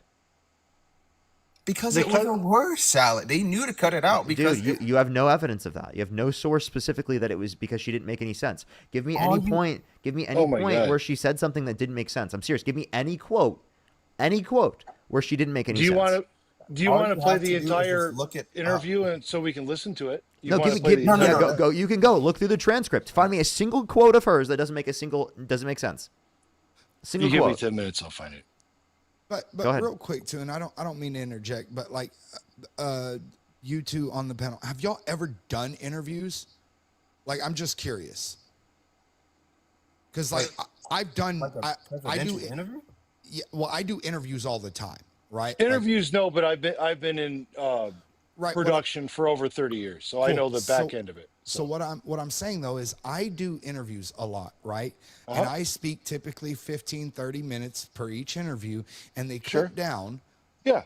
Right? Yeah, they edit it to make it more, to cut out all the fluff. Yeah, I get it. Yeah, I got 100%. Yeah, sure. But what? No. I'm not saying that they like cut it down for whatever reason they did it for. But what I was trying to say was that she was in fact speaking, but some of it was word salads, and you tried to tell me that it wasn't. Tell me one thing she said that didn't make sense. Go find it. By I'm the way, not I have gonna like a go little through the less than entire 5 interview. minutes. Well, then you can't make a claim that she said anything that didn't make sense. I gave you multiple quotes of Donald Trump's that made absolutely no sense. I can play clips of you, specifically of Donald Trump making absolutely no fucking sense and literally saying things that are incoherent as shit. And I can give you multiple examples, several examples of this. And there's none. You could bring up of Kamala. There's not a single one of Kamala Harris that you could bring up that is at all comparable to even one of the ones that I brought up about Donald Trump. Her giggling alone. Okay, laughing? Are you kidding? Laughing? How does laughing? How is that incoherent? How is laughing incoherent? I'm sorry, that was the stupidest thing ever said on my live stream. Laughing is incoherent. I just muted him. That was ridiculous. To be fair, at least he's consistent because he got mad at us for laughing too. Apparently, he just doesn't like joy. Yeah. He just like he's the Grinch who stole someone's laugh, dude. Here, I have a few people to thank, and I only have a few more minutes before I have to get off. But let me thank some people real quick. Stephanie, thank you so much for the $6. I really appreciate it, Stephanie. Thank you. Janet, thank you so much for the $10. I really appreciate it. Thank you. Michael, thank you for the $5. Nicole, thank you for the $5. Danielle, thank you for the $5. I really appreciate it. Champs, thank you so much for the $100. Thank you so much. I really appreciate some W's for Champs in the comment section right now. Thank you so much. And Jillian with the $20. Thank you so much, Jillian. I really appreciate it. Can we get some W's for them in the comment section right now? I also have to catch up on YouTube real quick.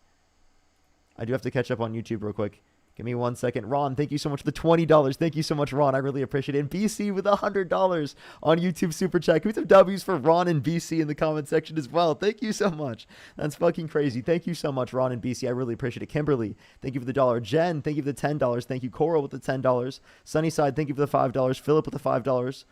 Fumbling, thank you so much. Really appreciate the $10. Coral with the $10. Thank you.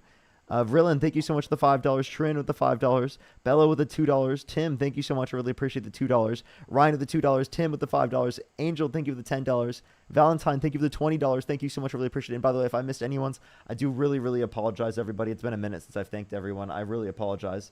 Xavier, thank you so much for the $10 as well. Thank you. I'm about to get off here in a few minutes, everyone. You guys can say your last words, by the way, everyone. All right, I'm just going to... go ahead, David.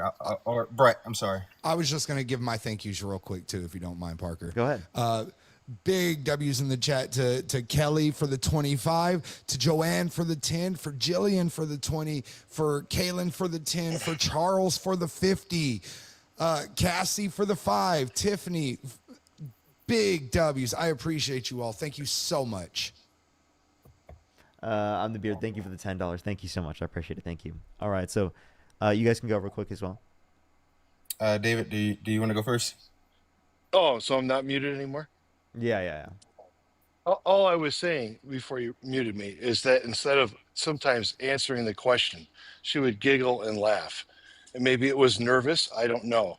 But if you want to provide, we all could go through many examples of Joe Biden speaking complete gibberish or talking incoherently, and I like nobody's how you not had to gonna reach say, back to Joe. It's always what about Bidenism? It's not reaching that far back. He was president 9 months ago. Didn't Trump Not the just end last his candidate. presser while laughing? Like 5 days ago, I, didn't he I end his said last instead presser with laughing? instead of I said it could have been nervous energy. Wait, I'm sorry. Laughing does not necessarily indicate nervous. If anything, it might indicate like someone's comfortable and they're laughing and they think something's fun. They think something's funny. Like Sure. But but instead of some of the questions of having a substantive answer, I think maybe she nervously laughed. You know, I would appreciate on both sides. like I would love to give you politicians- you can't even give me one All I- quote of what all she said that was I w- comparable to anything I brought up. Well, neither one of us have time to go through and like look through the interview, but I I'm did. happy to next time. I already Good have. for you.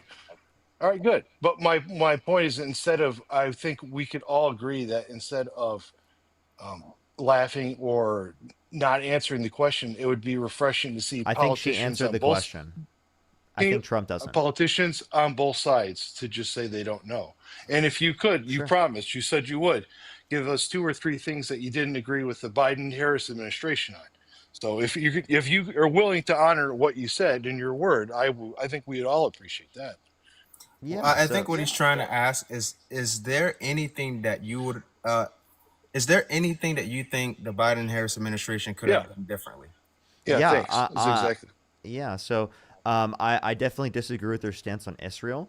I think that the case that I think that there's a genocide going on in Gaza, and I think that that was actively funded and perpetuated specifically by both administrations.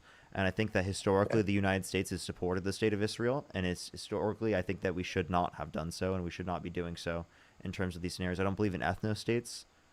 I believe in states with equal rights and secular nations.